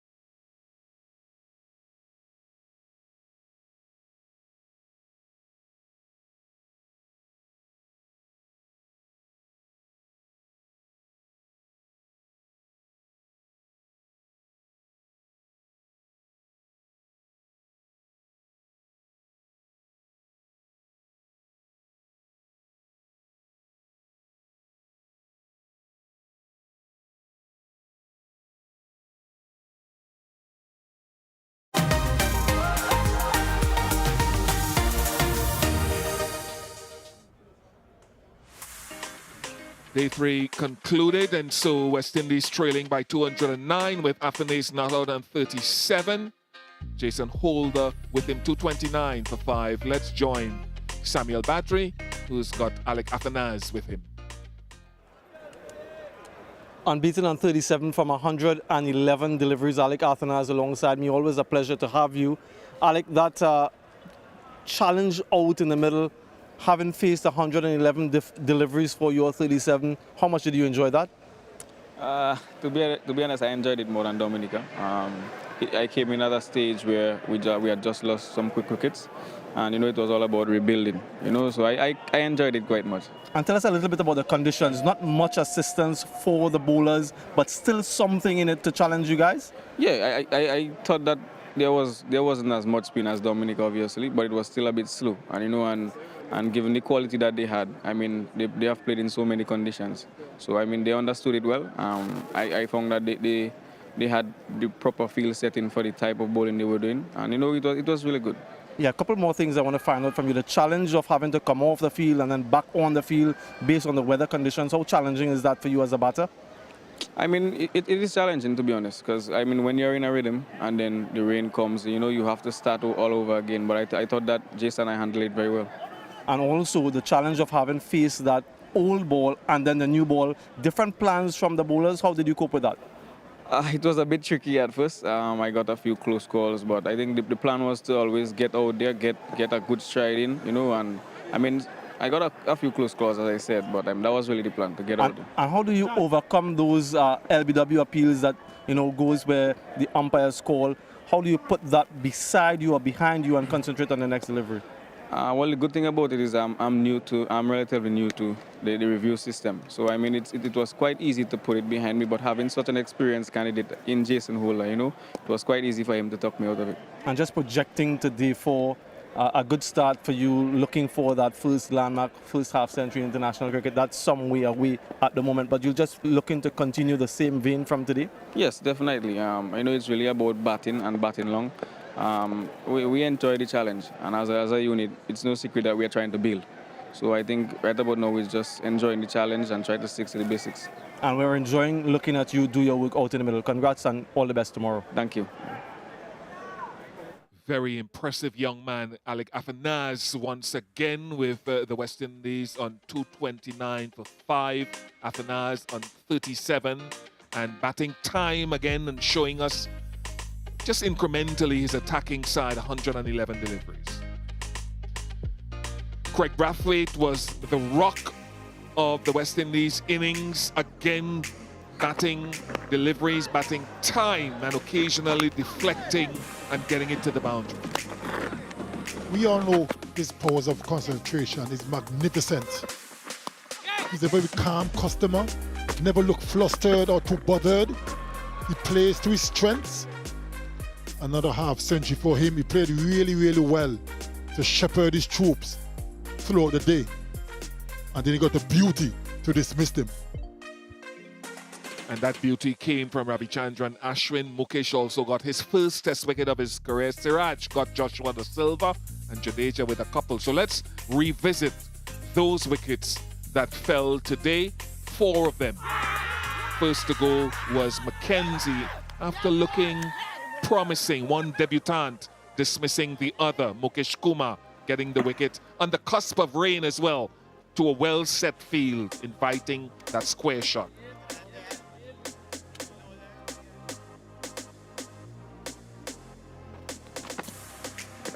And that was a beauty I spoke about a few moments ago.